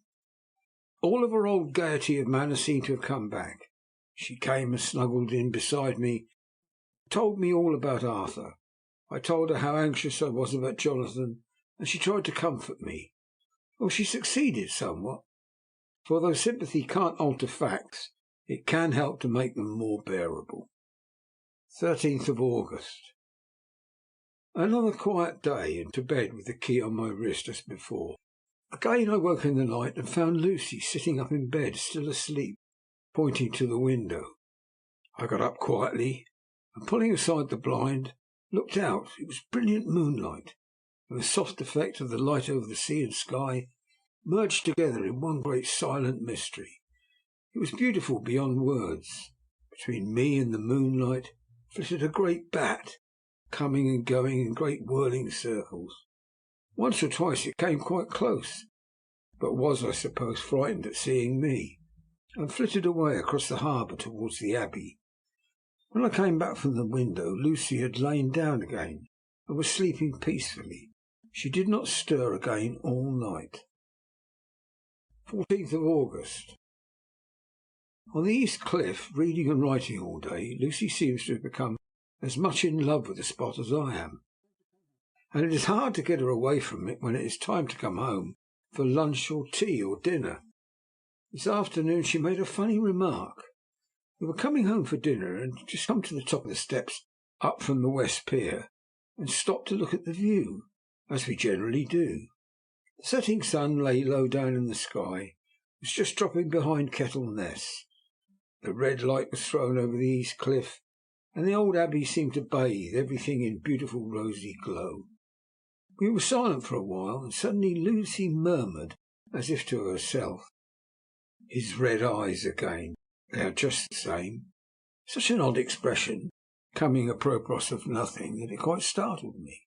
I slewed round a little so as to see Lucy, well, without seeming to stare at her, and saw that she was quite in a half-dreamy state, with an odd look on her face that I could not quite make out, so I said nothing but followed her eyes. She appeared to be looking over at our own seat, whereupon was a dark figure seated alone. I was a little startled myself, for it seemed for an instant as if the stranger had great eyes like burning flames, but a second look dispelled the illusion. The red sunlight was shining in the windows of St. Mary's Church beyond the seat, and as the sun clipped there was just sufficient to change the refraction and recollection to make it appear as if the light moved. I called Lucy's attention to the peculiar effect, and she became herself with a start, but she looked sad all the same. It may have been that she was thinking of that terrible night up there. We never referred to it, so I said nothing, and we went home to dinner. Lucy had a headache and went away to bed. I saw her asleep and went out for a little stroll myself. I walked along the cliffs to the west and was full of sweet sadness, for I was thinking of Jonathan. When coming home, it was then bright moonlight, so bright that through the front of our part of the crescent was in shadow. Everything could be well seen. I threw a glance up at our window and saw Lucy's head leaning out. I thought that perhaps she was looking out for me, so I opened my handkerchief and waved it. She did not notice or make any movement whatever. Just then the moonlight crept round an angle of the building, and the light fell on the window. There distinctly was Lucy, with her head lying up against the side of the window-sill, and her eyes shut. She was fast asleep, and by her, seated on the window-sill, there was something that looked like a good-sized bird. I was afraid she might get a chill, so I ran upstairs, but as I came into the room, she was moving back to her bed, fast asleep, and breathing heavily. She was holding her hand to her throat, as though to protect it from cold. I did not wake her, but tucked her up warmly. I have taken care that the door is locked and the windows securely fastened. She looks so sweet as she sleeps, but she is paler than is her wont. There is a drawn, haggard look under her eyes which I do not like. I fear she is fretting about something. I wish I could find out what it is. 15th of August. Rose later than usual. Lucy was languid and tired, and slept on after we had been called. We had a happy surprise at breakfast. Arthur's father is better, and wants the marriage to come off soon. Lucy is full of quiet joy, and her mother is glad and sorry at once. Later on in the day she told me the cause. She is grieved to lose Lucy as her very own, but she is rejoiced that she is soon to have someone to protect her. Poor dear sweet lady, she confided to me that she has got her death warrant. She has not told Lucy, and made me promise secrecy. Her doctor told her that within a few months at most she must die, for her heart is weakening. At any time, even now, a sudden shock would be almost sure to kill her. Ah, we were wise to keep from her the affair of the dreadful night of Lucy's sleepwalking. 17th of August. No diary for 2 whole days. I have not had the heart to write. Some sort of shadowy pall seems to be coming over our happiness. No news from Jonathan, and Lucy seems to be growing weaker, whilst her mother's hours are numbering to a close. I do not understand Lucy's fading away as she is doing. She eats well, she sleeps well, and enjoys the fresh air. But all the time the roses in her cheeks are fading, and she gets weaker and more languid day by day. At night I hear her gasping as if for air. I keep the key of our door always fastened to my wrist at night, but she gets up and walks around the room and sits at the open window. Last night I found her leaning out when I woke up, and when I tried to wake her I could not. She was in a faint. When I managed to restore her, she was as weak as water, and cried silently between long, painful struggles for breath. When I asked her how she came to be at the window, she shook her head and turned away. I trust her feeling ill may not be from that unlucky prick of the safety pin. I looked at her throat just now as she lay asleep, and the tiny wounds seem not to have healed. They are still open, and if anything, larger than before. The edges of them are faintly white. They are like little white dots with red centres. Unless they heal within a day or two, I shall insist on the doctor seeing about them. Letter, Samuel F. Billington and Son, Solicitors, Whitby, to Messrs. Carter, Patterson and Co., London, 17th of August. Dear Sirs, herewith please receive invoice of goods sent by Great Northern Railway. Same are to be delivered at Carfax, near Purfleet, immediately on receipt at goods station, King's Cross. The house is at present empty, but enclosed please find all keys, all of which are labelled. You will please deposit the boxes, 50 in number, which form the consignment of the partially ruined building forming part of the house and marked A on a rough diagram enclosed. Your agent will easily recognise the locality, as it is the ancient chapel of the mansion. The goods leave by the train at 9:30 tonight, and will be due at King's Cross at 4:30 tomorrow afternoon. As our client wishes the delivery made as soon as possible, we shall be obliged by your having teams ready at King's Cross at the time named, and forthwith conveying the goods to the destination. In order to obviate any delays possible through any routine requirements payment in your departments, we enclose a cheque herewith of £10, receipt of which please acknowledge. Should the charge be less than this amount, you can return balance. If greater, we shall at once send a cheque for the difference on hearing from you.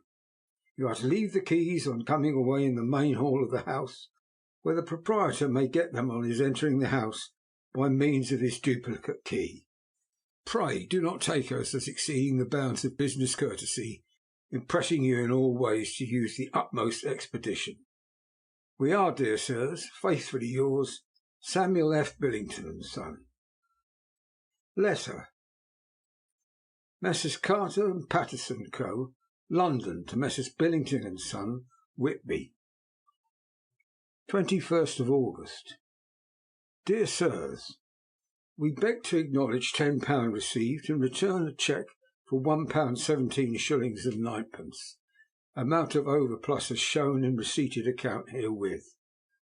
Goods are delivered in exact accordance with instructions, and keys left in parcel in main hall as directed. We are, dear sirs, yours respectfully, Pro Carter, Patterson and Co. Mina Murray's Journal, 18th of August. I'm happy today, and writing, sitting on the seat in the churchyard. Lucy is ever so much better. Last night she slept well at night, and did not disturb me once. The roses seem to be coming back into her cheeks, though she is still sadly pale and wan-looking. If she were in any way anemic, I could understand it, but she is not. She is in gay spirits and full of life and cheerfulness. All the morbid reticence seems to have passed from her, and she has just reminded me, as if I need any reminding, of that night, and that it was here, on this very seat, I found her asleep. As she told me, she tapped playfully with the heel of a boot on the stone slab and said, "My poor little feet didn't make much noise. I dare say that poor old Mr. Swales would have told me that it was because I didn't want to wake up Geordie." As she was in such a communicative humour, I asked her if she had dreamed at all that night. Before she answered, that sweet puckered look came into her forehead, which Arthur, I call him Arthur from her habit, says he loves, and indeed I don't wonder that he does. She went on in a half-dreaming kind of way, as if trying to recall it to herself. I didn't quite dream, but it all seemed to be real. I only wanted it to be here in this spot. I don't know why, for I was afraid of something. I don't know what, I remember, though I suppose I was asleep passing through the streets and over the bridge. A fish leapt as I went by, and I leaned over to look at it, and I heard a lot of dogs howling. The whole town seemed as if it must be full of dogs all howling at once. And I went up the steps. Then I had a vague memory of something long and dark with red eyes, just as we saw in the tunnel, and something very sweet and very bitter all around me at once. And then I seemed sinking into green water, and there was a singing in my ears, as I've heard there is to drowning men. And then everything seemed passing away from me. My soul seemed to go out from my body and float around in the air. I seem to remember that once the West Lighthouse was right under me, and there was a sort of agonizing feeling as if I were in an earthquake. And I came back and found you shaking my body. I saw you do it before I felt you. She began to laugh. It seemed a little uncanny to me, and I listened to her breathlessly. I did not quite like it, and I thought it better not to keep her mind on the subject. So we drifted on to other subjects, and Lucy was like her old self again. When we got home, the fresh breeze had braced her up, and her pale cheeks were really more rosy. Her mother rejoiced when she saw her, and we all spent a very happy evening together. 19th August. Joy, joy, joy. No, not all joy at last. News of Jonathan. The dear fellow has been ill, and that's why he did not write. I am not afraid to think or say it now that I know. Mr. Hawkins sent me on the letter, and wrote himself, oh so kindly. I am to leave in the morning and go over to Jonathan, and to help to nurse him if necessary, and bring him home. Mr. Hawkins says it would not be a bad thing if we were to be married out there. I have cried over the good sister's letters until I can feel it wet against my bosom, where it lies.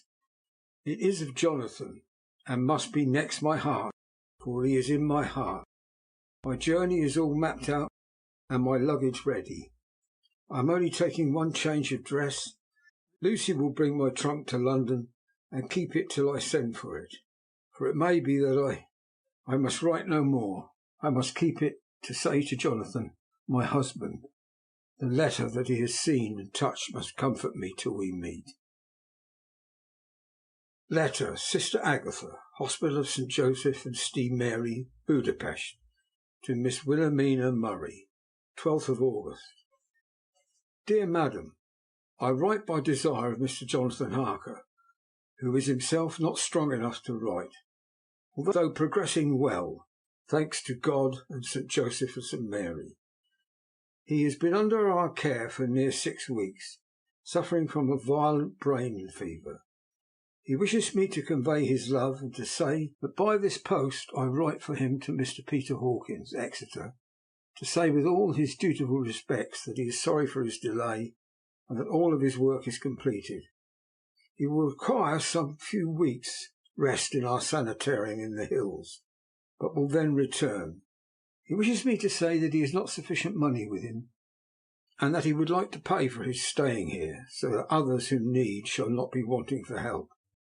Believe me, yours with sympathy and all blessings, Sister Agatha. P.S. My patient being asleep, I open this to let you know something more. He has told me about you, and that you are shortly to be his wife. All blessings to you both. He has had some fearful shocks, so says our doctor, and his delirium, his ravings have been dreadful, of wolves and poison, of blood, of ghosts and demons, and I fear to say that be careful with him. And I fear to say of what. Be careful with him always, that there may be nothing to excite him of this kind for a long time to come. The traces of such an illness do not lightly die away. We should have written long ago, but we knew nothing of his friends, and there was on him nothing that anyone could understand. He came in the train from Klausenburg, and the guard was told by the station master that he rushed into the station shouting for a ticket for home. Seeming from his violent demeanour that he was English, they gave him a ticket for the furthest station on the way thither that the train reached. Be assured he is well cared for. He has won all our hearts by his sweetness and gentleness. He is truly getting on well, and I have no doubt will in a few weeks be all himself. But be careful of him for safety's sake. There are, I pray God and St. Joseph and St. Mary, many, many happy years for you both. Dr. Seward's Diary, 19th of August. Strange and sudden change in Renfield last night. About 8 o'clock he began to get excited and sniff about, as a dog does when setting. The attendant was struck by his manner, and knowing my interest in him, encouraged him to talk.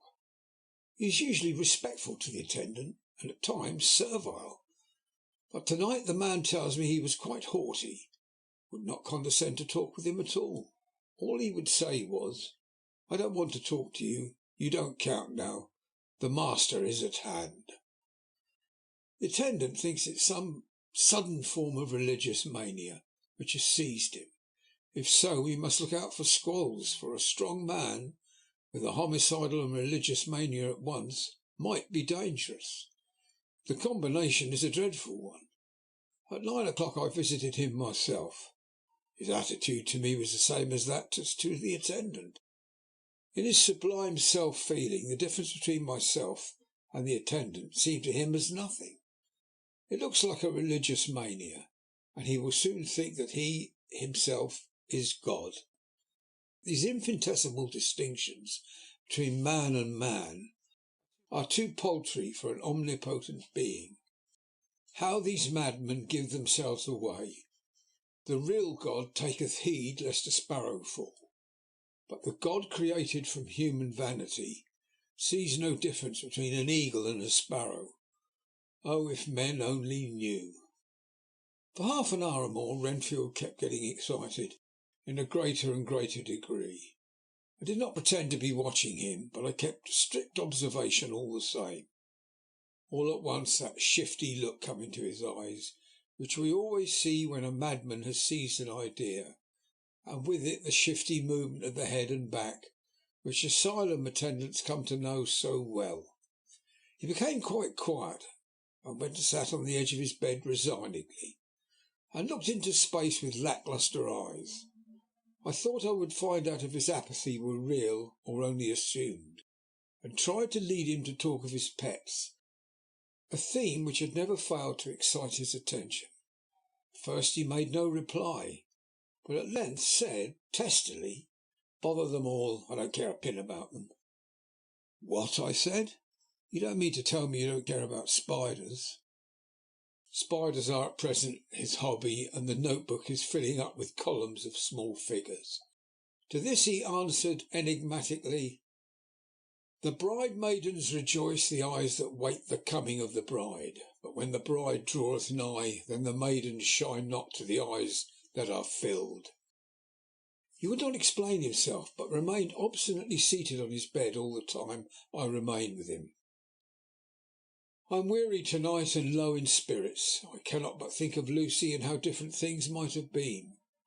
If I don't sleep at once, chloral, the modern Morpheus, C2HC130.H20, must be careful not to let it grow into a habit, nor shall I take none tonight. I have thought of Lucy, and I shall not dishonour her by mixing the two. If need be, tonight shall be sleepless. Later. Glad I made the resolution, gladder that I kept to it. I had lain tossing about and had heard the clock strike only once, when the night watchman came to me, sent up from my ward, to say that Renfield had escaped. I threw on my clothes, ran down at once. My patient is too dangerous a person to be roaming about. Those ideas of his might work out dangerously with strangers. The attendant was waiting for him. He said he had seen him not 10 minutes before, seemingly asleep in his bed, when he had through the observation trap in the door. His attention was called by the sound of the window being wrenched out. He ran back and saw his feet disappear through the window, and had at once sent up for me. He was only in his night gear and cannot be far off. The attendant thought it would be more useful to watch where he should go than to follow him, as he might lose sight of him whilst getting out of the building by the door. He is a bulky man and couldn't get through the window. I am thin, so with his aid I got out, but feet foremost, and, as we were only a few feet above ground, landed unhurt. The attendant told me the patient had gone to the left and had taken a straight line, so I ran as quickly as I could. As I got through the belt of trees, I saw a white figure scale the high wall which separates our grounds from those of the deserted house. I ran back at once and told the watchman to get 3 or 4 men immediately and follow me into the grounds of Carfax. In our case, our friend might be dangerous. I got a ladder myself and, crossing the wall, dropped down on the other side. I could see Renfield's figure just disappearing behind the angle of the house, so I ran after him. On the far side of the house I found him pressed close against the old iron-bound oak door of the chapel. He was talking apparently to someone, but I was afraid to go near enough to hear what he was saying, lest I might frighten him and he should run off. Chasing an errant swarm of bees is nothing to following a naked lunatic when the fit of escaping is upon him. After a few minutes, however, I could see that he did not take note of anything around him, and so ventured to draw near to him, the more so as my men had now crossed the wall and were closing him in. I am here to do your bidding, master. I am your slave, and you will reward me, for I shall be faithful. I have worshipped you long and far off, but now you are near, I await your commands. And you will not pass me by, will you, dear master, in your distribution of good things? He is a selfish old beggar anyhow. He thinks of the loaves and fishes even when he believes he is a real presence. His manias make a startling combination. When we closed in on him, he fought like a tiger. He is immensely strong, for he was more like a wild beast than a man. I never saw a lunatic in such a paroxysm of rage before, and hope I shall not again. It is a mercy that we have found out his strength and his danger in good time. With strength and determination like his, he might have done wild work before he was caged. He is safe now at any rate. Jack Sheppard himself couldn't get free from the straight waistcoat that keeps him restrained, and he's chained to the wall in the padded room. His cries at times are awful, but the silences that follow are more deadly still, for he means murder in every turn and movement. Just now he spoke coherent words for the first time. I shall be patient, master. It is coming, coming, coming. So I took the hint and came too. I was too excited to sleep, but this diary has quieted me, and I feel I shall get some sleep tonight. End of chapter 8. Chapter 9. A letter. Mina Harker to Lucy Westenra. Budapest, 24th of August. My dearest Lucy, I know you will be anxious to hear all that has happened since we parted at the railway station at Whitby. Well, my dear, I got to Hull all right and caught the boat to Hamburg and then the train on here. I feel that I can hardly recall anything of the journey except that I knew I was coming to Jonathan, and but as I should have to do some nursing, I had better get all the sleep I could. I found my dear one, oh so thin and pale and weak-looking. All the resolution had gone out of his dear eyes, and that quiet dignity which I told you was in his face has vanished. He is only a wreck of himself. He does not remember anything that has happened to him for a long time past. At least he wants me to believe so, and I shall never ask. He has had some terrible shock, and I fear it might tax his poor brain if he were to try to recall it. Sister Agatha, who is a good creature and a born nurse, tells me that he raved of dreadful things while he was off his head, but she would only cross herself and say she would never tell, that the raving of the sick were the secrets of God, that if a nurse through her vocation should hear them, she should respect her trust. She is a sweet, good soul, and the next day when she saw I was troubled, she opened up on the subject again, and after saying that she should never mention what my poor dear raved about, I can tell you this much, my dear, that it was not about anything which he has done wrong himself, and you, as his wife-to-be, have no cause to be concerned. He has not forgotten you or what he owes to you. His fear was of a great and terrible things, which no mortal can treat of.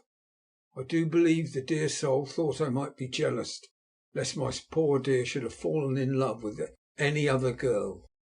The idea of my being jealous about Jonathan! And yet, my dear, let me whisper, I felt a thrill of joy through me when I knew that no other woman was a cause of trouble. I am now sitting by his bedside, where I can see his face while he sleeps. He is waking. When he woke he asked me for his coat, as he wanted to get something from the pocket. I asked Sister Agatha, and she brought all his things. I saw that amongst them was his notebook, and was going to ask him to let me look at it, for I knew then I might find some clue to his trouble. But I supposed he must have seen my wish in my eyes, for he sent me over to the window, saying he wanted to be quite alone for a moment. Then he called me back, and when I came he had his hand over the notebook, and he said to me very solemnly, "Wilhelmina." I knew then that he was in deadly earnest, for he has never called me by that name since he asked me to marry him. You know, my dear, my ideas of the trust between husband and wife. There should be no secret, no concealment. I have had a great shock, and when I try to think of what it is I feel, my head spins round, and I do not know if it was all real or the dreaming of a madman. You know I have had brain fever, and that it is to be mad. The secret is here, and I do not want to know it. I want to take up my life here with our marriage. For, my dear, we are decided to be married as soon as the formalities are complete. Are you willing, Wilhelmina, to share my ignorance? Here is the book. Take it and keep it.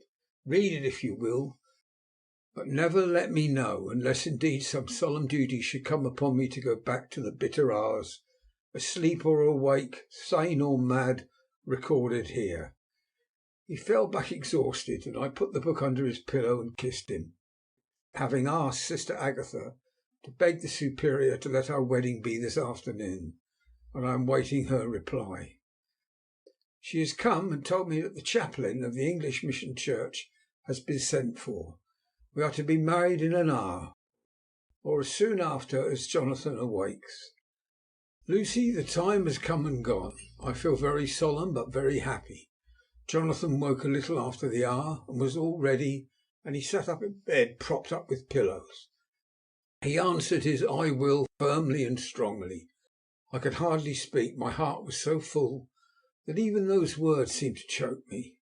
The dear sisters were so kind. Please God, I shall never forget them, nor the grave and sweet responsibilities I have taken upon me.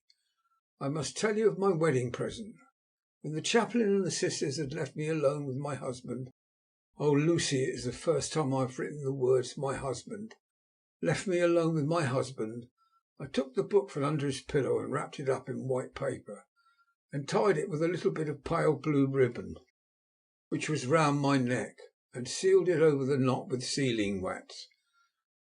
And for my seal I used my wedding ring. Then I kissed it and showed it to my husband, and told him that I would keep it so, and then it would be an outward and visible sign for us all our lives that we trusted each other, that I would never open it unless it were for his own dear sake, or for the sake of some stern duty.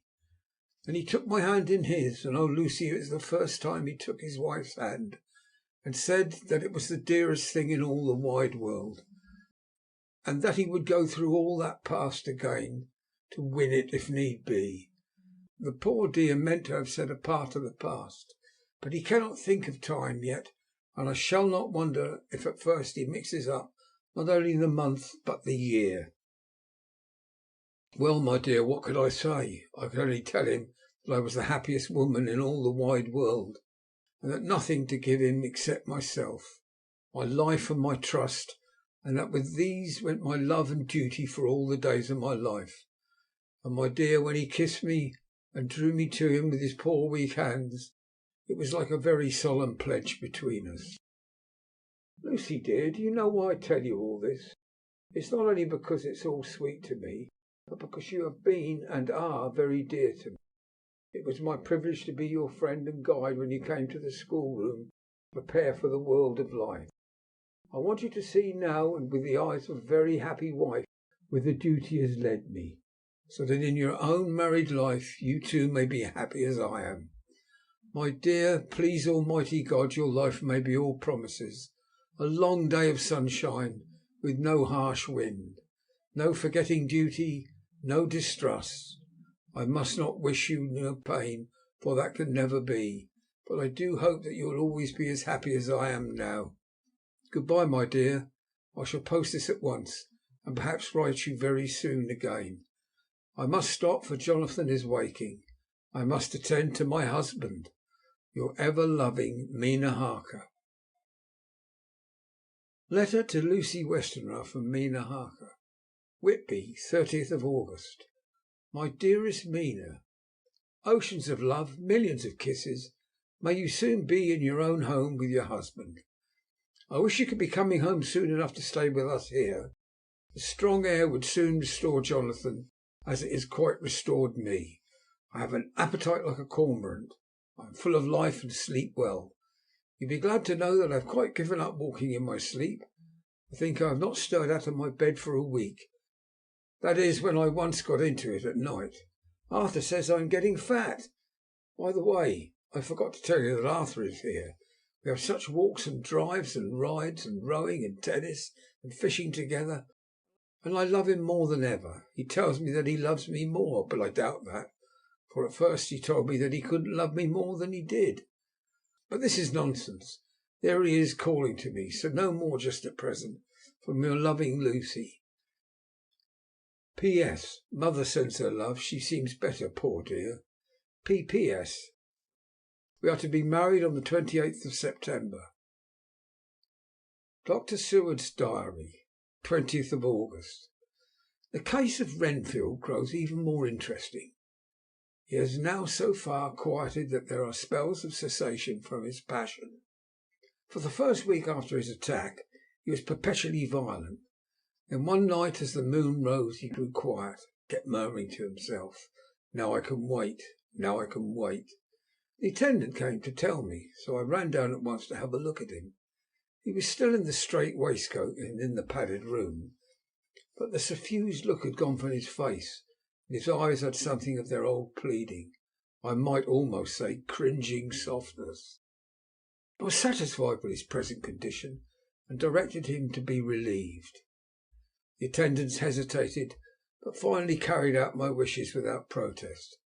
It was a strange thing that the patient had humour enough to see their distrust, for coming close to me he said in a whisper, all the while looking furtively at them, "Think I could hurt you? Fancy me hurting you? The fools!" It was soothing somehow to feelings to find myself disassociated, even in the mind of this poor madman, from the others. But all the same I do not follow his thought. Am I to take it that I have anything in common with him, so that we are, as it were, stand together, or has he to gain from me some good so stupendous that my well-being is needful to him? I must find out later on. Tonight he will not speak. Even the offer of a kitten, or even of a full-grown cat, will not tempt him. He will only say, "I don't take any stock in cats. I have more to think of now. I can wait. I can wait."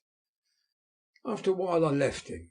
The attendant tells me that he was quiet until just before dawn, and that he began to get uneasy, at length violent, until at last he fell into a paroxysm which exhausted him so that he swooned into a sort of coma. 3 nights has the same thing happened, violent all day, then quiet from moonrise to sunrise. Wish I could get some clue to the cause. It would almost seem as if there was some influence which came and went. Happy thought.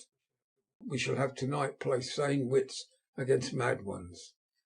He escaped before without our help. Tonight he shall escape with it. We shall give him a chance and have the men ready to follow in case they are required. 23rd of August. The unexpected always happens. How well Disraeli knew life. Our bird, when he found the cage open, would not fly. So all our subtle arrangements were for naught. At any rate, we have proved one thing, that the spells of quietness last a reasonable time. We shall in future be able to ease his bonds for a few hours each day. I've given orders to the night attendant merely to shut him up in the padded room. When once he is quiet, until an hour before sunrise, the poor soul's body will enjoy the relief, even if his mind cannot appreciate it. Hark! The unexpected again. I am called. The patient has once more escaped. Later, another night adventure. Renfield artfully waited until the attendant was entering the room to inspect. Then he dashed out past him and flew down the passage. I sent word for the attendants to follow. Again he went into the grounds of the deserted house, and we found him in the same place, pressed against the old chapel door. When he saw me he became furious, and had not the attendant seized him in time, he would have tried to kill me. As we were holding him, a strange thing happened. He suddenly redoubled his efforts, and then as suddenly grew calm.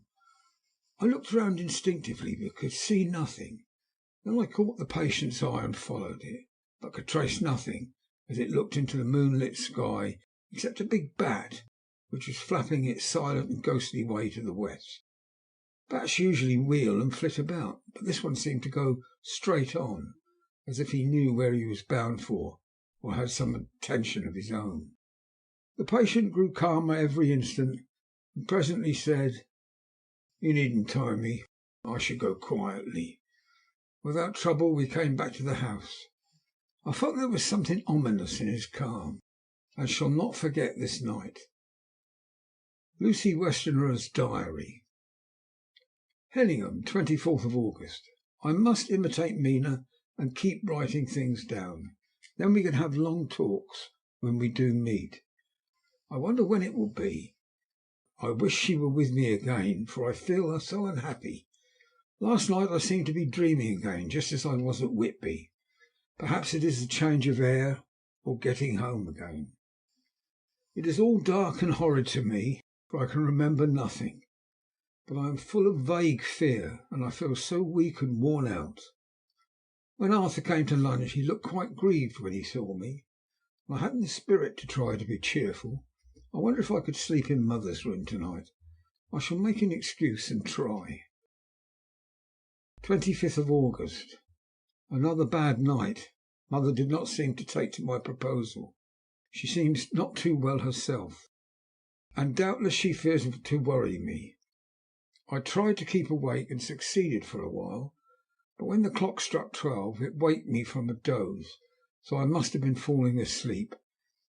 There was a sort of scratching or flapping at the window, but I did not mind it, and as I remember no more, I suppose I must have fallen asleep. More bad dreams. I wish I could remember them.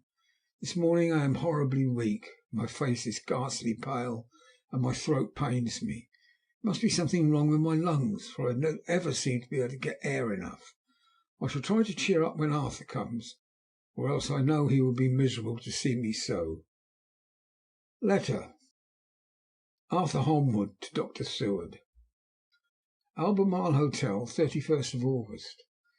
My dear Jack, I want you to do me a favour. Lucy is ill. That is, she has no special disease, but she looks awful and is getting worse every day. I have asked her if there is any cause. I do not dare to ask her mother, for to disturb the poor lady's mind about her daughter in her present state of health would be fatal. Mrs. Westenra has confided to me that her doom is spoken, disease of the heart. Though poor Lucy does not know it yet, I am sure there is something preying on my dear girl's mind. I am almost distracted when I think of her. To look at her gives me a pang. I told her I should ask you to see her, and though she demurred at first, I know why, old fellow, she finally consented. It will be a painful task for you, I know, old friend, but it is for her sake, and I must not hesitate to ask, or you to act. You are to come to lunch at Hillingham tomorrow, 2 o'clock, so as not to arouse any suspicion in Mrs. Westenra, and after lunch Lucy will take an opportunity of being alone with you. I shall come in for tea, and we can go away together. I am filled with anxiety, and want to consult with you alone as soon as I can after you have seen her. Do not fail. Arthur. Telegram, Arthur Holmwood to Seward, 1st of September. I am summoned to see my father, who is worse. I am writing. Write me fully by tonight's post to ring-wire me if necessary. Letter from Dr. Seward to Arthur Holmwood, 2nd of September. My dear old fellow, with regard to Miss Westenra's health, I hasten to let you know at once that in my opinion there is not any functional disturbance or any malady that I know of. At the same time, I am not by any means satisfied with her appearance. She is woefully different from what she was when I saw her last. Of course, you must bear in mind that I did not have a full opportunity of examination such as I should wish. Our very friendship makes a little difficulty which not even medical science or custom can bridge over. I had better tell you exactly what happened, leaving you to draw, in a measure, your own conclusions. I shall then say what I have done and propose doing. I found Miss Westenra in seemingly gay spirits. Her mother was present, and in a few seconds I made up my mind that she was trying all she knew to mislead her mother and prevent her from being anxious. I have no doubt she guesses, if she does not know, what need of caution is there. We lunched alone, and as we all exerted ourselves to be cheerful, we got on, as some kind of reward for our labours, some real cheerfulness amongst us. Then Miss Westenra went to lie down, and Lucy was left with me. We went into her boudoir, and till we got there her gaiety remained, for the servants were coming and going. As soon as the door was closed, however, the mask fell from her face, and she sank down into a chair with a great sigh, and hid her eyes with her hand. When I saw that her high spirits had failed, I at once took advantage of her reactions to make a diagnosis. She said to me very sweetly, "I cannot tell you how I loathe talking about myself." I reminded her that a doctor's confidence was sacred, but you were grievously anxious about her. She caught on to my meaning at once, and settled the matter in a word. "Tell Arthur everything you choose. I do not care for myself, but all for him. I am quite free." I could easily see that she was somewhat bloodless, but I could not see the usual anemia signs, and by chance I was actually able to test the quality of her blood, for in opening a window which was stiff, a cord gave way, and she cut her hand slightly with broken glass. It was a slight matter in itself, but it gave me an evident chance, so I secured a few drops of her blood and have analysed them. The qualitative analysis gives quite a normal condition, and shows, I should infer, in itself a vigorous state of health. In other physical matters I was quite satisfied that there is no need for anxiety, but as there must be some cause somewhere, I have come to the conclusion that it must be something mental. She complains of difficulty in breathing satisfactorily at times, and of heavy lethargic sleep, with dreams that frighten her, but regarding which she can remember nothing. She says that as a child she used to walk in her sleep, and that when in Whitby the habit came back, and that once she walked out in the night and went to East Cliff, where Miss Murray found her. But she assures me that of late the habit has not returned. I am in doubt, and so have done the best thing I know of. I have written to my old friend and master, Professor Van Helsing of Amsterdam, who knows as much about obscure diseases as anyone in the world. I have asked him to come over, and as you told me that all things were to be at your charge, I have mentioned to him who you are, and your relations to Miss Westenra. This, my dear fellow, is in obedience to your wishes, for I am only too proud and happy to do anything I can for her. Van Helsing would, I know, do anything for me, for a personal reason, so no matter on what ground he comes, we must accept his wishes. He is a seemingly arbitrary man, but this is because he knows what he is talking about better than anyone else. He is a philosopher and a metaphysician, one of the most advanced scientists of his day, and he has, I believe, an absolutely open mind. This, with an iron nerve, a temper of the ice brook, and an indomitable resolution, self-command and toleration exalted from virtues to blessing, and the kindliest and truest heart that beats. These form his equipment for the noble work that he is doing for mankind, work both in theory and practice, for his views are as wide as his all-embracing sympathy. I tell you these facts that you may know why I have such a confidence in him. I have asked him to come at once. I shall see Miss Westerner tomorrow again. She is to meet me at the store, so that I may not alarm her mother by too early a repetition of my call. Yours always, John Seward. Letter. Abraham Van Helsing, M.D.D., Ph.D., Lit., etc., etc., etc., to Dr. Seward. 2nd of September. My good friend, when I have received your letter, I am already coming to see you, but by good fortune I can leave just at once without wrong to any of those who have trusted me. Were fortune other, then it were for bad for those who I have trusted, for I come to my friend when he call me to aid those he holds dear.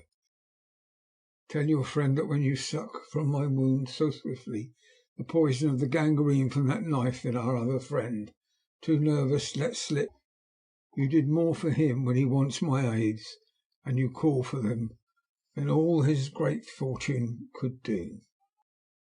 But it is a pleasure added to do for him, your friend, as it is to you, that I come. Have then rooms for me at the Great Eastern Hotel, that I may be near at hand. And please it so arrange that we may see the young lady not too late on tomorrow, for it is likely that I may have to return here that night. But if need be, I shall come again in 3 days, and stay longer if it must. Till then, good-bye, my friend John Van Helsing. Letter to Dr. Seward, Honourable Arthur Holmwood. 3rd of September. My dear Art, Van Helsing has come and gone. He came on with me to Hillingham, and found that by Lucy's discretion her mother was lunching out, so that we were alone with her. Van Helsing made a very careful examination of the patient. He is to report to me, and I shall advise you, for of course I was not present all the time. He is, I fear, much concerned, but says he must think. When I told him of our friendship, and how you trust me in the matter, he said, "You must tell him all you think. Tell him what I think. If you can guess it, you will." Nay, I am not jesting. There is no jest, but life and death, perhaps more. I asked what he meant by that, for he was very serious. This was when we had come back to town, and he was having a cup of tea before starting on his return to Amsterdam. He would not give me any further clue.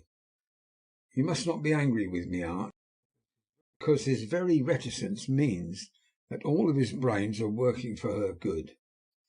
He will speak plainly enough when the time comes, be sure. So I told him I would simply write an account of our visit, just as if I were doing a descriptive special in the article for the Daily Telegraph. He seemed not to notice, but remarked that the smuts of London were not quite so bad as they used to be when he was a student here. I am to get his report tomorrow, if he can possibly make it. In any case, I am to have a letter. Well, as to the visit, Lucy was more cheerful than on the day I first saw her, and certainly looked better. She had lost something of the ghastly look that so upset you, and her breathing was normal. She was very sweet to the Professor, as she always is, and tried to make him feel at ease, though I could see that the poor girl was making a hard struggle for it. For I believe Van Helsing saw it too, for I saw the quick look under his bushy eyebrows that I knew of old. Then he began to chat of all things except ourselves and diseases, and with such an infinite geniality that I could see poor Lucy's pretence of animation merge into reality. Then, without any seeming change, he brought the conversation gently round to his visit, and suavely said, "My dear young miss, I have the so great pleasure because you are so much beloved. That is much, my dear. Ever were there that which I do not see. They told me you were down in the spirit and that you were ghastly pale. To them I say poof," and he snapped his fingers and went on. "But you and I shall show them how wrong they are." "How can he?" and pointed at me with the same look and gesture as that with which once pointed me out in his class, on, or rather after, a particular occasion which he never fails to remind me of. "Know anything of a young ladies? He has his madams to play with, and to bring them back to happiness, and to choose those that love them. It is much to do, but oh, there are rewards that we can bestow such happiness. The young ladies, he has no wife nor daughter, and the young do not tell themselves to the young, but to the old, like me, who have known so many sorrows and the causes of them. So, my dear, we will send him away to smoke the cigarette in the garden, while you and I have a little talk all to ourselves." I took the hint and strolled about. Presently the Professor came to the window and called me in. He looked grave, but said, "I have made a careful examination, but there is no functional cause. With you I agree that there has been much blood lost. It has been, but it is not. But the conditions of her are in no way anemic. I have asked her to send me her maid, that I may ask just one or two questions. That so I may not chance miss nothing. I know well what she will say, and yet there is a cause. There's always a cause for everything. I must go back home and think. You must send me the telegram every day, and if there be cause I shall come again. The disease, for not to be all, well, is a disease, interests me, and the sweet young dear, she interests me too. She charmed me, and for her, if not for you or disease, I come. As I tell you, he would not say a word more, even when we were alone. And so now, Art, you know all I know. I shall keep a stern watch. I trust your poor father is rallying. It must be a terrible thing to you, my dear old fellow, to be placed in such a position between two people who are both so dear to you. I know your idea of duty to your father, and you are right to stick to it. But if need be, I shall send you word to come at once to Lucy, so do not be over anxious unless you hear from me." Dr. Seward's Diary, 4th of September. Zoophagus patient still keeps up our interest in him. There's only one outburst, and that was yesterday at an unusual time, just before the stroke of noon. He began to grow restless. The attendant knew the symptoms and at once summoned aid. Fortunately, the men came at a run, and were just in time, for at the stroke of noon he became so violent that it took all their strength to hold him. In about 5 minutes, however, he began to get more and more quiet, and finally sank into a sort of melancholy, in which state he has remained up to now. The attendant tells me that his screams, whilst in the paroxysm, were really appalling. I found my hands full when I got in, attending to some of the other patients who were frightened by him. Indeed, I can understand the effect, for the sounds disturbed even me, though I was some distance away. It is now after the dinner hour of the asylum, and as yet my patient sits in a corner brooding, with a dull, sullen, woebegone look on his face, which seems rather to indicate than to show something directly. I cannot quite understand it. Later, another change in my patient. At 5 o'clock I looked in on him, and found him seemingly happy and contented as he used to be. He was catching flies and eating them, I was keeping note of his capture by making nail marks on the edge of the door between the ridges of padding. When he saw me, he came over and apologized for his bad conduct, and asked me in a very humble, cringing way to be led back to his own room and have his notebook again. I thought it well to humour him, so he's back in his room with the window open. He has the sugar of his tea spread out on the window-sill, and is reaping quite a harvest of flies. He is not now eating them, but putting them into a box as of old, and is already examining the corners of his room to find a spider. I tried to get him to talk about the past few days, for any clue to his thoughts would be of immense help to me, but he would not rise. For a moment or two he looked very sad, and said in a sort of far-away voice, as though saying it rather to himself than to me, "All over, all over. He has deserted me. No hope for me now, unless I do it for myself." Then suddenly turning to me in a resolute way, he said, "Doctor, won't you be very good to me and let me have a little more sugar? I think it would be good for me." "And the flies?" I said. "Yes, the flies like it too, and I like the flies, therefore I like it. And there are people who know so little as to think that madmen do not argue." I procured him a double supply, and left him as happy a man as I suppose any in the world. I wish I could fathom his mind. Midnight. Another change in him. I had been to see Miss Westerner, who I found much better, and had just returned, and was standing at our own gate looking at the sunset, when once more I heard him yelling. As his room is on this side of the house, I could hear it better than in the morning.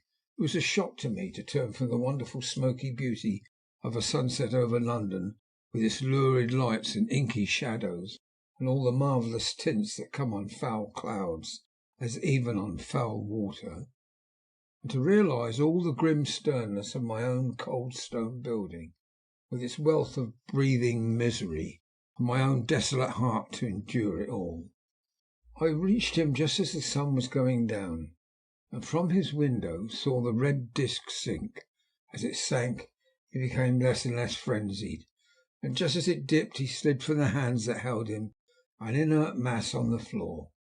It's wonderful, however, what intellectual recuperative power lunatics have, for within a few minutes he stood up quite calmly, looked around him, signalled to the attendants not to hold him, for I was anxious to see what he would do. He went straight over to the window and brushed out the crumbs of sugar. Then he took his fly box and emptied it outside, and threw away the box. And he shut the window, and crossing over, sat down on the bed. All this surprised me, so I asked him, "Are you going to keep flies any more?" "No," said he, "I am sick of all that rubbish." He certainly is a wonderfully interesting study. I wish I could get some glimpse of his mind, or of the cause of his sudden passion. Stop! There may be a clue after all. If we can find out why to-day his paroxysms came on at high noon and at sunset. Can it be that there is a malign influence of the sun, periods which affects certain natures, as at times the moon does others? We shall see. Telegram, Seward, London, to Van Helsing, Amsterdam. 4th September. Patient still better to-day. Telegram, Seward, London, to Van Helsing, Amsterdam. 5th September. Patient greatly improved. Good appetite. Sleeps naturally. Good spirits. Colour coming back. Telegram, Seward, London, to Van Helsing, Amsterdam. 6th September. Terrible change for the worse. Come at once. Do not lose an hour. I hold over telegram to Holmwood till I have seen you. End of chapter 9. Chapter 10. Letter, Dr. Seward, to the Honourable Arthur Holmwood, 6th September. My dear Art, my news to-day is not so good. Lucy this morning had gone back a bit. There is, however, one good thing which has arisen from it. Mrs. Westenra was naturally anxious concerning Lucy, and has consulted me professionally about her. I took advantage of the opportunity, and told her that my old master Van Helsing, the great specialist, was coming to stay with me, and I would put her in his charge conjointly with myself. So now we can come and go without alarming her unduly, for a shock to her would mean sudden death, and this, in Lucy's weak condition, might be disastrous to her. We're hedged in with difficulties, all of us, my poor old fellow, but please God we shall come through them all right. If any need, I shall write, so that if you do not hear from me, take it for granted that I am simply waiting for news in haste. Yours ever, John Seward. Dr. Seward's Diary, 7th of September.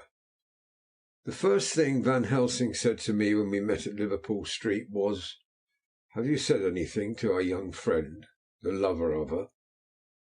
"No," I said. "I waited until I had seen you. As I said in my telegram, I wrote him a letter simply telling him that you were coming, as Miss Westenra was not so well, and that I should let him know if need be."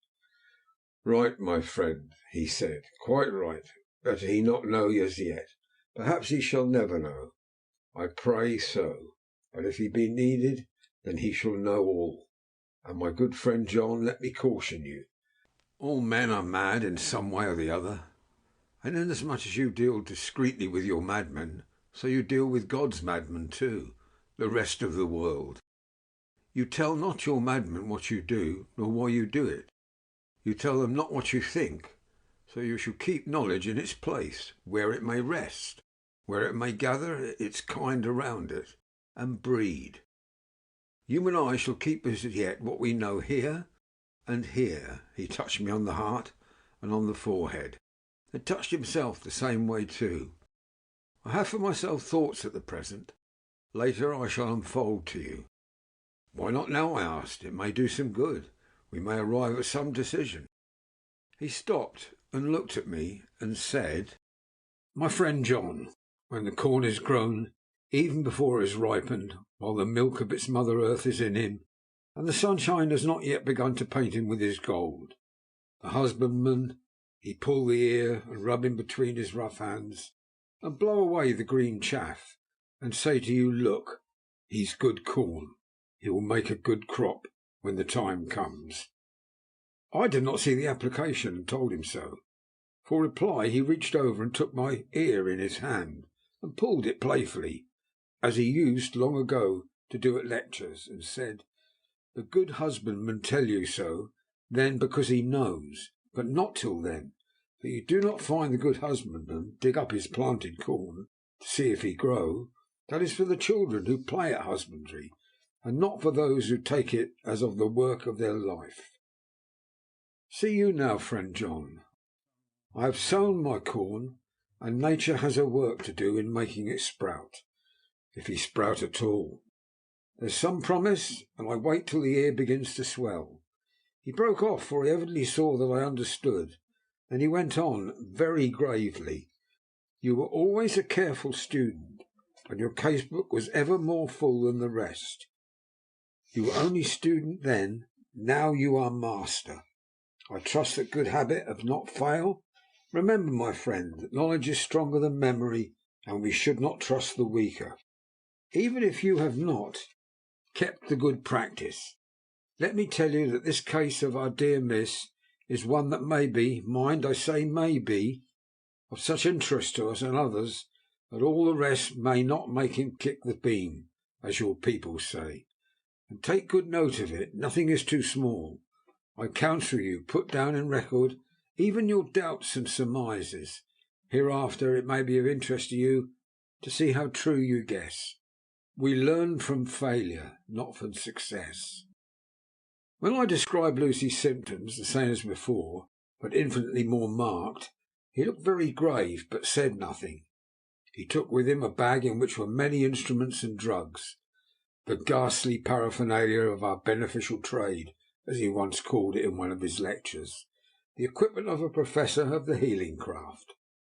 When we were shown in, Mrs. Westenra met us. She was alarmed, but not nearly so much as I expected to find her. Nature, in one of her beneficent moods, has ordained that even death has some antidote to its own terrors. Here, in a case where any shock may prove fatal, matters are so ordered that from some cause or other, the things not personal, even the terrible change in her daughter, to whom she is so attached, do not seem to reach her. It's something like why Dame Nature gathers round a foreign body an envelope of some insensitive tissue which can protect from evil that which it would otherwise harm by contact.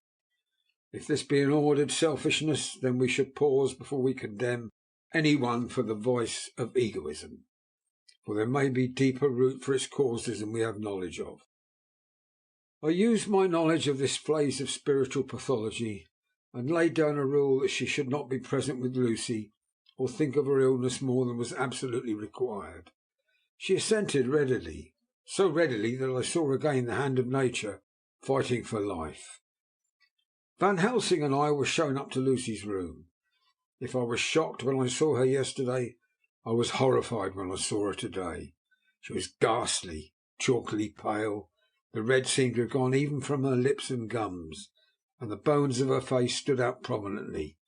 Her breathing was painful to see or hear. Van Helsing's face grew set as marble, and his eyebrows converged till they almost touched over his nose. Lucy lay motionless and did not seem to have the strength to speak. So for a while we were all silent. Then Van Helsing beckoned to me, and we went gently out of the room. The instant we had closed the door, he stepped quickly along the passage to the next door, which was open. Then he pulled me quickly in with him and closed the door. "My God," he said, "this is dreadful. There is no time to be lost. She will die for sheer want of blood. To keep the heart's action as it should be, there must be a transfusion of blood at once. Is it you or me?" "I am younger and stronger, Professor. It must be me." "Then get ready at once. I will bring up my bag. I am prepared." I went downstairs with him. As we were going, there was a knock on the hall door. When we reached the hall, the maid had just opened the door, and Arthur was stepping quickly in. He rushed up to me, saying in an eager whisper, "Jack, I was so anxious. I read between the lines of your letter, and have been in agony. Dad was better, so I ran down here to see for myself." "Is not that gentleman Dr. Van Helsing? I am so thankful to you, sir, for coming." When first the Professor's eye had lit upon him, he had been angry at his interruption at such a time. But now, as he took his stalwart proportions and recognized the strong and young manhood which seemed to emanate from him, his eyes gleamed. Without a pause, he said to him gravely as he held out his hand, "Sir, you have come in time. You are the lover of our dear Miss. She is bad, very, very bad. Nay, my child, do not go on like that," for he suddenly grew pale and sat down in a chair, almost fainting. "You are to help her. You can do more than any that live, and your courage is your best help." "What can I do?" asked Arthur hoarsely. "Tell me, and I shall do it. My life is hers, and I'd give the last drop of my blood in my body for her." The Professor has a strongly humorous side, and I could see from old knowledge detect a trace of its origin in his answer. "My young sir, I do not ask so much as that. Not the last." "What shall I do?" There was fire in his eyes, and his open nostril quivered with intent. Van Helsing slapped him on the shoulder. "Come," he said. "You are a man, and it is a man we want. You are better than me, better than my friend John." Arthur looked bewildered, and the Professor went on by explaining in a kindly way. "Young Miss is bad, very bad. She wants blood, and blood she must have or die. My friend John and I have consulted, and we are about to perform what we call a transfusion of blood, to transfer from full veins of one to the empty veins which pine for him. John was to give his blood, and he is the more young and strong than me." Here Arthur took my hand and wrung it hard in silence. "But now you are here, you are more good than us, old or young, who toil much in the world of thought. Our nerves are not so calm, and our blood not so bright than yours." Arthur turned to him and said, "If you only knew how gladly I would die for her, you would understand." He stopped with a sort of choke in his voice. "Good boy," said Van Helsing. "In the not so far off you will be happy that you have done all for her you love." Come now, and be silent. You shall kiss her once before it's done, but then you must go, and you must leave at my sign. Say no word to Madame. You know how it is with her. There must be no shock. Any knowledge of this would be one. Come." We all went up to Lucy's room. Arthur, by direction, remained outside. Lucy turned her head and looked at us, but said nothing. She was not asleep, but she was simply too weak to make the effort. Her eyes spoke to us, that was all. Van Helsing took some things from his bag and laid them on a little table out of sight. Then he mixed a narcotic. Coming over to the bed, he said cheerily, "Now, little miss, here is your medicine. Drink it off, like a good child. See, I lift you so that to swallow is easy. Yes?" She had made the effort with success. It astonished me how long it took the drug to act. This, in fact, marked the extent of her weakness. The time seemed endless until sleep began to flicker in her eyelids. At last, however, the narcotic began to manifest its potency, and she fell into a deep sleep. When the Professor was satisfied, he called Arthur into the room and bade him strip off his coat. Then he added, "You may take that one little kiss whilst I bring over the table. Friend John helped to me." So neither of us looked whilst he bent over her. Van Helsing, turning to me, said, "He is so young and strong of blood, so pure, that we need not defibrillate it." Then, with a swiftness but with absolute method, Van Helsing performed the operation. As the transfusion went on, something like life seemed to come back to poor Lucy's cheeks, and through Arthur's growing pallor the joy of his face seemed absolutely to shine. After a bit I began to grow anxious, for the loss of blood was telling on Arthur, strong man as he was. It gave me an idea of what a terrible strain Lucy's system must have undergone. But what weakened Arthur only partially restored her. But the Professor's face was set, and he stood watch in hand, and with his eyes fixed now on the patient and now on Arthur, I could hear my own heart beat. Presently he said in a soft voice, "Do not stir an instant. It is enough. You attend to him. I will look to her." When all was over, I could see how much Arthur was weakened. I dressed the wound and took his arm to bring him away, when Van Helsing spoke without turning round. "The man seems to have eyes in the back of his head. The brave lover, I think, deserve another kiss, which he shall have presently." And as he had now finished his operation, he adjusted the pillow to the patient's head. As he did so, the narrow black velvet band, which she seems always to wear round her throat, buckled with an old diamond's buckle which her lover had given her, was dragged a little up and showed a red mark on her throat. Arthur did not notice it, but I could hear the deep hiss of indrawn breath, which is one of Van Helsing's ways of betraying emotion. He said nothing at the moment, but turned to me, saying, "Now take down our brave young lover, give him of the port wine, and let him lie down a while. He must then go home and rest, sleep much and eat much, that he may be recruited of what he has so given to his love. He must not stay here. Hold a moment. I may take it, sir, that you are anxious of result. Then bring it with you that in all ways the operation is successful. You have saved her life this time, and you can go home and rest easy in mind. All that can be is. I shall tell her all when she is well.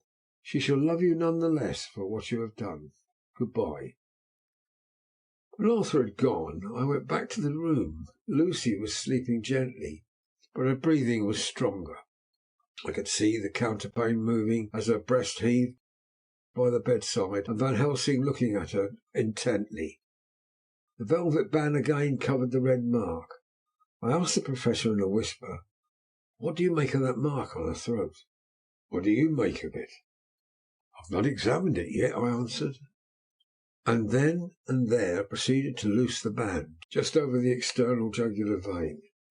There were two punctures, not large, but not wholesome looking, and there was no sign of disease, but the edges were white.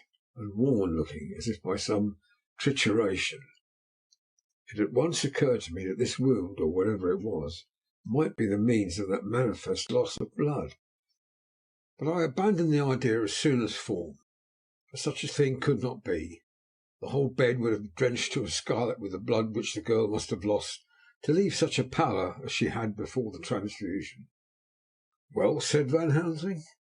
"Well," said I can make nothing of it." The Professor stood up. "I must go back to Amsterdam tonight," he said. "There are books and things there which I want. You must remain here all the night, and you must not let your sight pass from her."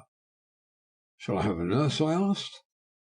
"We are the best nurses, you and I. You keep watch all night, see that she is well fed, and that nothing disturbs her. You must not sleep all the night. Later on we can sleep, you and I. I shall be back as soon as possible, and then we may begin." "May begin?" I said. "What on earth do you mean?"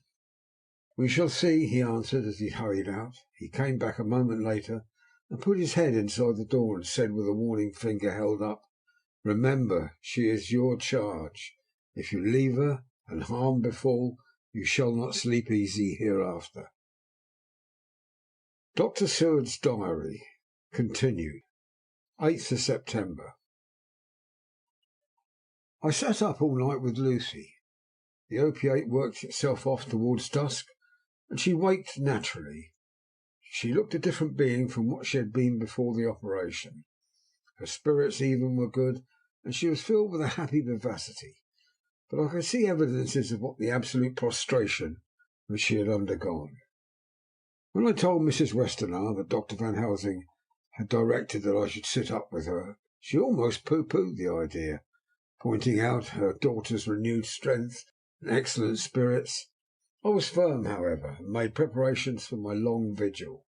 When her maid had prepared her for the night, I came in, having in the meantime had supper, and took a seat by the bedside. She did not in any way make objection, but looked at me gratefully whenever I caught her eye. After a long spell she seemed sinking off to sleep, but with an effort seemed to pull herself together and shook it off. This was repeated several times, with greater effort and with shorter pauses as time moved on.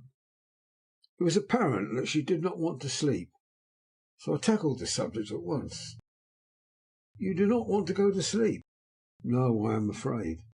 "Afraid to go to sleep? Why so? It is the boon we all crave for." "Ah, not if you were like me. If sleep was to you a presage of horror." "A presage of horror? What on earth do you mean?" I don't know. And it's what is so terrible. All this weakness comes to me in sleep, until I dread the very thought." "But, my dear girl, you may sleep to night. I am here watching you, and I can promise that nothing will happen." "Oh, I can trust you." I seized the opportunity and said, "I promise you that if I see any evidence of bad dreams I will wake you at once." "You will? Oh, will you really? How good you are to me! Then I will sleep." And almost at the word she gave a deep sigh of relief and sank back asleep. All night long I watched by her. She never stirred, but slept on and on in a deep, tranquil, life-saving, health-giving sleep. Her lips were slightly parted, and her breast rose and fell with the regularity of a pendulum. There was a smile on her face, and it was evident that no bad dreams had come to disturb her peace of mind. In the early morning her maid came, and I left her in her care and took myself back home, for I was anxious about many things. I sent a short wire to Van Helsing and to Arthur, telling them of the excellent result of the operation.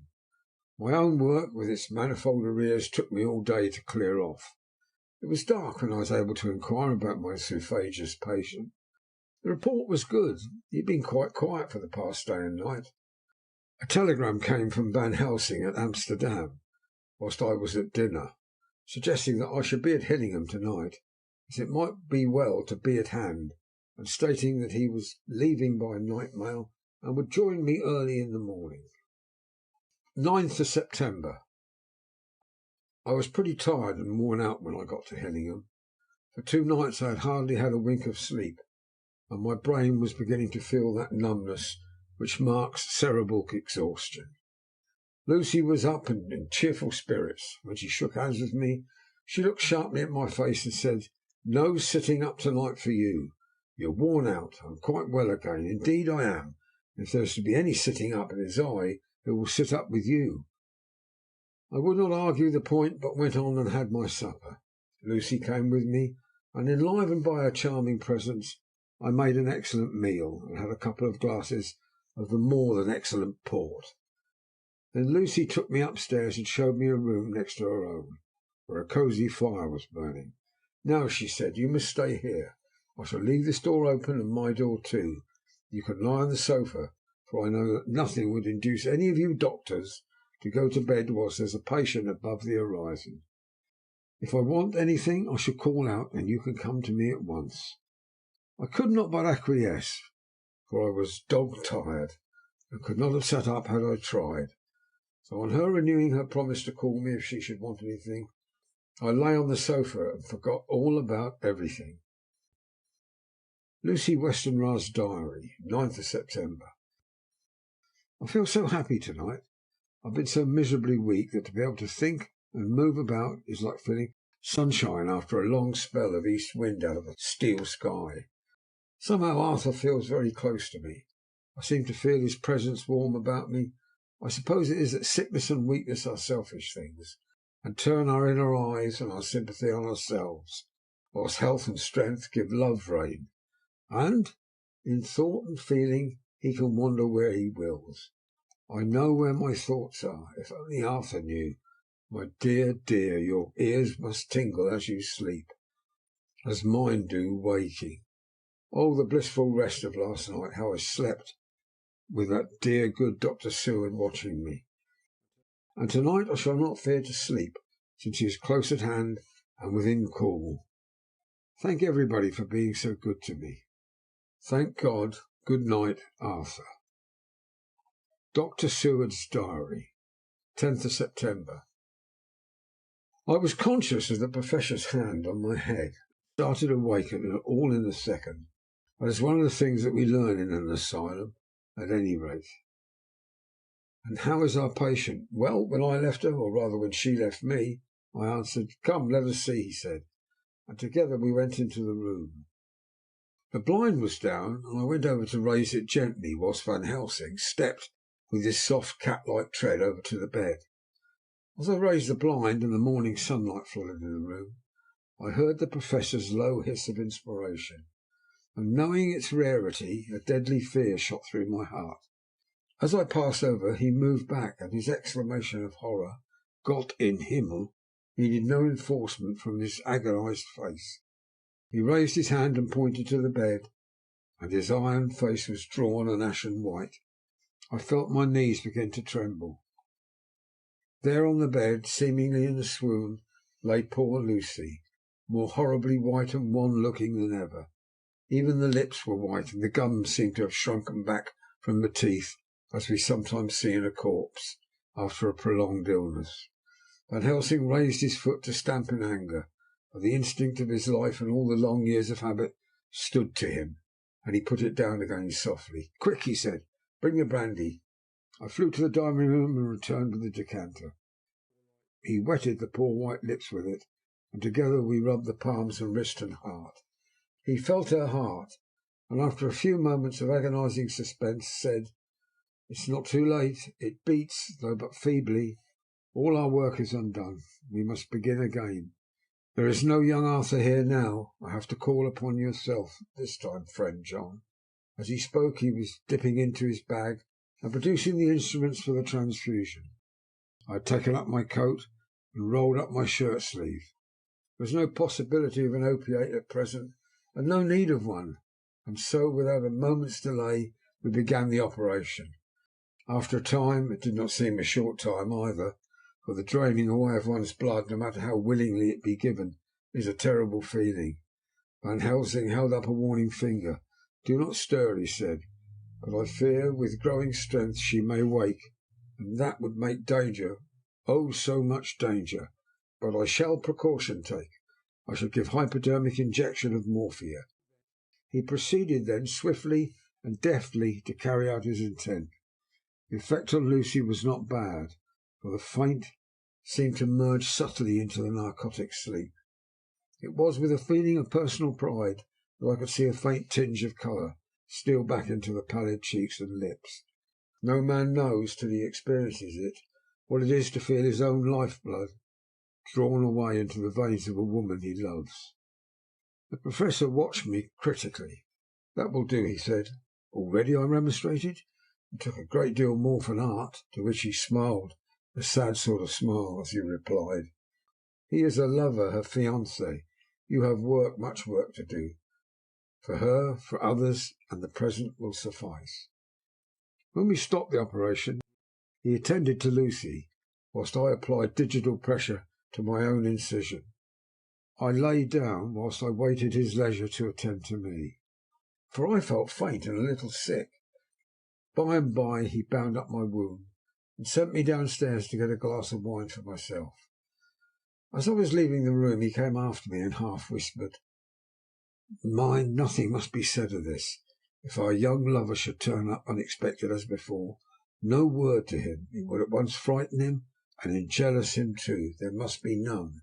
So, when I came back, he looked at me carefully and said, "You are not much the worse. Go into the room and lie on your sofa and rest a while. Then have much breakfast and come to me." I followed out his orders, for I knew how right and wise they were. I had done my part, and now my next duty was to keep up my strength. I felt very weak, and in the weakness lost something of the amazement at what had occurred. I fell asleep on the sofa, however, wondering over and over how Lucy had made such a retrograde movement, and how she could have been drained of so much blood with no sign anywhere to show for it. I think I must have continued my wonder in my dreams, for sleeping and waking my thoughts always came back to the little punctures in her throat, and the ragged, exhausted appearance of their edges, tiny though they were. Lucy slept well into the day, and when she woke she was fairly well and strong, though not nearly so much so as the day before. When Van Helsing had seen her, he went out for a walk, leaving me in charge with the strict injunctions that I was not to leave her for a moment. I could hear his voice in the hall asking the way to the nearest telegraph office. Lucy chatted with me freely and seemed quite unconscious that anything had happened. I tried to keep her amused and interested.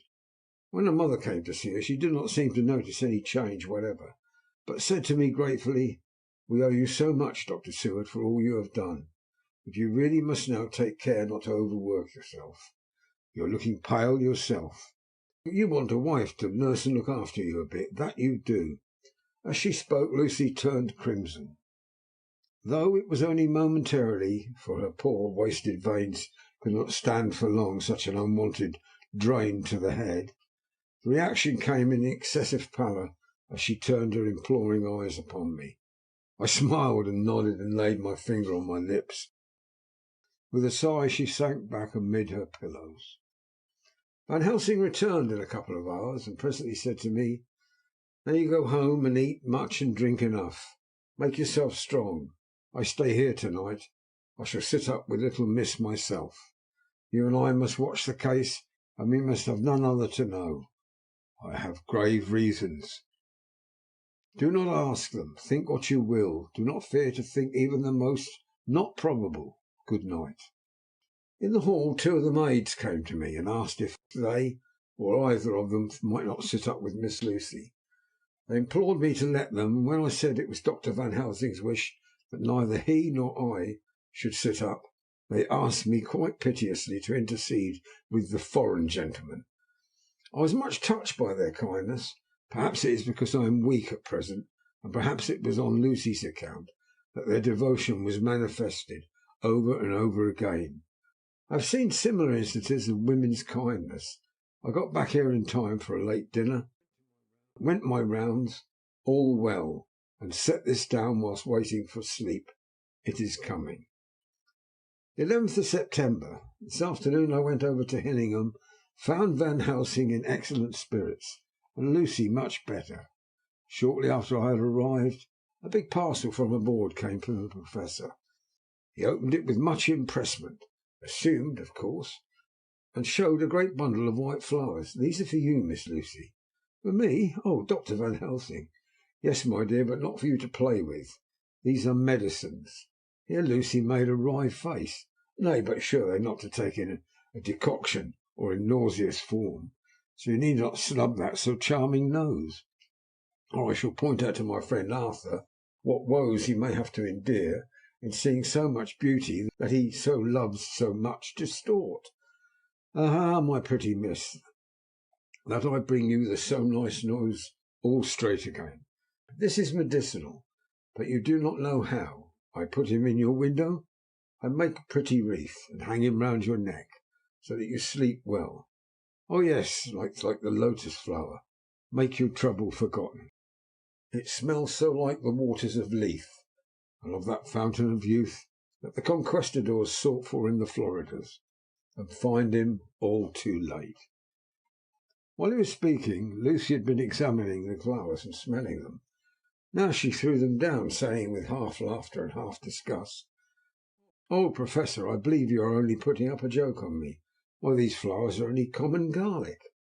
To my surprise, Van Helsing rose up and said with all his sternness, his iron jaw set, and his bushy eyebrows meeting, "No trifling with me. I never jest. There is a grim purpose in all I do, and I warn you that you do not thwart me. Take care, for the sake of others, if not your own." Then, seeing poor Lucy scared, as she might well be, he went on more gently, "Oh, little miss, my dear, do not fear me. I only do for your good. But there is much virtue to you in those so common flowers. See, I place them myself in your room. I make myself the wreath that you are to wear. But hush, no telling to others what makes so inquisitive questions. You must obey, and silence is a part of obedience, and obedience is to bring you strong and well into loving arms that wait for you. Now sit still a while. Come with me, friend John, and you shall help me deck the room with my garlic, which is all the way from Haarlem, where my friend Vanderpool raised herb in his glass houses all the year. I had to telegraph yesterday, or there would not have been him." We went into the room, taking the flowers with us. The Professor's actions were certainly odd, and not to be found in any pharmacopoeia that I had ever heard of. First he fastened up the windows and latched them securely. Next, taking a handful of the flowers, he rubbed them all over the sashes, as though to ensure that every whiff of air that might get in would be laden with the garlic smell. Then with the wisp he rubbed all over the jamb of the door, above, below, and each side, and rounded the fireplace to do the same way. It all seemed grotesque to me, and presently I said, "Well, Professor, I know you always have a reason for what you do, but this certainly puzzles me. It is well we have no sceptic here, or he would say you were working some spell to keep out an evil spirit." "Perhaps I am," he answered quietly, as he began to make the wreath which Lucy was to wear round her neck. We then waited whilst Lucy made her toilet for the night, and when she was in bed he came back to himself, fixed the wreath of garlic around her neck. The last words he said to her were, "Take care that you do not disturb it, and even if the room feel close, do not tonight open the window or the door." "I promise," said Lucy, "and thank you both 1,000 times for all your kindness to me. And what have I done to be blessed by such friends?" As we left the house in my fly, which was waiting, Van Helsing said, "Tonight I can sleep in peace, and sleep I want. 2 nights of travel, much reading in the day, between much anxiety on the day to follow, and a night to sit up without to wink. Tomorrow in the morning early you call for me, and we come together to see our pretty miss, so much more strong for my spell which I have work. Oh!" He seemed so confident that I, remembering my own confidence 2 nights before, and with the baneful result, felt awe and vague terror. It must have been my weakness that made me hesitate to tell it to my friend, but I felt it all the more, like unshed tears. End of chapter 10.